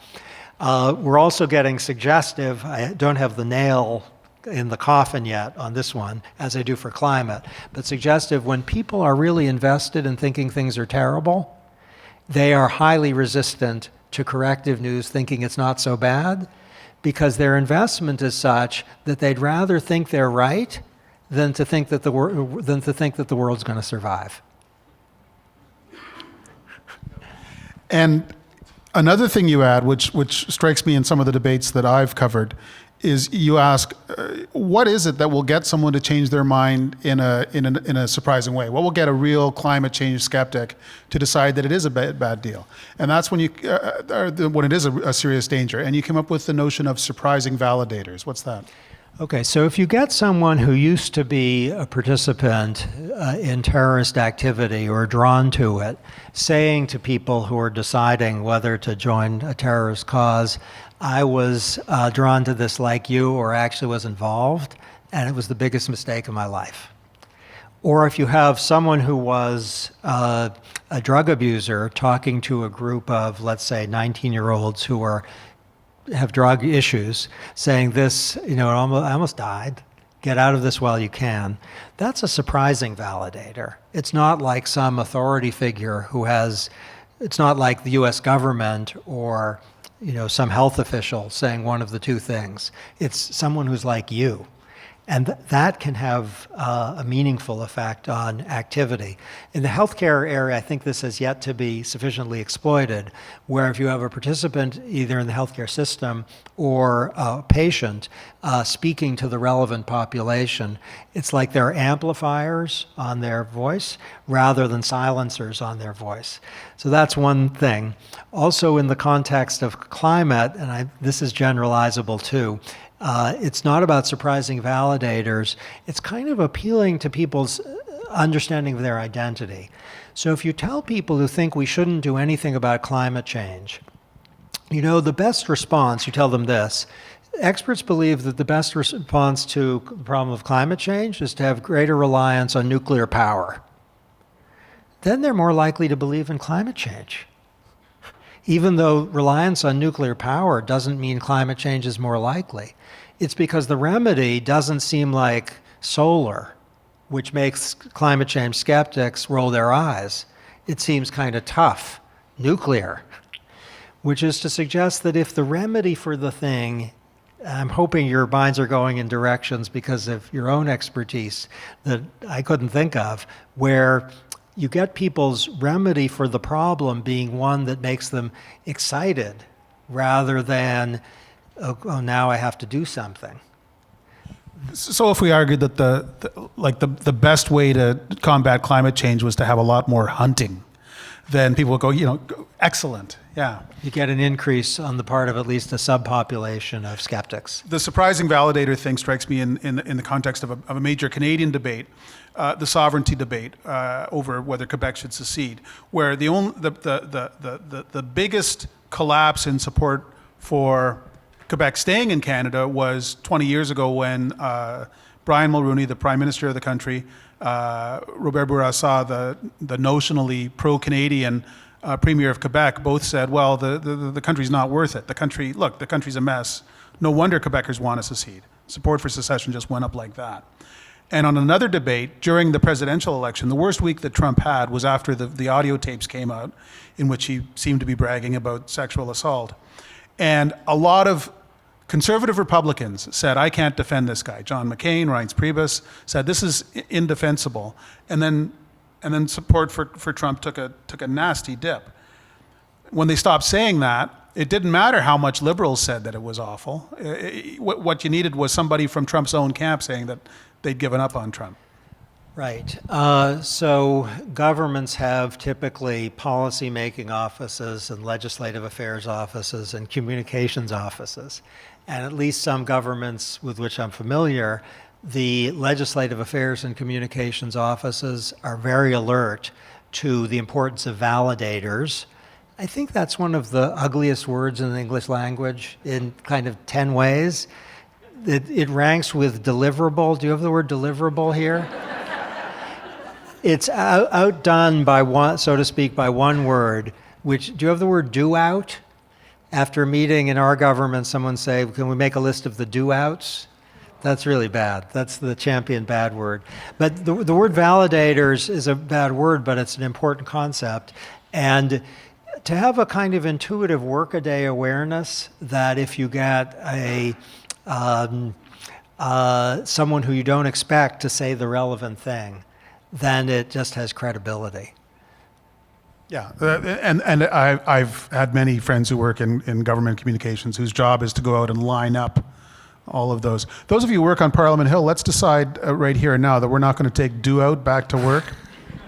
That is a do out.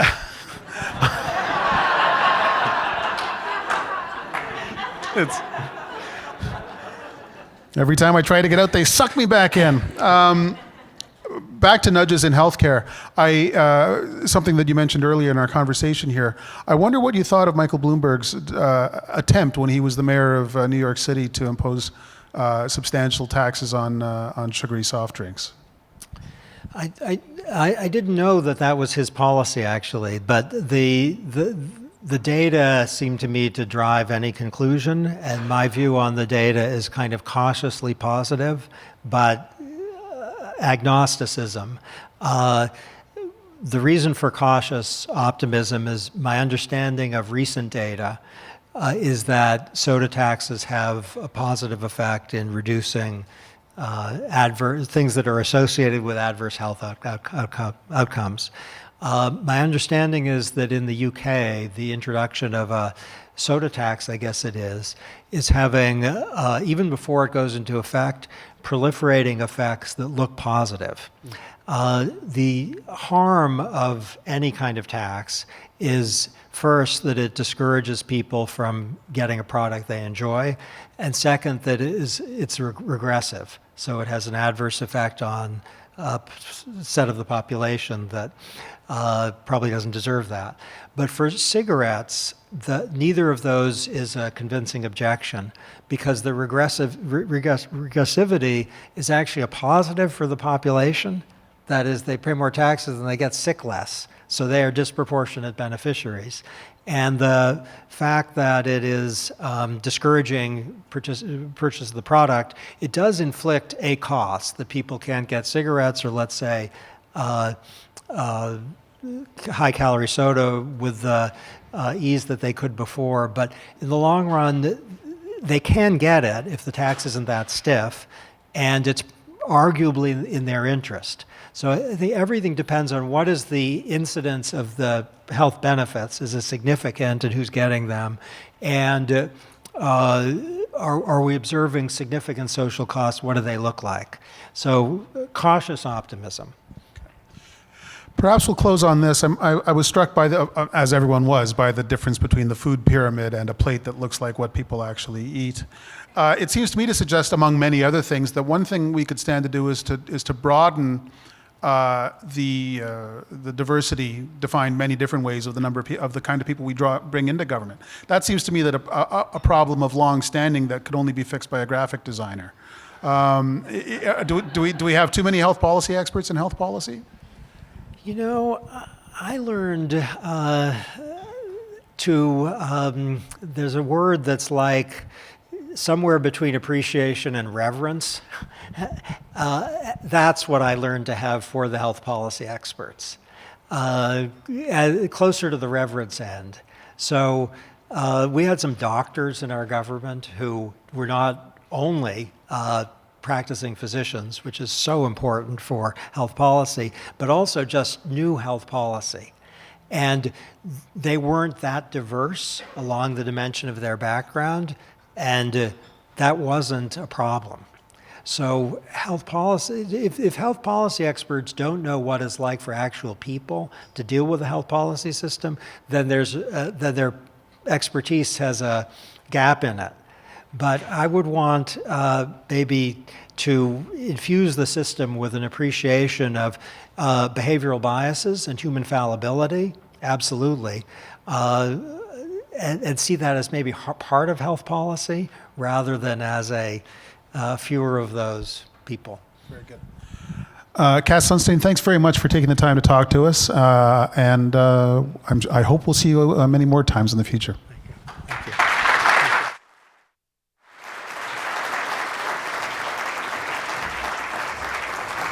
That was wonderful. Thank you.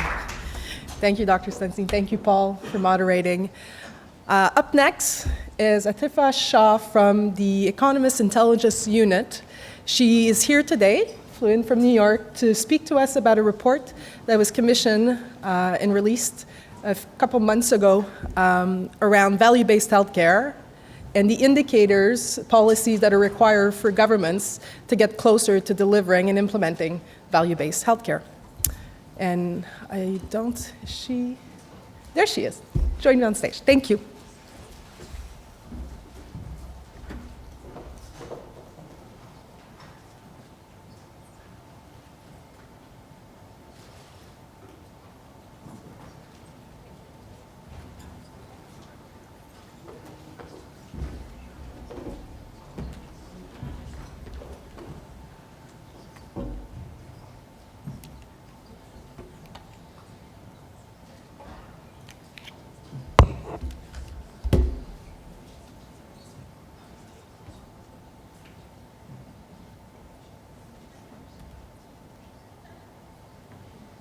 Just going to try it.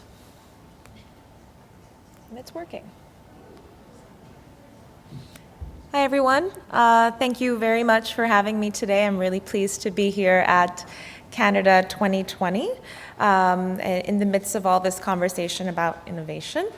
My name is Advisers Shah, and I am a consultant with the Economist Intelligence Unit, which is the research arm of the Economist Group. I'll be talking to you today about value-based healthcare and a global assessment that my team and I did, and a little bit about how we set up the framework, why we looked at it the way we did, and some global results and some results about Canada. Something about what we tried to do. Our project is specifically aimed at assessing the enabling environment for the adoption of value-based healthcare. We looked at it for 25 countries, as I said, including Canada. And in assessing the enabling environment, what we did not do is judge whether different health systems are providing value or not. That is a much larger calculation, and as we've discussed in many different ways today, difficult to get to because of data issues with costs and outcomes, but it is the direction that a lot of health systems are moving towards to gather that kind of data. Rather, what we did is look at policy, institutions, and will to set up systems that can assess value and make themselves value-based. Today I'll start with telling you a little bit about the Economist Intelligence Unit and what we do.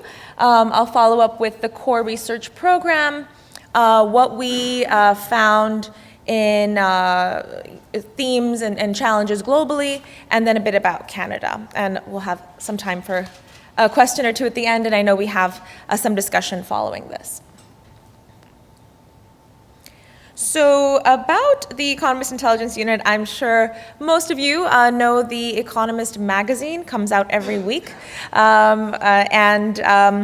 We are a sister company of the magazine under the umbrella of the Economist Group. And specifically what the Economist Intelligence Unit does is country analysis, risk analysis on a subscription basis. We cover countries all over the world. And when it comes to our consulting practice, we focus on healthcare and public policy and consumer goods. This particular study we did actually brought together our public policy and healthcare teams in a very dynamic way. So we're looking at the nexus of policy and healthcare. The next slides just show you some more about where we are and what we do. We do cover 205 countries. When it comes to healthcare, we have over 60 analysts dedicated to just healthcare.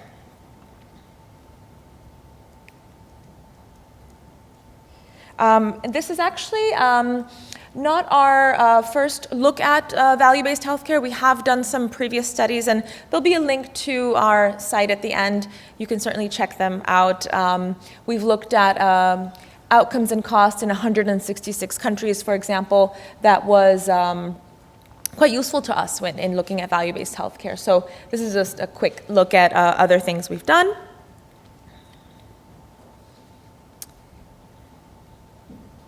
And our core research program. So first of all, why is there an interest in value-based healthcare? Different economies are looking at this, particularly developed economies.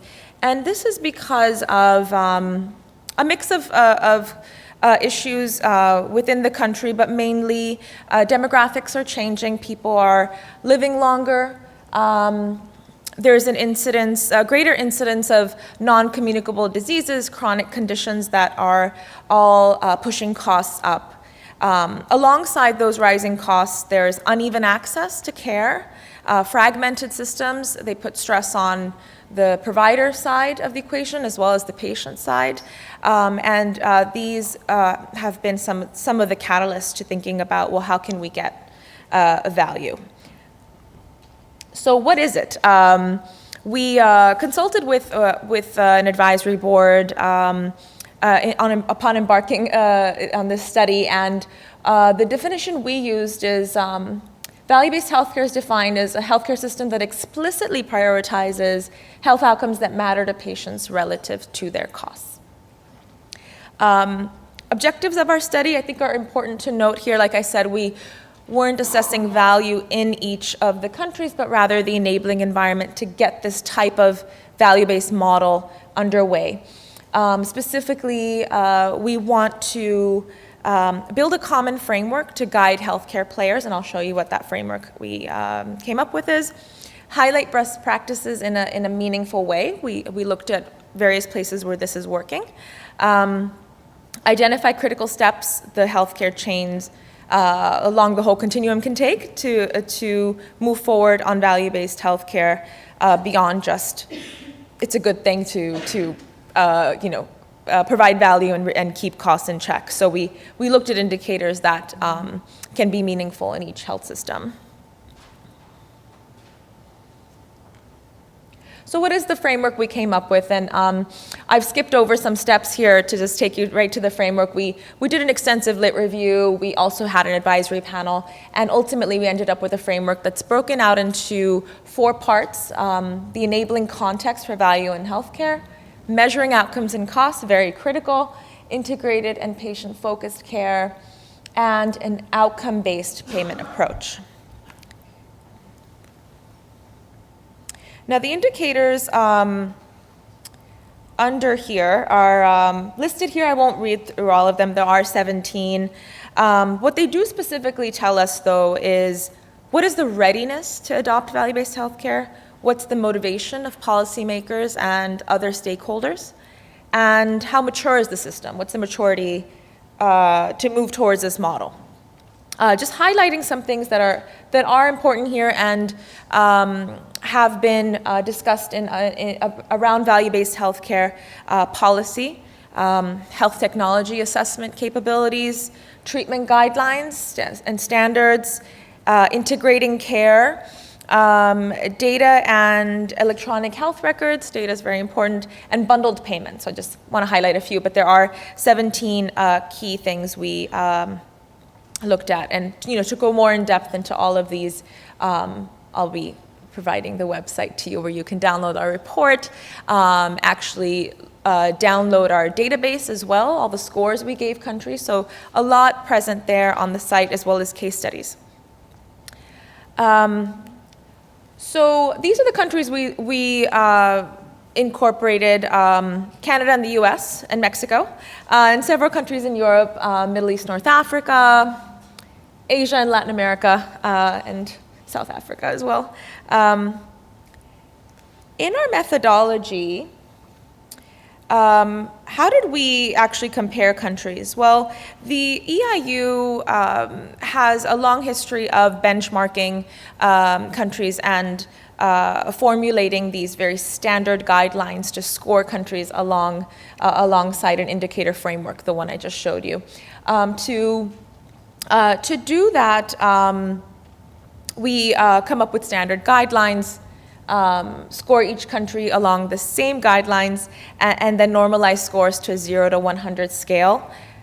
Countries were categorized by how closely their systems are aligned to potentially adopting value-based healthcare. And we categorize them as low, moderate, high, or having very high alignment. So what did we end up with? This slide shows how the countries were categorized. As you can see, most countries are in the moderate or low alignment categories. Sweden being the only country that scored high enough on that normalized 0 to 100 scale to fall into very high alignment. The UK, high alignment. What you don't see here is in the moderate zone. Netherlands was quite close to being the highest in that, but it was in the moderate zone there, as well as Canada. What that means for Canada in this case is some of the enabling environment for adopting value-based healthcare and its components were present in the framework that we evaluated. Globally, we could come up with, although systems are so different, and every health system has its own nuances and issues, we did come up with some themes that we could highlight globally and some challenges that we saw across the board. We saw more and stronger policy support for value-based healthcare among wealthier countries. I think that made sense, where less wealthy countries are dealing with more fundamental issues of access and quality.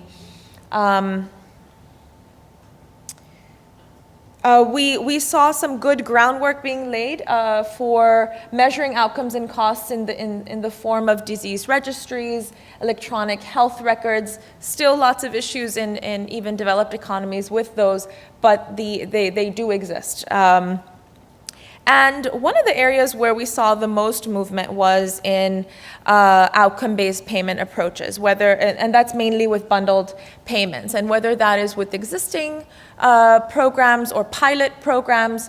We saw in many countries an attempt to try to tie payments to outcomes and quality. Challenges.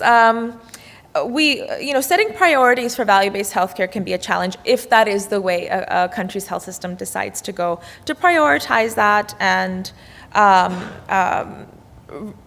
bring all the institutions and stakeholders together to go towards value-based healthcare is quite a daunting task. So setting that priority is key and difficult. And like I said, countries that are not as developed are dealing with issues of infectious diseases, quality, access, and are not at the level to work on value versus cost at this point. Data availability is a huge concern. We saw this across the board. We saw some piloting of programs to get data availability on outcomes, whether that's from providers or from patient surveys. Privacy concerns are quite big and tied to data. Interoperability of the data is a big issue. So having patient data over time, longitudinal data that speaks to each other is difficult to come across. So what about case for Canada? One of the key indicators we looked at was high-level policy planning. By high level, I mean national level, on value-based healthcare. In the case of Canada, that does not exist. We did not come across this, but we did see that the provinces that are running their own systems have been proactive about implementing these types of systems on their own. We saw examples of bundled payments, care coordination, and other activities. I wanted to give one example that we did see for Canada that I thought was a good one, and that was of the Ontario's implementation of the Excellent Care for All Act. Again, we were looking at policy, and I know a lot of people in the room can probably tell me more about implementation, but policy-wise, we saw the right things in place, establishing committees that report on quality-related issues, creating public annual quality improvement plans, providing patient or provider satisfaction surveys, conducting staff surveys, establishing patient relations processes, and focusing on patient experience overall. So we saw a good example of that. And another key thing you can do with this study, which is quite large, so I couldn't get it all on these slides, and that is comparing countries. So what you see here is Canada versus what we found for the US, Mexico, France, and Germany. In the 4 domains, Canada scored well, as you said, overall in the moderate zone, but high in enabling context and outcome-based payment approach, and moderate in measuring outcomes and integrated and patient-focused care. And you can see how it compares to the U.S., Mexico, France, and Germany. In our framework, as far as normalized scores go, Canada was a bit ahead of the U.S. in terms of the enabling environment for this. An important indicator, as I mentioned, that falls under enabling context, which is one of the areas that Canada did well in, and that is mechanisms for stakeholder support, or the existence of stakeholder support for value-based healthcare. So we saw, and I know this doesn't apply to the full country, but we saw evidence of really thinking about funding reform, tying it to patient population and patient needs. We saw this with the Health Council of Canada, which is aimed to create goals based around a US-inspired Institute for Healthcare Improvement program called the Triple AIM Framework. And the goals put in were improving health of populations, improving individual experience of care, and reducing per capita cost of care. So evidence like that is what brought Canada to a high score in the enabling context zone there. And you know, the U.S., like I said, didn't do as well as Canada on our framework. The issues there were very much a fragmented system, IT, interoperability issues, and potentially, you know, not as much evidence of stakeholder support. Mexico, different type of situation. They've made progress in a pursuit of universal health coverage, but Mexico is working to improve things like equity, lowering out-of-pocket costs, getting access to their entire population, et cetera. France and Germany did quite well in this, and Germany was actually one of the countries that has been looking at value-based approaches for a long time, of these 5 you see here. Our study also has different ways to look at things. You can see this on our website, and in a tool we have on there you can download. But basically this is just comparing the Canada and the US. And Canada is the line on the outside, you see. It's a little difficult to see the color, but what this shows is overall, I don't have a pointer, but overall, the alignment that we calculated, which is right on top, Canada was slightly above the US in that case. Did better in outcome-based payment approach and enabling context, about the same in integrated and patient-focused care, and the US actually had a better score in measuring outcomes and costs. And another component that Canada did well in, again, it falls under enabling context, is the presence of health technology assessment organizations that are also independent. So we looked for the independence factor. In Canada, they're operating at provincial levels, and I think we found a federal level as well. The provincial HTA, Health Technology Assessment Organizations, create their own goals and guidelines over the scope, structure, format, and components of what they assess and what they look at. An example we found is the Canadian Agency for Drugs and Technologies in Health, which is a nonprofit created and funded by federal and provincial governments. So other examples was Quebec's INES is how we've abbreviated it, the Ontario Health Technology Advisory Committee, and the Medical Advisory Secretariat, also Alberta's HTA at the Institute of Health Economics. So those were examples that we found that definitely led us to give Canada a good score in enabling context.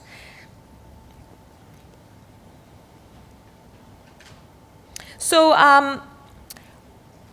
one of the things we did beyond just looking at 17 indicators in 4 categories that we think have to do with value-based healthcare, in addition to that, we did look at what we called background information, particularly tied to health spending, but also other factors like human development. You can see it at the bottom, the HDI index score. We did this to see what we could find in terms of correlations or relationships between how a country did in terms of enabling context for value-based healthcare and how they're doing in terms of spending. So on this slide, I mean, these are numbers that are fun to sit with and kind of analyze on a deeper level, but I'll just point out, obviously the US is the largest in terms of, GDP that we see there, but it's also and then it has a high health expenditure as a percent of GDP, 17% you see there. It's the 4th line down. But again, we don't see, for the US, a high score for value-based healthcare. So what these kinds of background numbers show us is that spending in itself, or share of spending of GDP, is not enough to tell the story of what's going on in terms of value.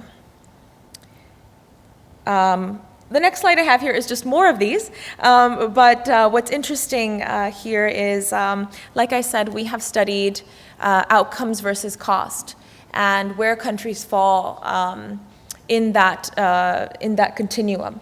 And one thing we noted is in a previous EIU study, I think the last 4 lines are sourced from there. It's the health outcome study of 166 countries.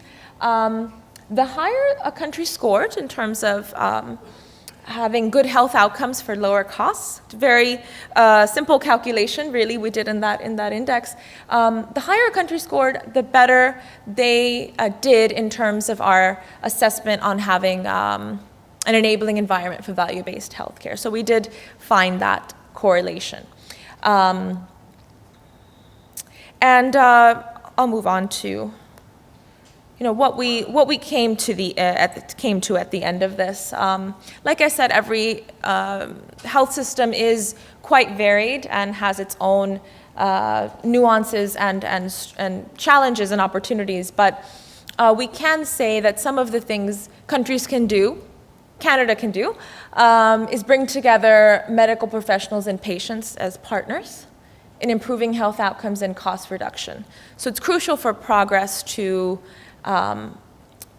bring all stakeholders together on this. And I was listening in to our earlier panel, someone mentioned that as well, that it's difficult to do because it's not done enough and it's out of the paradigm. But I think it's important to have patient advocacy groups speak to medical associations, evaluate patient outcomes that do exist together and see what they find. Adding more value-based healthcare approaches to medical and health professional education is a recommendation we have. We did look for this. It's something that we found very little of in terms of having a value-based actual study within medical education. Consider the creation of a high-level plan or strategy that moves toward value-based payment models and or focuses on outcome-based care. Again, different for different countries. And last few, this one's data related, patient treatment cost data, very difficult to get reliable data that is over time. So implementing a plan to move towards that is important. Making sure it's integrated and can speak to other sets of data. And gaining stronger stakeholder support ties back into the first recommendation we have, and that is to bring all stakeholders together that undeniably all care about value, but may be coming at it in different ways. So I think that is my last slide. I think I'm a little bit over, couple minutes. But we have time for a question or two, or are we going to move into? Okay, let's do that. Thank you.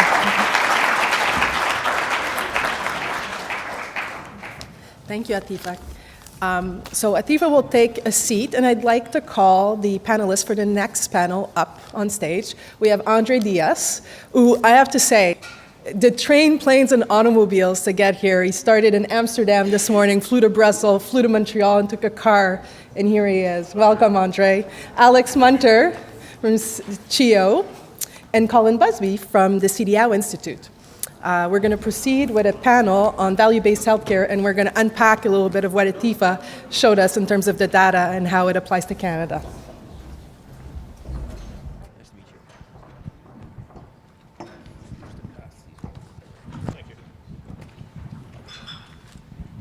Everyone has a mic? Okay.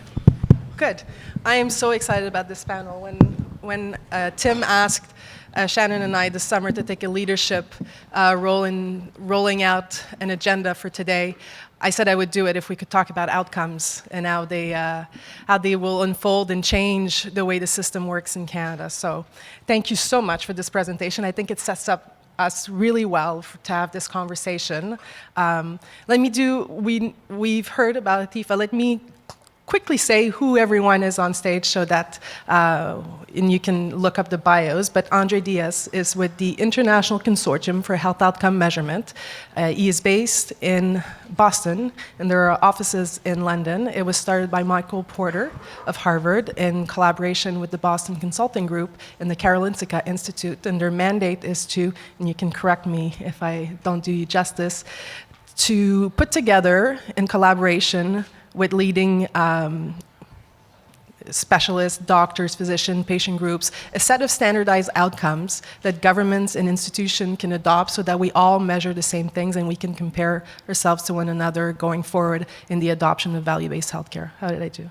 I think that's very close, exactly what we do. Okay, good. Our overall goal is basically to make value-based healthcare happen. Good. The first step, though, is putting those outcome sets together, and we think we've got a good start on that. Good, okay. Alex Munter is the CEO of the CHIO Hospital, Children's Hospital of Eastern Ontario.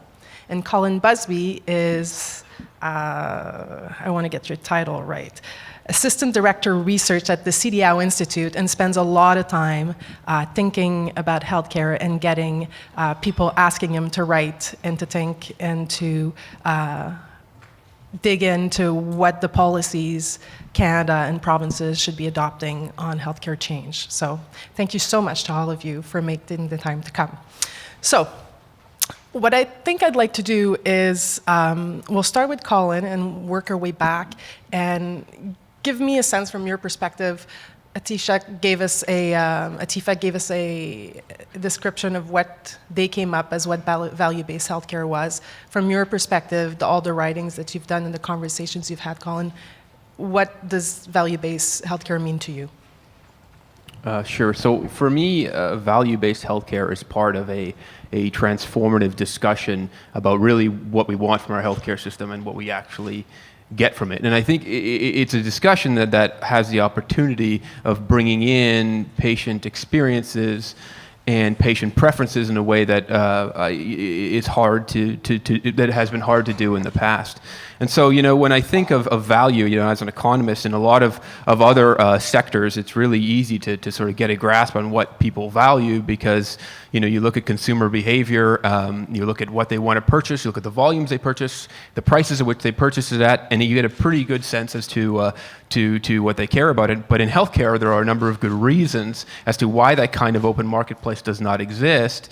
Yet at the same time, it makes it a little more complicated to try to get at questions of value. And I would say probably, in my interpretation, one of the great shortcomings of healthcare in Canada is that the result of this sort of arrangement has been that there's been so much attention put on price and put on volume at the policy level, and that those are two sort of the two big levers that people tend to look at in order to change things, how we negotiate prices, that being one of the big one, and then volume as well, and then you sort of just hang along for the ride and see what happens. But value-based healthcare has the potential to change that. So I think one of the unfortunate results of the way we've been doing things, though, is that you see a tremendous amount of probably overuse of low-value services, an underuse of high-value ones, and an incredible amount of variation in service delivery that just can't be explained by patient preferences. When you look at geographic use, that can't be explained by patient preferences or by patient needs. And so, when it comes to value-based healthcare, I think, prices. This discussion we've had, generally at the highest levels of health policy making tends to focus on how much we pay providers, and that value-based healthcare is about really thinking about more, what about, the patient experience, the patient preferences, what do they value, and how can we incorporate that into our thinking? A very good example is things like wait times. Well, we measure what's clinically recommended for wait times for a few specific interventions and services in Canadian healthcare, but we don't actually measure, what the economic cost of that is to patients and the time of patients that they might spend out of the labor force, for instance. So that's just one thing that value-based healthcare can start to shift the way we think about these things, and to jump more to the volume of things. Value-based healthcare, we start to think less about what type of intervention it is in terms of what type of service, and more, what are the common needs of the patient? What are their symptoms? So, for instance, if you're someone with if your symptoms are pain and you're looking for pain management, pain relief, that's someone you normally associate, how do we treat arthritis? But the approach is different.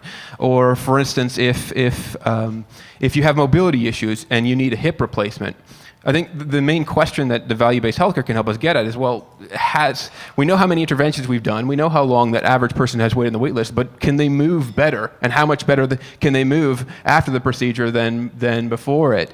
So in my mind, value-based healthcare, it starts to help us bring some of these things together in a way that we haven't necessarily been successful at doing in the past, and in a way that brings the patient experience to the table and patient values and patient preferences in the overall discourse as to what we want out of our healthcare system and what we're actually getting from it. Great, so making decisions based on knowledge and not just on policies. And all these things about patients, though, and patient values and preferences that we're not measuring, that fall outside of the scope of which we've been analyzing things, which is just, what are the prices we pay people? Let's yank on that lever.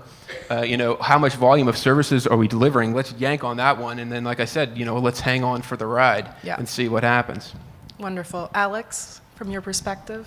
So I would say this sounds very familiar to the conversation that our board has with me and our senior leadership team all the time, which is why are we assessing and reporting production metrics, how many people are waiting, how long they're waiting, what our throughput is, what our efficiency is, instead of focusing on outcomes, which are the health and well-being of patients, and as you say, the patient experience. And so we would, I think I can speak for every hospital administrator in Ontario, certainly, we would love to be able to do that. So let me identify what, from the perspective of an operator in the system, are the two big barriers that we face, and within that are, I think, the solutions as well.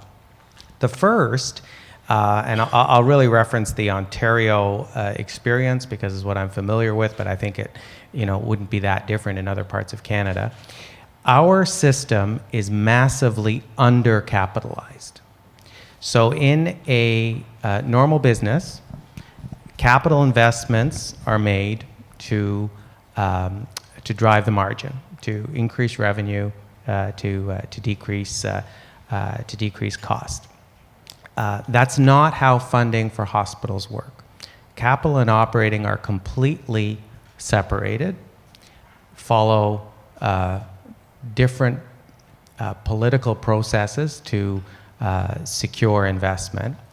And so what that means in this context is, for the kind of transformational change that we're talking about, we need capital investment that's not forthcoming at our level. So Atifa at least 3 times talked about you can't do a shift to value-based healthcare delivery without data.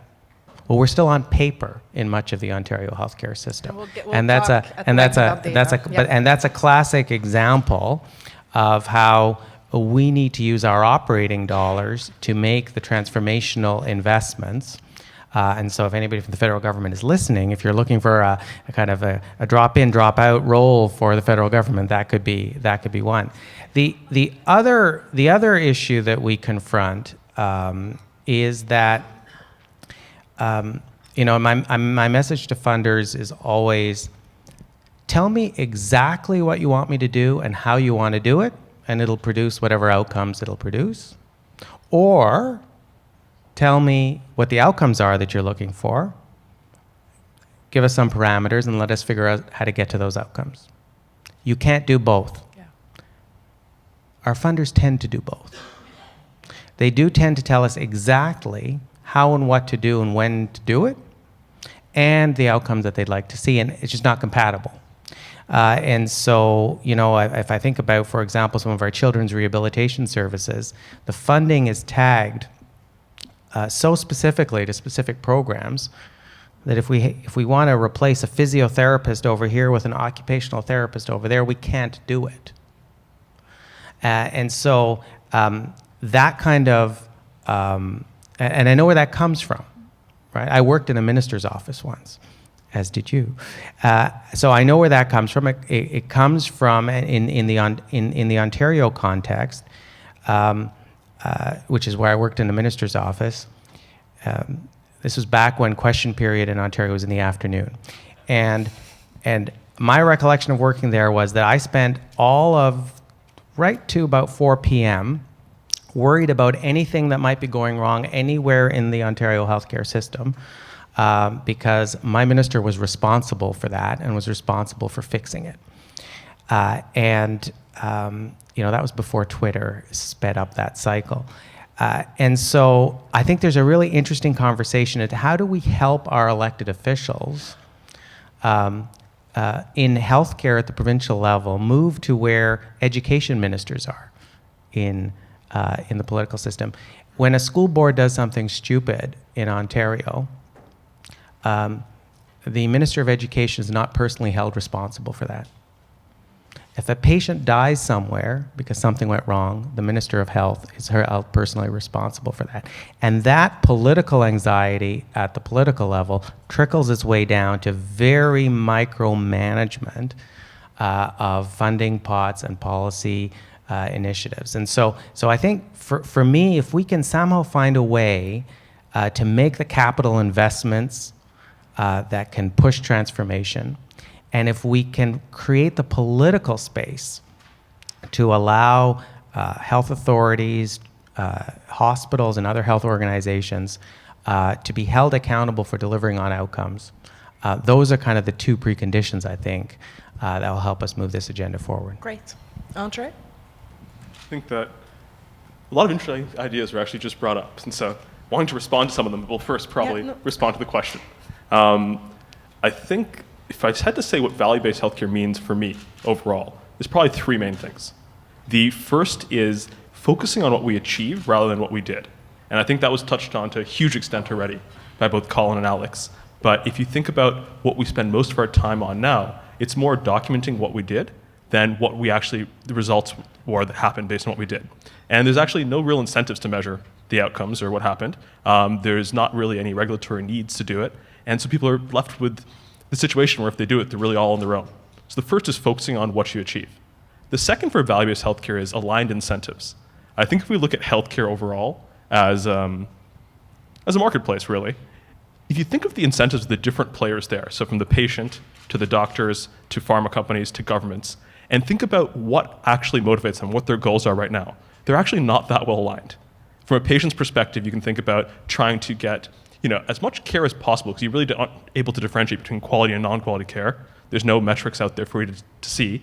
And so your goal is to just try and find care where possible, and probably to consume as much as you can in certain situations. On a doctor's side, you're really being pushed hard to document everything from a regulatory perspective and from actually a reimbursement perspective. And this may be coming more from a US-centric view, but the vast majority of time that my fiance, who's kind of an internist, in a hospital in upstate New York spends is actually writing a clinical note so that the reimbursement can be done properly. And that takes far longer than a patient visit. It's about 3 to 1 for her. And so you can think about most of your time then is spent doing things that have nothing to do with the patient.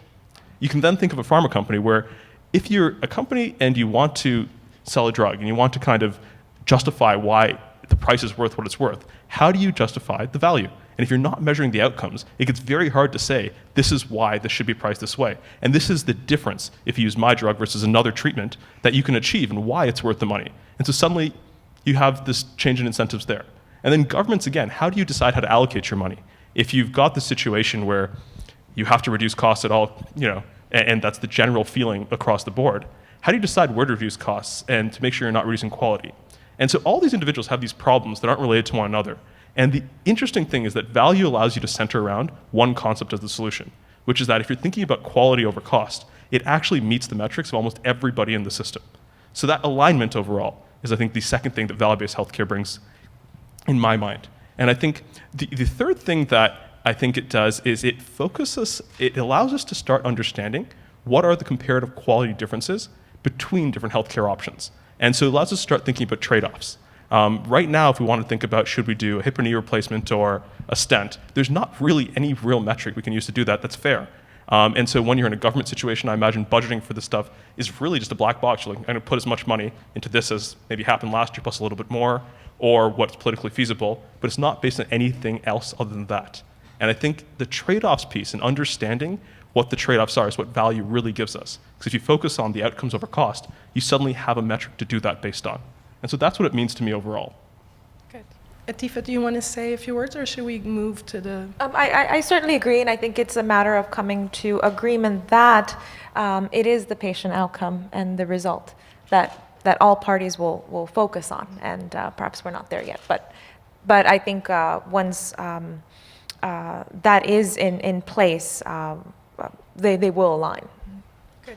So just for the audience, if I want this to be an interactive session, so if you have questions and I see anyone lined up at the mic, we will gear it to the audience and then I'll come back. So I won't wait until the end to engage everyone. So feel free to be part of this conversation and to stand if you want to ask a question.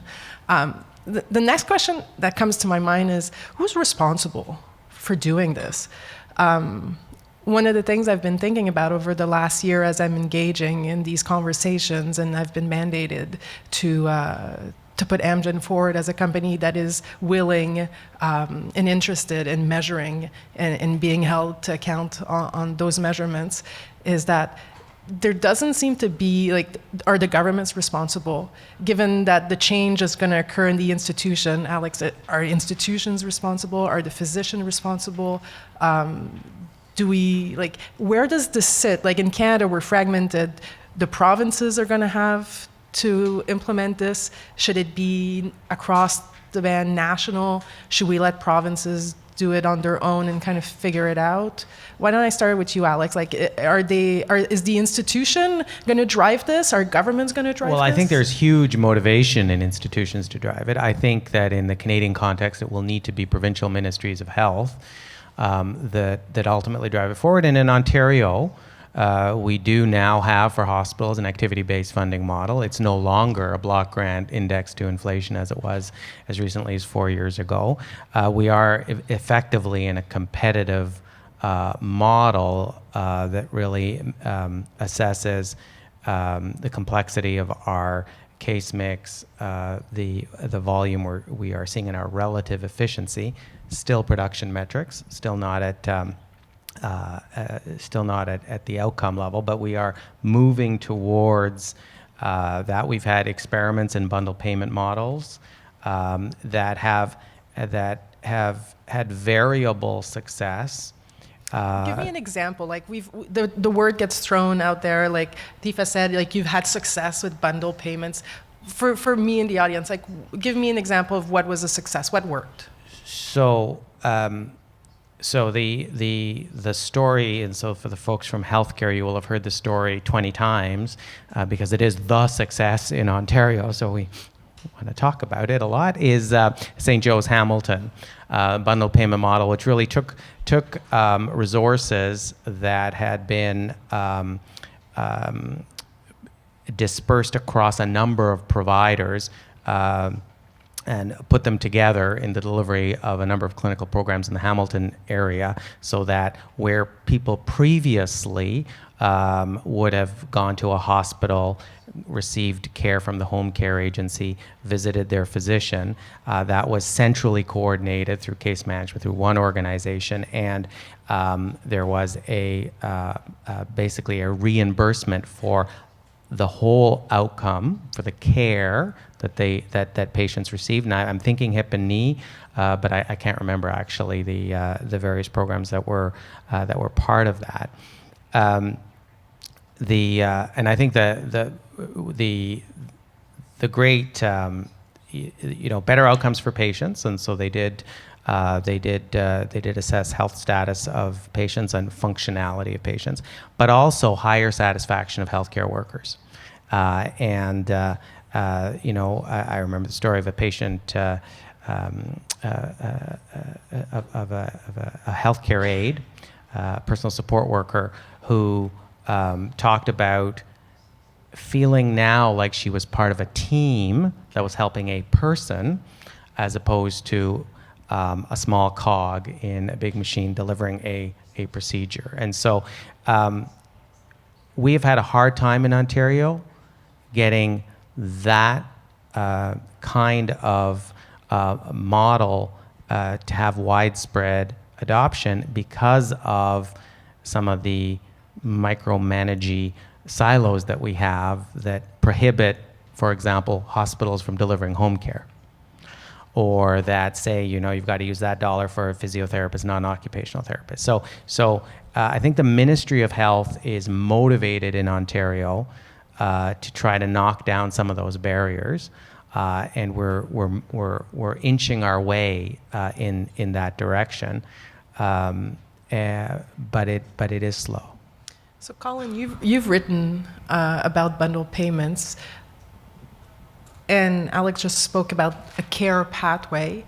Have you found some specific policies where there would be some low-hanging fruit? If we went down, we would move towards bundled payment and care pathway more easily, or is it?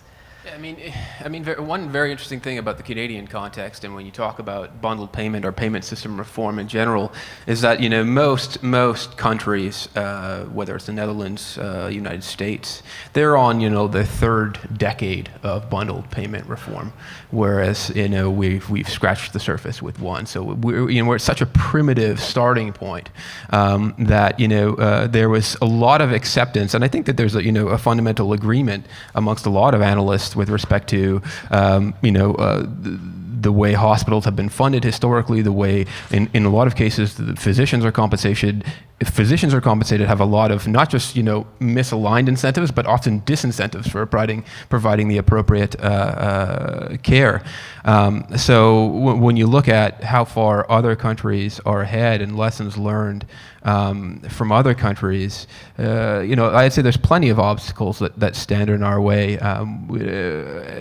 The acceptance in my mind of the fact that there are all these misaligned incentives has led a lot of other countries to jump in and try new things and experiment a little bit, whereas in Canada you haven't seen that at all, and that concerns me because there's something there that's preventing us, and a lot of it has to do with the overarching political apparatus and the way we perceive levers that can be pulled within the healthcare system. But the international data is very encouraging. I think that there is tremendous variation in the results, and that leads to a tremendous amount of concern, probably at ministries of health, in the sense that there have been bundled payment successes and there have been bundled payment failures, and I'm not really swayed by the argument that overall the evidence is mixed, so we should be cautious. I think that the evidence speaks to the fact very clearly that a lot of other countries have done a tremendous job in redesigning their payment systems for healthcare, and that's worked out great for them, and other countries have done poorly.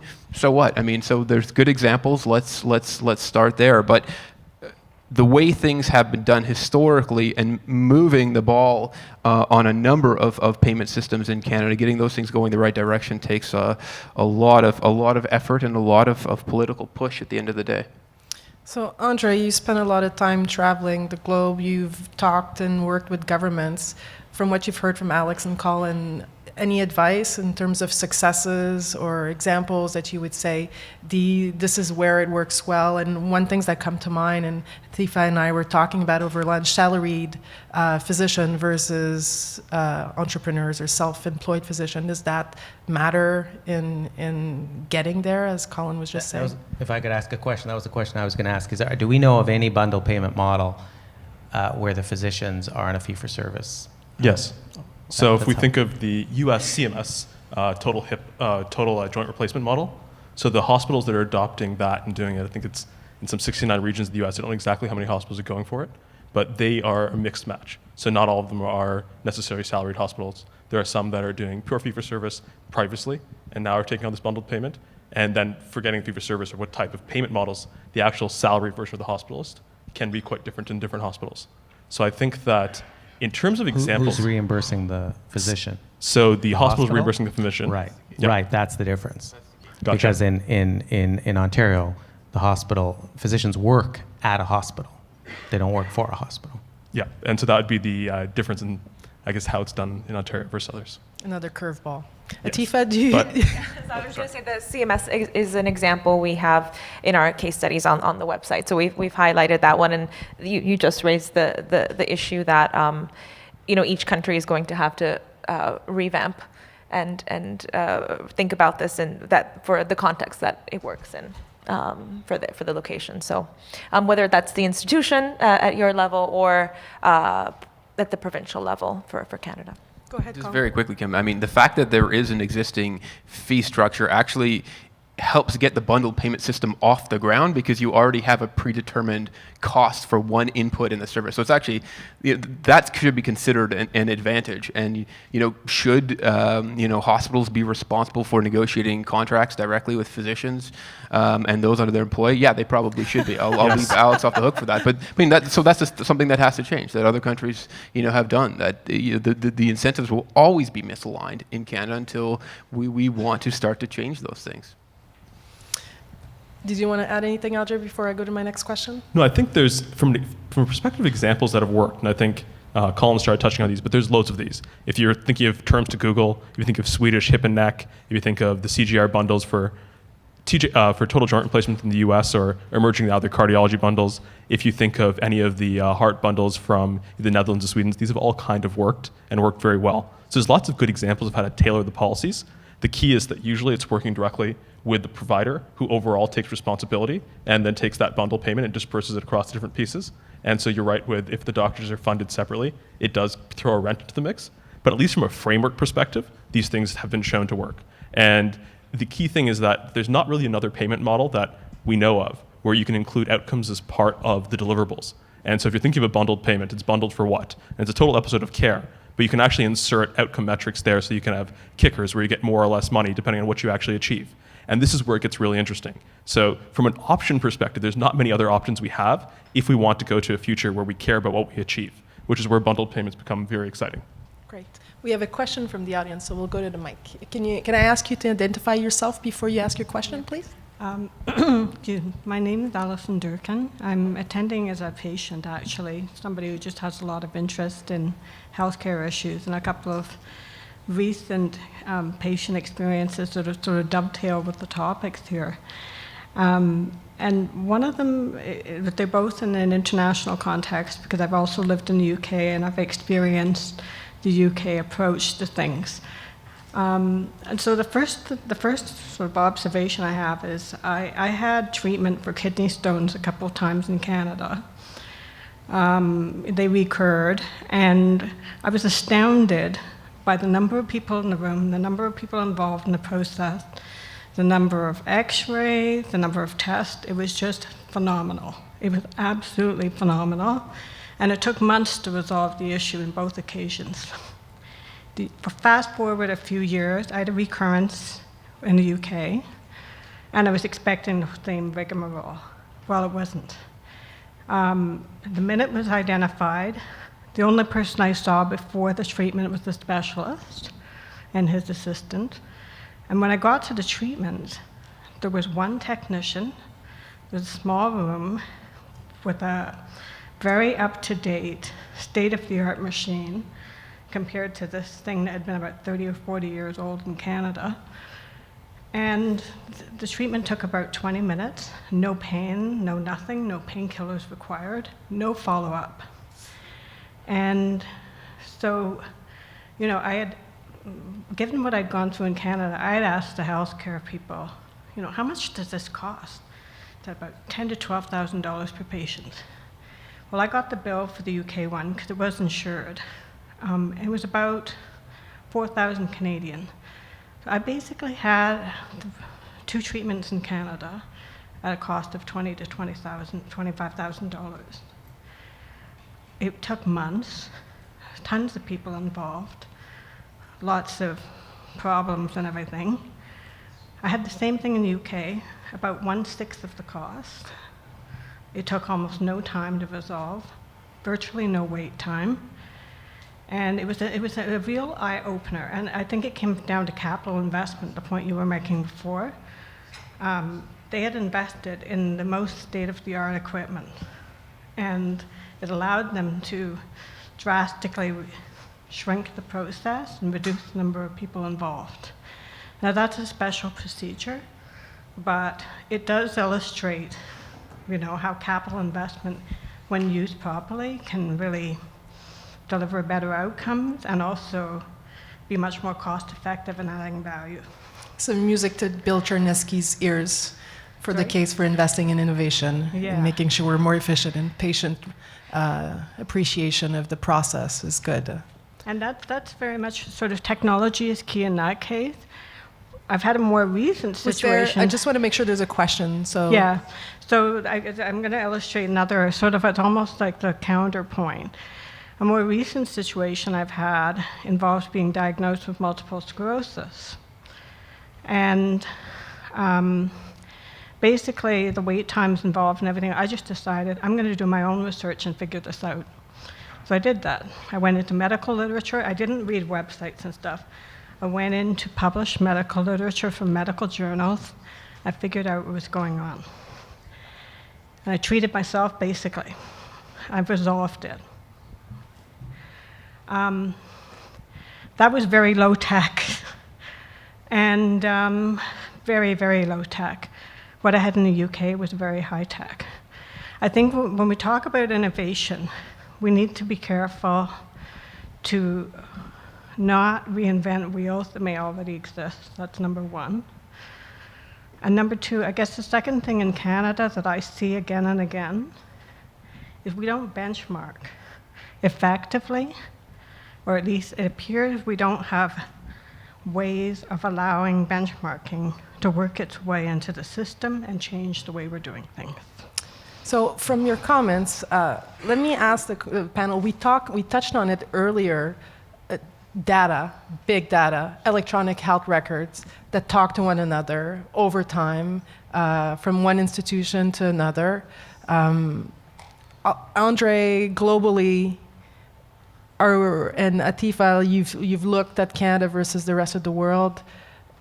Are most people there and we're just not there, or is everyone working on this at the same rate that we are? And then I'll ask Alex and Colin to comment on Canada. From a policy perspective, we've seen the right words in place across most of the countries we looked at, that this is a good thing, we're going to get this going. But then we also hear of places in Canada that are still on paper, even some in the US still on paper. And then, you know, we spoke to experts in Sweden, including Dr. Ackerman from ISHM, and that's our best performing country, of course, that we saw, and against the framework. But even then, even in a place like Sweden, we were just warned that there are still gaps and still holes. So even the best is not. Yes, Andre? that's what we found. Perhaps a small counterpoint. I think that we'd like to say that information systems are what solves this. It's probably not true. And so just having an electronic health record, saying that we're going to record all of this and then that's going to take care of it, or we're going to funnel it all to some big data AI learning platform and that'll come back and tell us the results, actually doesn't happen. In the US, using like 80-something% adoption of an EMR of some sort because their meaningful use legislation basically incentivized payment for it. There's pockets of outcome success there. There's pockets of value-based healthcare success there. It's in no way across the country. So I think that the magic bullet is not necessarily big data or an electronic health record. You have to first decide what you want to measure. And you can measure that on paper if you want to. If I think about hospitals that have done this very successfully, if you think of the Martini Clinic in Germany and their prostate cancer examples, which is probably one of the best value-based healthcare cases that one can look at. They started on paper and then in Excel, and they finally migrated to a system and a database, I think, after 10 or 12 years into it. If you think of Arvind Clinic in India with cataracts, again, they've been measuring outcomes quite similarly, and it's all on paper. I'm not saying that that's the right way of doing it, and I'm not saying that there shouldn't be huge investment in overall electronic records so we can actually capture this data, store it, and centralize it. That's true, but you don't need to wait for that to start, and then there's not a big data kind of massive revolution after you start doing this that solves the problems. You have to first decide on the basics, which is what do you measure? Can we all measure the same things? And if we're all measuring the same things then let's talk about how we capture, centralize that data, pull it all together and use it. Because if you don't get the first two, the rest is what the US has done, and it hasn't necessarily helped them. But that's kind of my take. Okay, Alex? I think that's a great point. Yeah. Yeah, I'm not sure I agree with that great point. So, yes, I suppose you could do it without electronic data.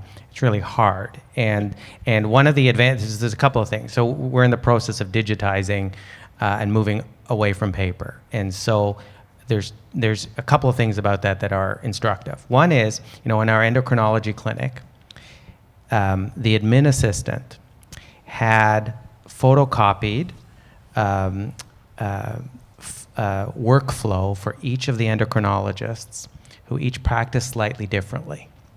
And so if you were going to see one doctor, she would go and pull out this photocopy. If you're seeing another, she'd pull out a different photocopy.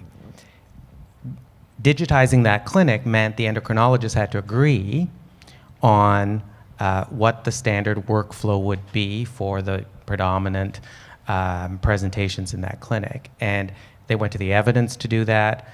When we've had hundreds of quality improvements just in building the electronic health record. Now that we have it, we can track outcomes of patients. This is the piece that, yes, you could go through charts and collect the information. You could put a clerk on trying to assemble the information, but at the click of a button, you can see how every patient in the diabetes clinic is doing on key measures of health status. And that is why these investments matter so much. Not because they're magical, and you're right, it's what you do with that data, but that they set the table for all kinds of other things, like, for example, a web portal that empowers patients to be able to access that information themselves. And so that's why I think this is such an important and transformative piece. And in the case of the United States with the meaningful use incentive, they have been able to drive adoption to much higher levels than Canada, which again sets the table. It hasn't resolved. It's young. I mean, it's the Affordable Care Act, right? So it's less than it's 6 years old. So I think we will see the United States continue to pull ahead in the healthcare system on some of these measures of outcome because they have the tools to be able to do it. So we need to catch up there. The other thing I would say, and it's a new topic, so I'll just say one sentence and we can come back to it.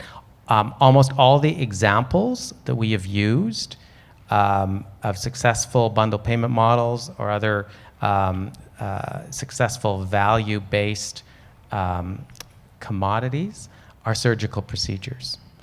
And surgical procedures are much easier to do this with than, say, chronic disease, which is what $2 of every $3 in our healthcare system is devoted to treating.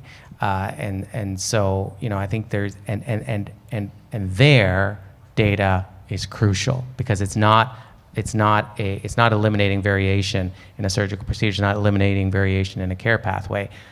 It really is a much more dynamic, longitudinal, and interventions from a whole range of providers. I was going to say, we did find that it was in hospitals where and with these procedures, we're finding the most use of this. And to your point, I think it's still really important to think about interoperability as you get the system going, so you decide what you're recording and coordinate that with others. Yeah, but so you know that you what? have the same If stuff. you're on paper, interoperability is moot. And so we have this like debate about, isn't it terrible? It's not interoperable. Well, there's nothing to be interoperable until we actually put the systems in place, and then we can figure out, and there's work ongoing in Ontario, figure out how to basically create clinical document repositories, health information exchanges, where the hospital data, the family physician, the pharmacy, the lab, and so on go into a clinical document repository. So I'll walk one of my comments back a bit in reflection of what Alex said. I think it probably was worded poorly, given how I think you took it. So I think that what I didn't mean to say was that you can achieve all of this without eventually doing electronic medical records. But doing them on its own won't solve the problem. And so I think the key is that, as you're saying, that investment is 100% required. But if you think that big data and electronic medical records will take care of this for us, it won't. It's a focus on the outcomes actually by the different providers and the different players in the healthcare space that does that. And then to your second point, which was, do we see any kind of meaningful examples of this being used in non-surgical procedures? An easy one would be rheumatoid arthritis. So I think that's, the best example I think on this one would be in Sweden again. It's probably a popular country, it's coming up pretty often here. But their rheumatoid arthritis registry and how they have taken patient-centered outcomes, or patient outcomes, and put the center of the care pathway for everyone with rheumatoid arthritis is fascinating. What they've done, and I'll explain in 2 seconds literally, is that they've set up a patient portal, much like you said, where the patients sign in and put in their patient report outcomes before every visit and actually have a standard cadence of doing it. And when they come in for a visit, that's the central point of discussion when you start talking to them as to what's working, what's not working. And more importantly, when they're not there, based on these outcomes that they're actually inputting in, they're either pulled into the clinic more often or less often because you know actually how they're doing. Are they at a higher chance of relapse or not? And what they found here is fantastic both outcome results when you think of functional status and symptom status, but then they took it back to the hard clinical endpoints. You can still look at CRP or different measures of inflammatory load, and you can actually see that this has actually improved vastly in this system. So it can work for both. Technology becomes more important in the long-term care, much more important. So I'm going to go back to the floor, but we will come back to how we're doing in Canada on electronic health records, because we haven't touched on that. Is there a question? Yeah, I just have, basically what it boils down to, though, in the question I have is, if Canada has a standard here, for example, and let's say another country has a standard here, and that's what I've experienced and what I've found was needed to address the issues I had, then wouldn't one of the other options be for Canada to look at what the other countries are doing, particularly some of the more successful ones, and say, gee, should we consider this standard? I mean, there's two ways of doing it, right? You can go from the bottom up with the big data approach, or you can start at sort of, why is Canada standard for, say, this diagnostic test here, and all these other countries are up here? So the question What's going on? So let me make sure I got this right. The question is Canada looking at best practices globally? And Colin, why did I go to you? You spent a lot of time looking at what Canada does in other countries. I mean, there's a broader context to that discussion, I think, that speaks to resistance to change in Canadian healthcare more generally. And that, you know, for a long period of time, I think there was a common acceptance amongst people in Canada that, you know, we have one of the best healthcare systems in the world. And I think if you were to ask somebody on the street, you know, where do we rank when you put us against international comparators, they'd probably think we're probably in the top tier.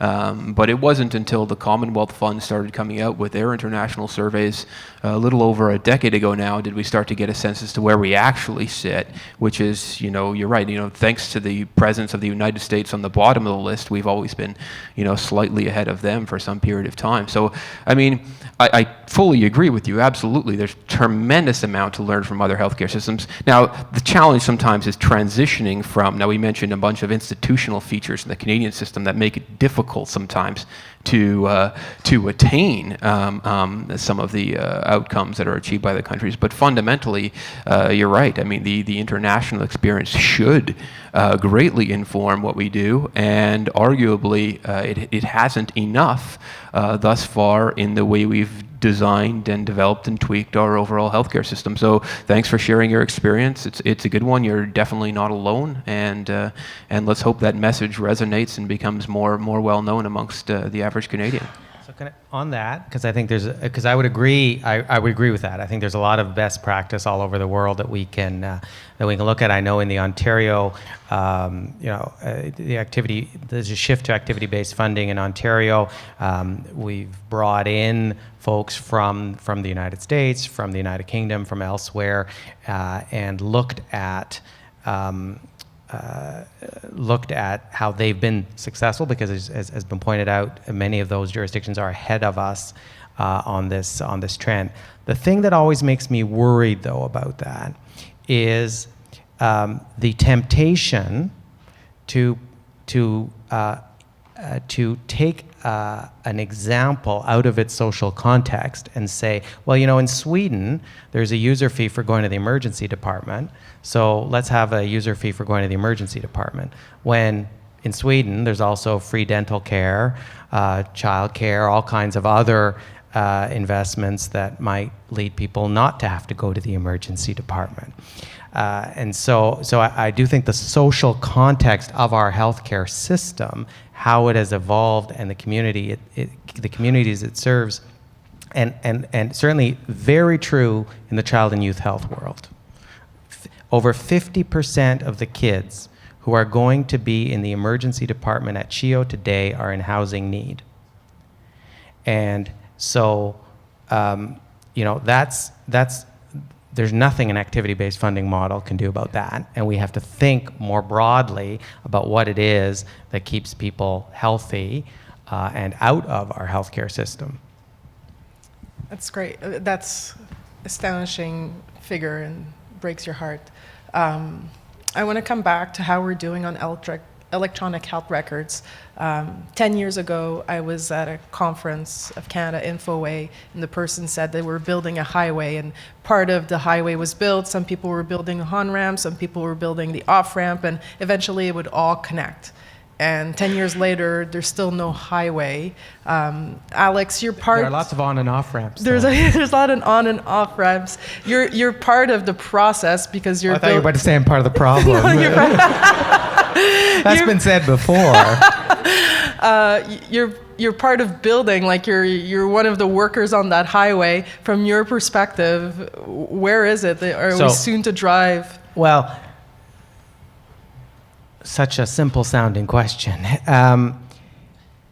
In Ontario, we had a politically induced trauma around electronic health, around e-health. And so that led to at a crucial moment, government backing away from the whole topic, and Health Infoway similarly being losing some of its kind of political clout to make the argument for investment. And so I think we did stall between the conference you attended and today.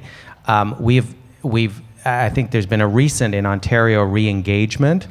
There is a new strategy that is more up to date. Here's the challenge. We are not funded. There is no funding for us to do this. And so we've decided from the perspective of quality and safety and connectedness with our patients and other providers and efficiency, this is the most important thing we can do at this time. So we're borrowing money to do it. And we're going to pay it back out of our operating funds as an organization, and operating funds that for 4 years have been frozen. So this has been hard for us to do. We've had to stretch an implementation over 6 years.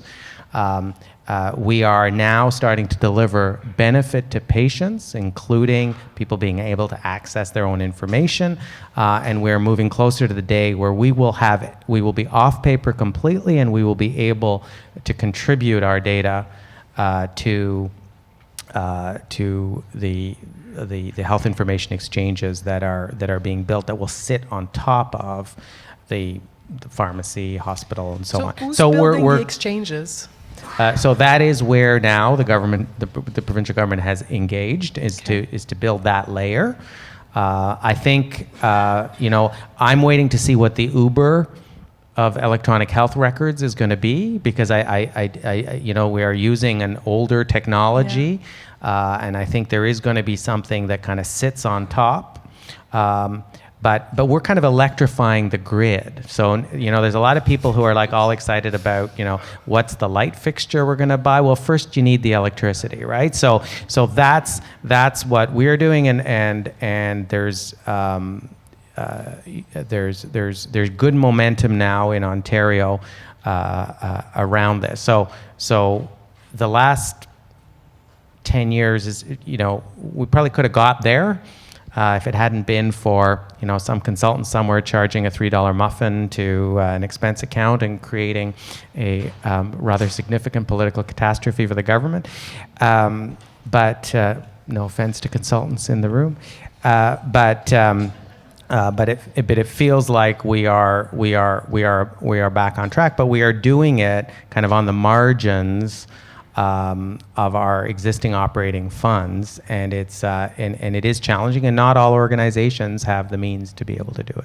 Colin, your body language shows that you want to jump in here.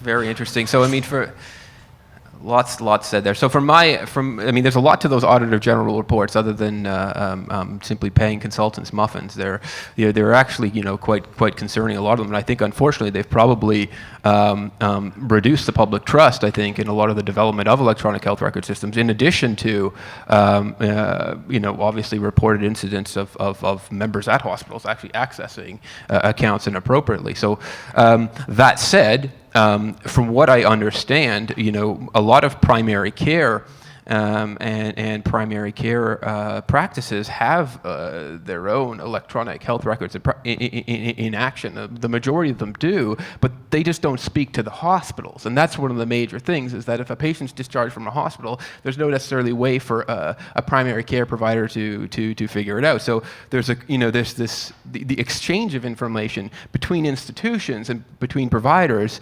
We're nowhere near that. And that's certainly nowhere what it should be, even though we've done a great job, in my opinion, in terms of trying to get these things into place, particularly in primary care offices and in amassing the data. It's just we don't have any way of sharing it with each other and communicating it to each other, and mainly because there's no obvious reason for hospitals and primary care doctors, under the way the current system is designed, to want to do that. But it's not really about want to do that, right?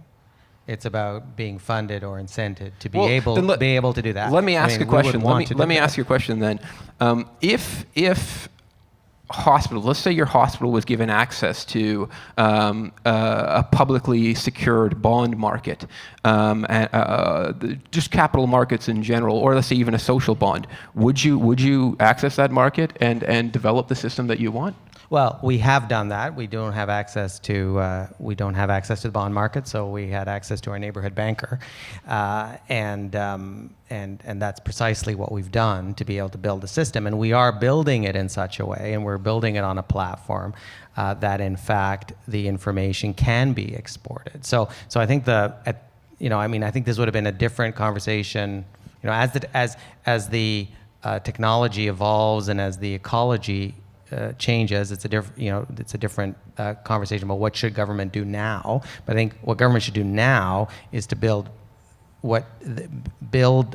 that infrastructure that binds all of our work together. I think that at this moment is where the greatest value would be, to connect the doctor's office with the lab, with the pharmacy, with the hospital. We agree. One thing I'll note, which is actually surprising, that when you said it, was that you're paying for the entire thing out of your OPEX and pretty much taking debt on. Because in most places where I've seen this done, there's at least an incentive, some monetary incentive to adopt a system. And then once you provide that monetary incentive to adopt the system, so the way the US is going now is they have a big piece of legislation that we'll see what happens with the recent election and how that impacts it. But if it goes through, their next step after meaningful use, which was now start measuring or start using electronic medical records, is that in order to be reimbursed for your data, you actually have to have it be able to travel between sites. And it's a pretty comprehensive piece of documentation that should do the trick in terms of forcing EMRs to be able to transfer data back to one another. But you need to have the power from a reimbursement perspective to want to do that. And so if Yeah. you're not getting And so anything we're for not, it, we're not getting Yeah, that's hard. reimbursed, and we made the decision to do this. We were not told to do this. We could still be on paper. We made the decision because we believe it will improve care and it will move everything forward that we want to do in terms of an exceptional patient experience, improving access, improving safety, improving quality, deepening research. But that is an issue. Not to be flip about the misspending, absolutely. Nobody in Ontario is happy about how eHealth Ontario was functioning 10 years ago, but the political reality of that is that it scared government off of this agenda, and that's why we're only now seeing the Ministry of Health re-engage with a strategy, with some direction, and I believe, the penny will drop, that the only way to make that direction happen is actually through incentive. So bringing it back to value-based healthcare, there's this sense, like, when we think about how much money Canada spends, if you look at the OECD, all the data tells you we spend a lot of money on health, and yet our outcomes are really low. Are the electronic health records, the efficiencies that will come from it, measuring outcome, there's also a sense that this will save us dollars. And I want to hear from you, will it save us dollars, or will it just increase the quality of care that we have from what we've seen in the success stories globally? Because we need to be frank about what this will be, right? There could be some savings. We talked this morning about measuring things and making sure that the different silos allocate for savings that were accrued by, let's say, using a drug versus doing an intervention. Will we see higher health outcomes and quality of care and savings, or are they mutually exclusive? So I think there's probably, guys jump in, because I think there's probably different perspectives here, but there's a literature answer, as in what we expect would happen from a theoretical perspective. There's good cases of individual regions or individual hospitals and what could happen, and I'll talk about some of those, where there has been savings happened. On a country level, of somebody who's actually rolled up value-based healthcare end-to-end, has there been savings? We haven't seen the country do that. So actually then the answer would be we don't know. But at least from a region level, I think a simple example that comes to mind would be, I think I talked about this one before, Stockholm County. So Stockholm County produced a total joint replacement bundle, and they implemented it, and what they then saw was, in addition to improvements in quality, and you can look at readmission rates or revisions to the surgeries, those dropped, I think, somewhere in the range of 20%, something like that. But their actual total cost per patient dropped by about 17%. And it was more the fact that now that they were being incentivized and measured on the outcomes, and their total fee was fixed, they did less. And the idea is there was less that you would put in your checklist of things to do because you were really aiming for something else. And that's the idea, at least, that if you are aiming for an outcome, rather than you are told in very excruciating detail, this is exactly what you have to do, you can then decide what's needed and what's not needed, and then you're responsible for the result. And so you tend to do only what's needed and ignore what's not needed. And so that's the principle, at least, of how you can save money and how it should work. Now, we've got lots of small examples of how that's worked out. On a country level, I'd be remiss to say I can think of a good one. I'll say, yeah, we don't have that at country level, but not only will it focus providers on outcomes, but we conducted roundtable discussions and heard anecdotal stories and single stories, but it is possible to reduce error with electronic health records if there's a condition that someone gets, I'm going to use the US as an example, gets treatment for in state A and then travels to state B. Right now, there's no guarantee that, unless the patient really explains what they've been through or what exact procedures they had, that record doesn't always travel. So what it could do is improve quality and address outcomes with that quality. So increasing quality will save money, right? So I think we know that, and there's lots of examples of that, and certainly reducing errors saves money significantly. I think we often spend too much time looking at the wrong piece of the puzzle, though, and I think we have to come back to chronic disease. Canada has some of the highest rates of chronic disease in the world, in the Western world. It is 2 of every $3. And the solutions may be sending educators into communities with nutritionists to help people prevent obesity and then diabetes. We've got to think a little bit broader than how we manage the care once there is incidence of chronic disease. And so that does, Cass Sunstein was talking about childhood obesity. I think so that's an area. Intervening early around mental illness is another area, and we've got lots of examples of where that has been successful. We spend about half as much now as we used to on tobacco-related disease in the healthcare system. It's been replaced by obesity-related disease, but that was a success of thinking in the bigger picture around value and how to deliver it.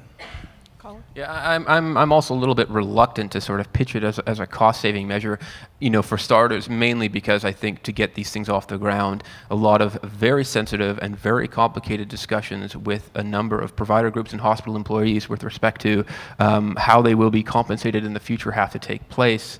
And that sort of in the context of we're going to save a whole lot of money, I don't think is going to go over very well. That said, where I do think, value-based healthcare, and Alex brought up a number of examples here, where I do think value-based healthcare starts to draw attention to is also, when we talk about patient preferences, it also, things like setting of care come into play quite seriously. So, and a setting of care for chronic diseases, of which of course a number of them are treated in the community, often by self-care or often by informal caregivers. All of which are costs that are borne by society, yet not are borne by the healthcare system. And I think that's a tremendous injustice in many ways. But that said, if I were to choose one particular example, I would choose the alternate level care days that we see in a number of acute Ontario hospitals, which has remained pretty much for the last decade. 1 in every 6 acute beds, sometimes higher, have been filled by patients who would prefer, and not just prefer individually, but clinically, would be better off getting care in the community with appropriate supports, and yet we're reluctant to necessarily make the shifts to do that happen, even though for them the value increases tremendously, and for the healthcare system, the hospital board costs are not necessarily no longer there, or they could be shifted towards the community. But that's a big shift, and we've been reluctant to do that, for a long time, even though I think, alternate level of care patients is one of the very unfortunate stories with respect to Canadian healthcare. Good. Let's go back to the floor. I see 2 questions. Are there 2 people waiting? Yes, go ahead.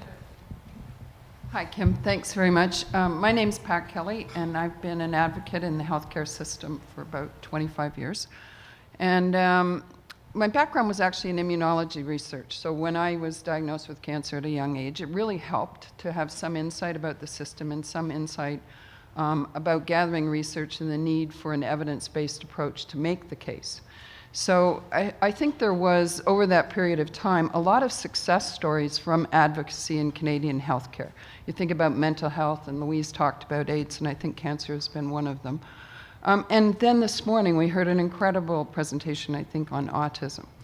And I think part of what is missing now in thinking about the transformation needed in healthcare and sustaining our expenditures is how do we engage those Canadians, like Andrea that we heard this morning, or others who have been making change happen in their own communities at the local level, whether it's around mental health or cancer control. And I think, for example, in the cancer control system, one of the big problems we have is transitioning people out of acute care and into community-based care, and engaging those organizations like the Wellsprings and Ottawa Regional Cancer Centre that are providing health coaching based on a chronic disease self-management model. So they're ahead of the curve. They're doing this work, and to your point, they're not funded for it. They're outside of the healthcare system. So bundled care that helps move those patients through the system provides support through those points where it's not available. We all know the cancer system is focused on being able to provide radiation therapy and chemotherapy. But it would also assist and support that shift in personalized medicine to recruiting people to clinical trials and providing education and information about things like the standard of care for patient support programs and so on. But we're not engaging the public, utilizing information technology in a way that actually helps to transfer knowledge, to co-create, to inform, and then to help with the implementation plan that brings that kind of innovation into the system.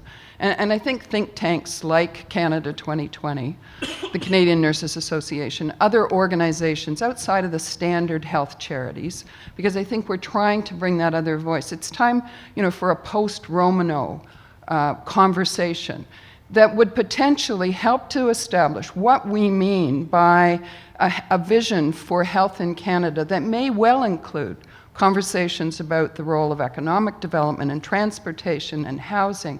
And as you say, recognizing that those social determinants are currently absent from how we bundle the response to care. So I know that's a very big question, but I think it's how do we really get innovative about engaging the public in a conversation about what we mean by a healthier Canada. Any reactions?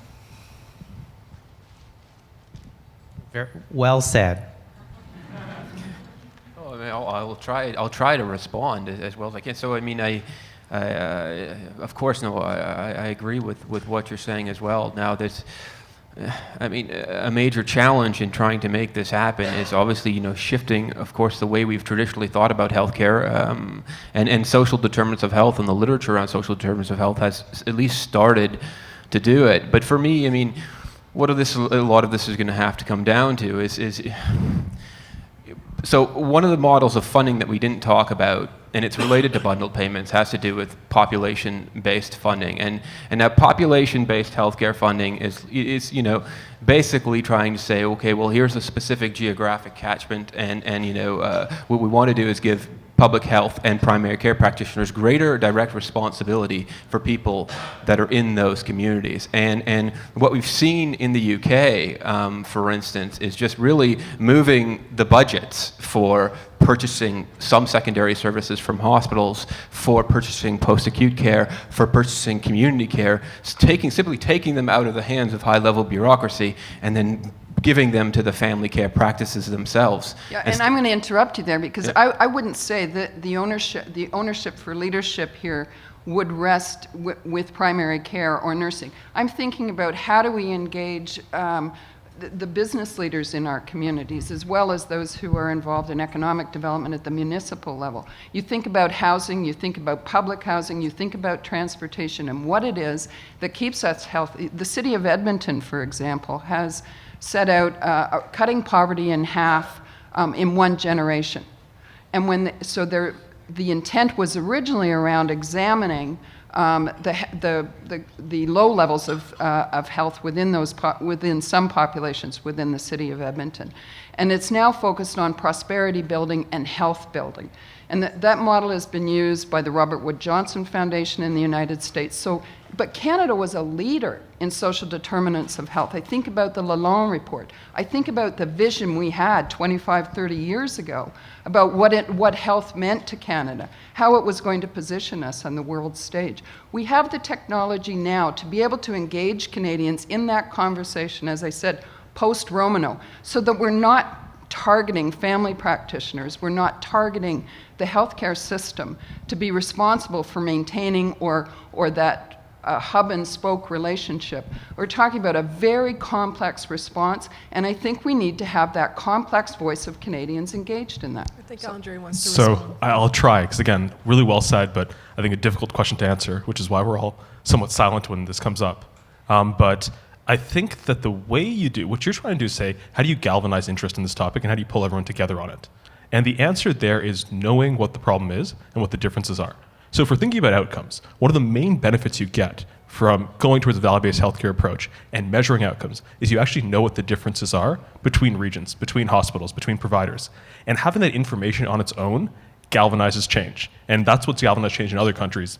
Sweden, again, is a great example, but it's having the information to give to people so that someone can react to it. And that's the starting point. And then once you see, if you notice that in Canada overall, we have variation, let's say, in the outcomes from a treatment paradigm related to hip and knee surgery or radical prostatectomy or long-term rheumatoid arthritis care, but they're all on one end of the spectrum. And overall, Canada is terrible overall. Then you might think, okay, what is different about Canada versus other countries? It's probably not our physicians. It might be, but probably not. It could be more social determinant of health. And then again, you have the right information to start tackling what it is that's causing these different things. Because it could be how we care for people. It could be how our cities are designed. It could be many things. But first you have to know what the differences are. So let's start by measuring so we can see it, galvanize interest based on that measurement, and then hopefully we can get to where you're pointing us. Can I just say a hopeful note, which is, in our setting, the parents of our patients are increasingly millennials. And their expectations of our organization, is one of the reasons we went to electronic health record, their expectations of our organization are high. Their level of empowerment and education and ability to find information is high. And I think and now millennials are the single biggest group in the labor market. So I think that will be a force for positive change as we think forward. And we have done this before. I think the other thing, before we trash talk our system too much, in the early 1990s, the Minister of Finance, in Ontario said, oh my God, at the rate we're going, the healthcare system is going to consume 70% of the Ontario budget. 10 years later, it was still roughly just under 50%. In the early 2000s, Jim Flaherty was the minister in Ontario, made the same prediction. Keep going as we're going, healthcare is going to be 70% of the budget. It's not. And so we are constantly innovating in this system. I work in a hospital where once 80% of surgical patients were admitted, it's now 20% of surgical patients, where the number of kids with low acuity chronic conditions like asthma are a declining proportion of our patient mix because of pharmacology, because of better treatment in the community, because of better knowledge and education. We can innovate. We have the skills, the imagination, and I think, to your point, the motivation and the informed citizenry to be able to push to where we need to go. Great. So we have just a few minutes left. I think, is that Chander who's waiting for asking a question? Go ahead, and then we'll close the panel. Hi, thanks everyone on the panel. Excellent discussion. My name is Chandra Saigal. I'm from Innovative Medicines Canada. So I think over the years what I've learned in Canada is, I think the positive news is there is a lot of agreement. I have not. I've worked with CADETH, worked very closely with decision makers mainly from public side. There's no disagreement on why. Why should we collect and use health outcomes to measure performance of different parts of healthcare system? I have not heard any disagreement. Hope people here will agree with me. There is a lot of agreement on what needs to be done, what needs to be collected. I think that's progress. So that's very positive. Now I think we are stuck on how, and under how I think there's a great discussion on roles, responsibilities, funding, ownership of data, who collects what, who does what. And on that, this is the future, I think, the value-based, whatever people want to call it, pay-for-performance health system, value-based health system. So from the panel, I think it will be helpful to get some thoughts in the Canadian context. Because my concern is, as Kim was saying, we were talking about it 10 years ago. We're still talking about it, although I agree with Alex, some positive movement in terms of implementation has started to happen, but it's sporadic and it's not systematic, it's not organized, standards are not there, and consensus, there's also lack of trust. I haven't heard that, so I will add that may be one of the reasons. So I'd like some final thoughts on just moving in the positive direction. What will be your guidance in terms of what should happen? What are the next steps, knowing what we know? Over next, say, 12 months. Great way to close the panel, which will be your last word. So reformatting a little bit, how do we do this? If you had one thing that we could be doing to make the how and bring value-based healthcare to life, what would it be? And we'll start with you, Atifa. For the Canadian context, and because we did a broad study and looked at 25 countries, I would speak of the same recommendations we have for a lot of health systems.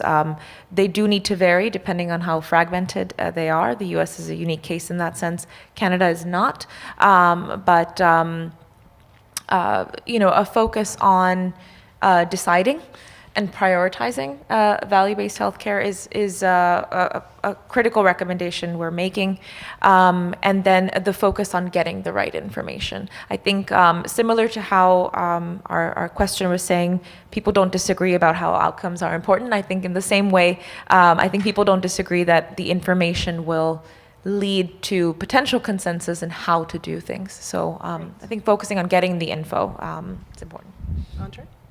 So I think maybe you're asking really what each of you should do. So if there's a job for everyone in the audience today, what could you go do it? And there is a job for almost every stakeholder that's probably present here, whether it's a doctor, a patient, a hospital manager, a pharma company, whatever you want to call it. Because each of us can actually do something quite different now without waiting for the others to act. And so if we think about a provider setting, whether it's the doctors or a hospital as a whole, you don't necessarily have to wait for the government to kind of allow it or mandate it to start measuring outcomes.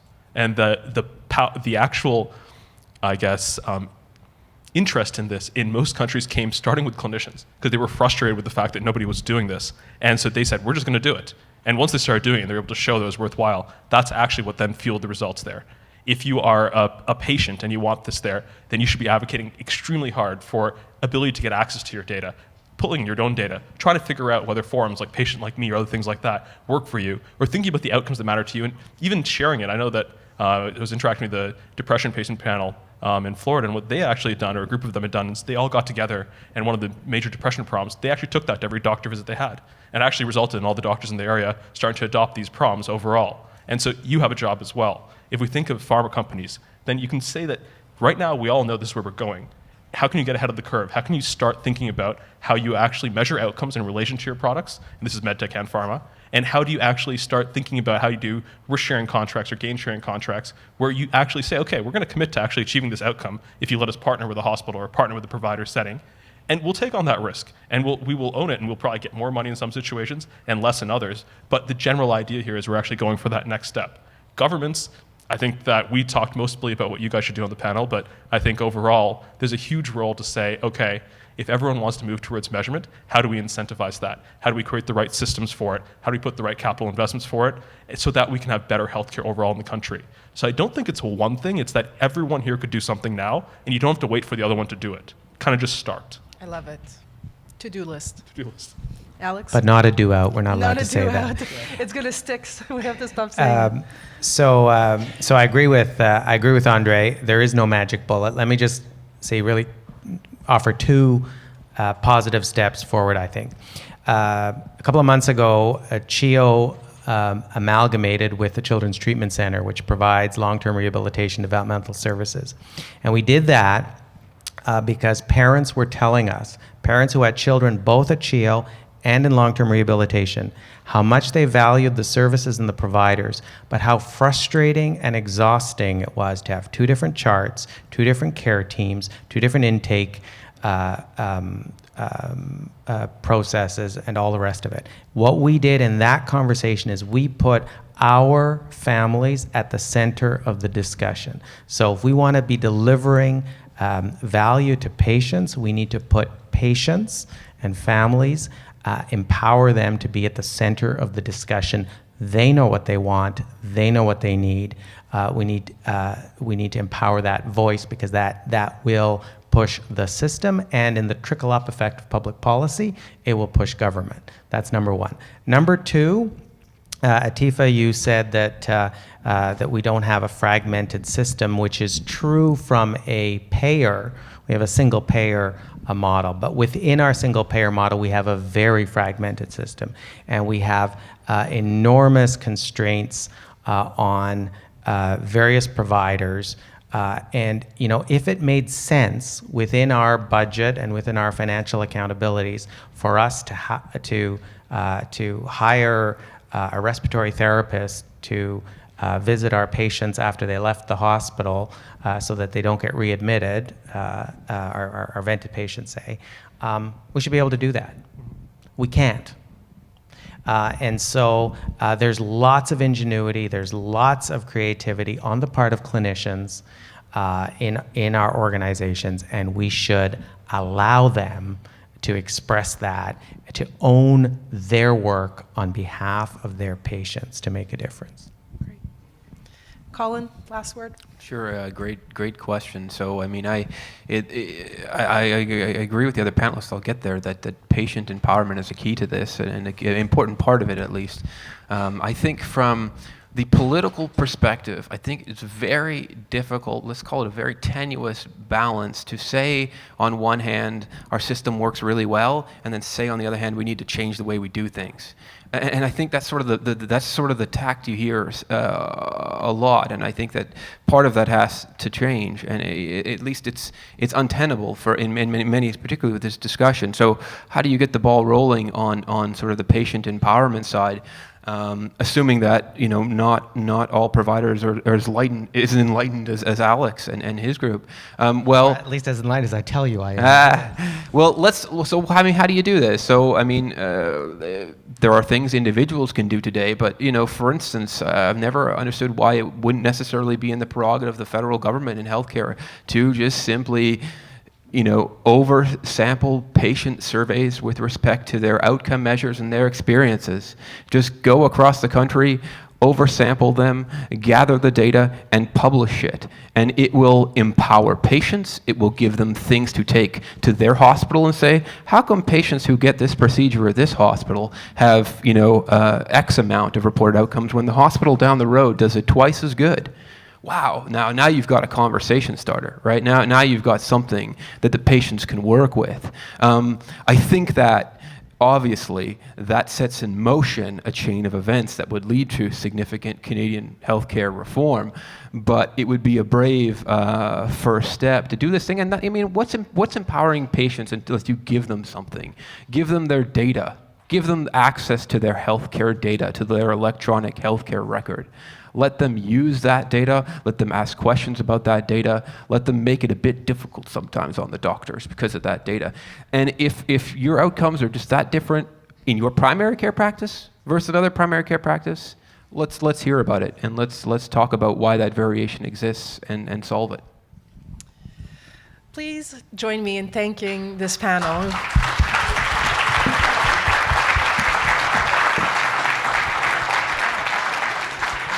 I hope that the conversation will steer some thought process and some action on behalf of all of you in the audience to do the how, as Andre called our to-do list, and that you as actors in the system will take some ownership in trying to build the capital that we need to have this change that will bring us to a different way of measuring and increasing the value.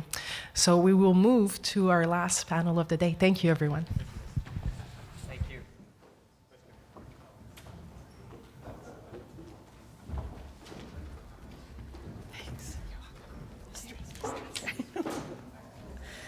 Thanks very much, panelists. Well, we had planes, trains, and automobiles to get Andre Diaz here. Nothing is more challenging than, of course, Ottawa traffic. And I am keenly aware that I am the only thing standing between you and our Deputy Minister of Health, Simon Kennedy. I think I just got a cheer from Tim on that one. Mr. Kennedy began his career in the public service in 1990. He served in a variety of progressively senior roles at Transport Canada, Canadian Coast Guard, Agriculture Canada, and Agri-Food. I think it might be easier to list the departments he didn't work for. But before joining Health Canada in January 2015, Mr. Kennedy was Deputy Minister of International Trade. Please welcome Mr. Simon Kennedy.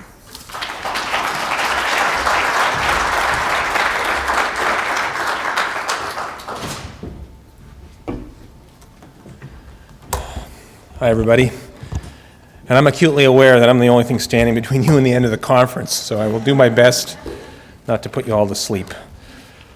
So it is a pleasure to be here today. I want to thank Canada 2020 for the opportunity to come and talk to you a little bit about an important topic. And I'd like to congratulate the organizers for today's program. This is a very timely issue. As you all know, innovation is a central theme of the Government of Canada's agenda. The government is aiming to position Canada as a world leader in turning ideas into solutions, science into technology, skills into jobs, and startup companies into global success. And although we don't always think in these terms, the health sector is actually a major component of Canada's economic landscape. It accounts for close to 11% of our GDP, so basically more than 10% of our economy is the health sector, and it employs more than 2 million people. Its performance, therefore, has important implications for our competitiveness, our workforce productivity, and our fiscal sustainability. And yet, while Canada is on the leading edge of many scientific and technological innovations in health, as you probably know, our healthcare system is among the least efficient among OECD comparator countries. So today I'm going to speak briefly about why I believe innovation in healthcare is so important to making our system more responsive and sustainable, what kind of innovation is most needed, and how we can best move forward together. Although we all take great pride in our universal, publicly funded health system, the need for innovation and innovative approaches to transforming healthcare has never been greater. Our population is aging, people are living longer. I'm sure you've all heard the statistics, probably a lot of them have actually come up today. Seniors now account for 45% of healthcare costs, despite being only 16% of the population. In 2035, almost 1 in 4 Canadians will be over the age of 65. If you look, for example, at things like the prevalence of chronic conditions such as diabetes and high blood pressure, those are increasing in Canada. In particular, patients with multiple conditions typically have poorer quality of life and require more healthcare interventions. While chronic conditions are generally associated with aging, Canadians of all ages are at increasing risk of developing chronic conditions due to lifestyle choices. According to 2014 figures, about 38% of adults, all adults in this country, have at least one chronic disease. If you look further, mental health problems are also on the rise, affecting 1 in 5 Canadians with downstream social and economic costs in the range of about $50 billion annually.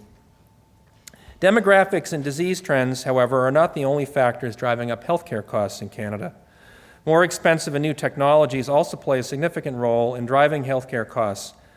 The use of advanced diagnostics, such as MRIs, for example, has become routine. Expensive biologic therapies are increasingly entering the market and rapidly expanding treatment options. For example, about 30% of the drugs currently in development are costlier, newer biologics. In addition, as specific procedures have become safer and more streamlined, more patients and their physicians decide that these procedures are warranted. That's natural. As an example, hip and knee replacements are performed in a higher proportion of people than they were 20 years ago, including both young and older people. The situation is similar for many areas of healthcare, with important advances in clinical practice leading to higher and sometimes more expensive standards of care, as well as increased use. While these developments are contributing to better and more advanced diagnosis and treatment, they also put cost pressure on an already stretched system. And while dealing with all of these pressures, governments are also facing fiscal sustainability challenges, high healthcare spending coupled with sluggish economic growth. In the most recent economic and fiscal update, it was noted that while recent data point to a strengthening in the Canadian economy, weakness earlier in the year is expected to result in real GDP growth of 1.2% for 2016, up only slightly from 1.1% in 2015. So those are the kind of growth rates in the economy. Provinces and territories have been relatively successful in containing healthcare spending since 2011.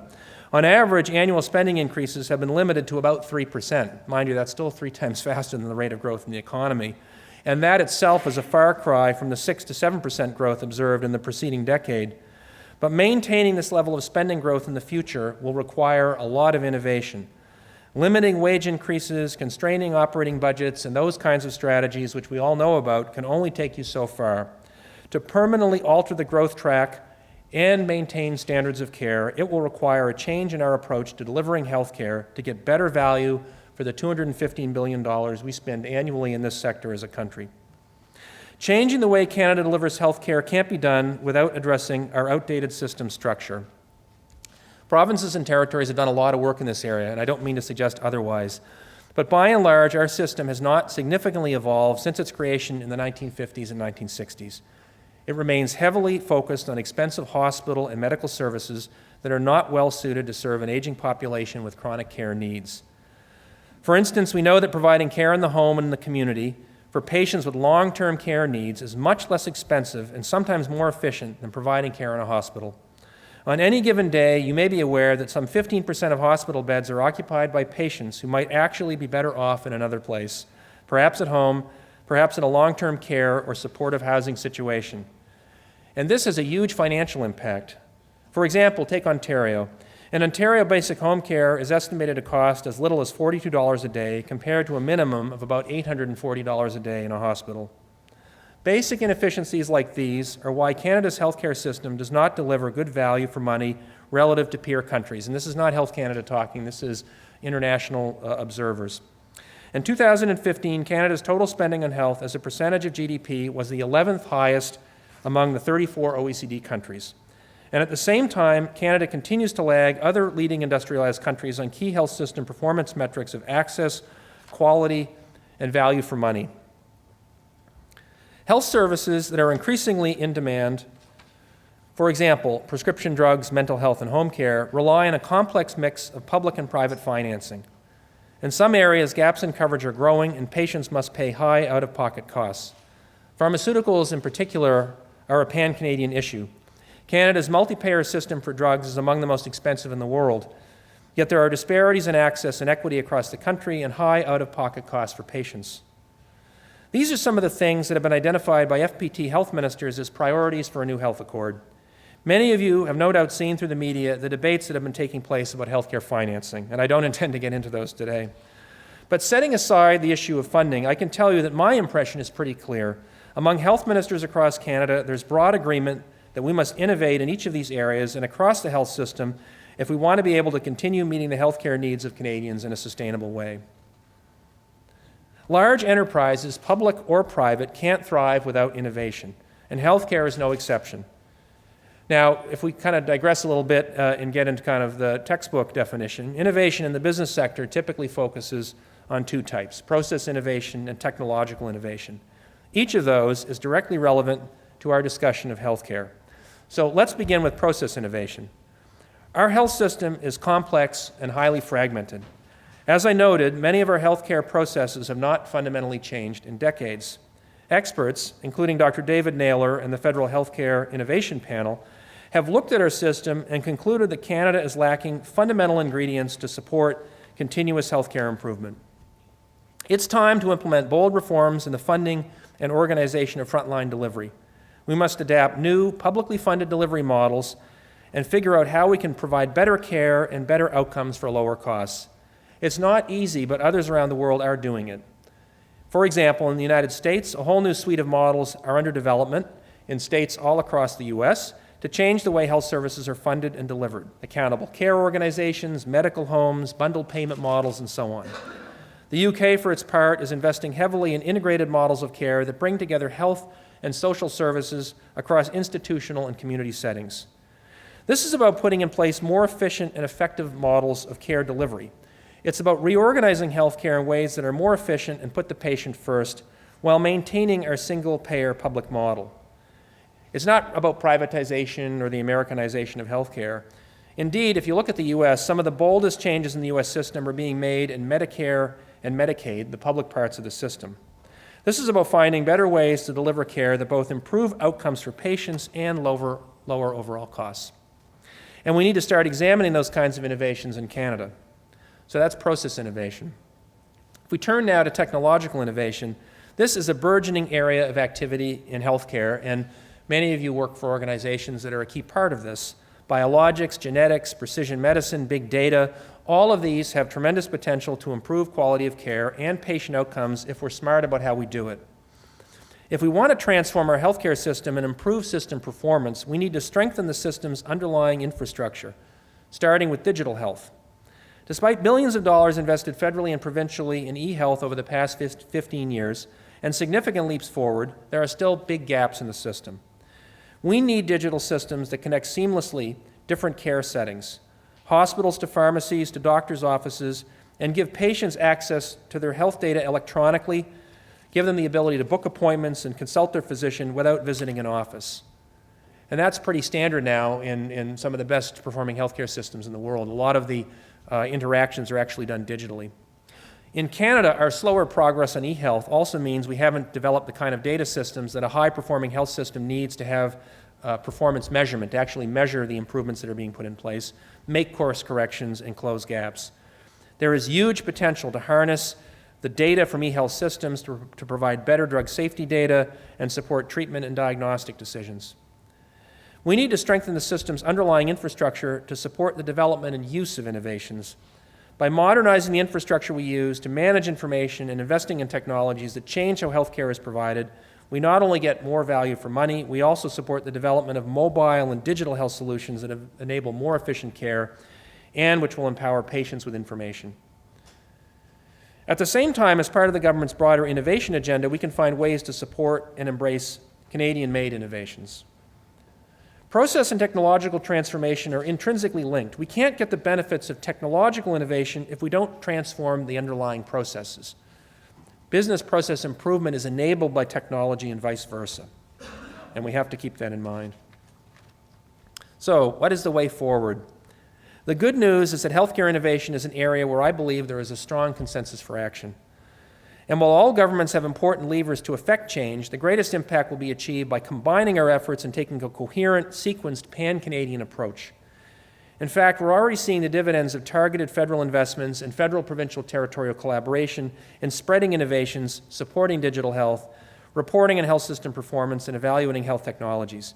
And there are lots of great examples of the collaborative work already underway that we can build on to drive more and greater innovation. So, take a couple of examples. Interprovincial collaboration, so this is the provinces working together, is leading to system transformation. The Council of the Federation has, since 2012, seen PTs work together to identify and scale up system innovations across jurisdictions to support quality improvements in health system sustainability. This group has also fostered collaborative work in home care and support for aging in place by facilitating information sharing and best practices in seniors care. The federal government recently joined a key stream of this provincial territorial collaboration, the Pan-Canadian Pharmaceutical Alliance, which combines the purchasing power of federal, provincial, and territorial governments to achieve greater savings for all publicly funded drug plans. This initiative has already resulted in an estimated $712 million in combined savings annually. And I can tell you, as the senior public servant at Health Canada, that as a part of this work, we are actually saving money in our formulary by participating in the joint negotiations. And we want to continue to build on that success. System-wide adoption and implementation of electronic health records is a key outcome we're hoping to advance in our discussions with the provinces and territories over time. And the government continues to support ongoing investments in the work of pan-Canadian health organizations such as Canada Health Infoway towards that objective. So let me talk a little bit about that. Infoway's Prescribe It, for example, its initiative called Prescribe It, has great potential to enhance efficiency, increase coordination of care, and improve patient safety. It is also has important ties to one of Canada's greatest public health crises, which is with regard to opioid abuse. Improving the information we have on opioid use and supporting better prescribing habits is essential in an area where Prescribe It could do a great deal of good. Infoway is also advancing projects in telehome care, which provides patients access to the care they need right in their own home, and this in turn can lead to decreases in emergency room visits and hospitalizations. And with the aging population and the knowledge that people want to age at home, this is the kind of innovation that we need to see more of. Now, as powerful as technology can be, it can also drive up costs if not managed effectively. New tests and diagnostic tools are adopted into practice, and unfortunately that happens often without a robust assessment of their cost effectiveness. When productivity improves, our fee-for-service approach to compensating doctors unfortunately means that the introduction of a faster scanner or a more efficient surgical procedure often results in more money for the specialist because they can do more procedures each day. So we've introduced the technology, but we haven't actually altered kind of the fee codes and the structure in which that technology functions. And so in a sense, you're not actually using it to reduce costs or improve the overall efficiency of the system. That is not a sustainable way to manage technology in healthcare. We need to manage health technology to maximize benefits for patients and efficiencies for the system. And the federal, provincial, and territorial governments work at a pan-Canadian level through organizations like the Canadian Agency for Drugs and Technologies in Health to effectively manage technology. Over the years, CADI's mandate has evolved, and the agency now focuses on providing healthcare decision makers with credible, impartial advice and evidence-based information about the effectiveness and efficiency of drugs and other health technologies. And I would say that in recent years, the big focus has been on drugs, but this is an area where we can do a lot more work on health technology management. The Canadian Foundation for Healthcare Improvement, CFHI, is another federally funded pan-Canadian organization with a proven ability to support provinces and territories, healthcare delivery organizations, and clinicians in scaling up and spreading healthcare innovations. It brings together teams from healthcare organizations and jurisdictions across Canada to implement innovative new care practices and provide on-the-ground support needed for successful and sustained adoption of innovations in service delivery. Recent collaborations supported by CIHI, for example, include efforts to reduce the use of antipsychotic drugs in long-term care and to improve care for patients with COPD. And we've shown through this that a relatively small investment can pay huge dividends in terms of improved outcomes for patients, such as those in nursing homes who are taking benzodiazepines, as well as save money. To take another example of we can make progress, I'd note that leading international healthcare systems have long recognized that digital health, health information, and analytics are critical enablers of innovation, containing enormous potential for transforming care delivery. A robust digital health infrastructure has the potential to improve the quality, safety, effectiveness, and efficiency of healthcare and would lay the foundation for better sharing and linking of data across jurisdictions.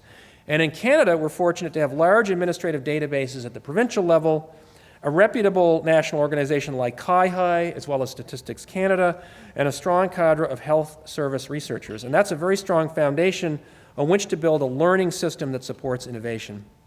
These are only a few of the examples of the many collaborative efforts underway to improve and innovate in our healthcare system. And it's clear that governments cannot enable health system improvements alone. We need everyone on board to do this. We need to continue to build purpose-driven partnerships to drive innovation, whether that's technological innovation or process innovation. So, ladies and gentlemen, discussions underway among governments in Canada provide an opportunity to accelerate transformation in healthcare. I personally am very optimistic as someone who's participating in these conversations. It's a chance to make our healthcare system more patient-centered, more responsive, and more sustainable to meet the needs of the 21st century. And as I spoke at the beginning, while our healthcare system is under some strain, innovation is an area where all seem to agree that change is needed for health system transformation. And I'm very hopeful that we will collectively be able to seize this opportunity to help drive the adoption of better care delivery models and accelerate change to the benefit of all Canadians. Innovation is key to making our healthcare system more patient-centered and ensuring it continue to provide quality care to Canadians over the long term. So we're all in it together. I look forward to working with all of you. Thanks for your time today. It's really great to be here to talk to you a little bit about this topic.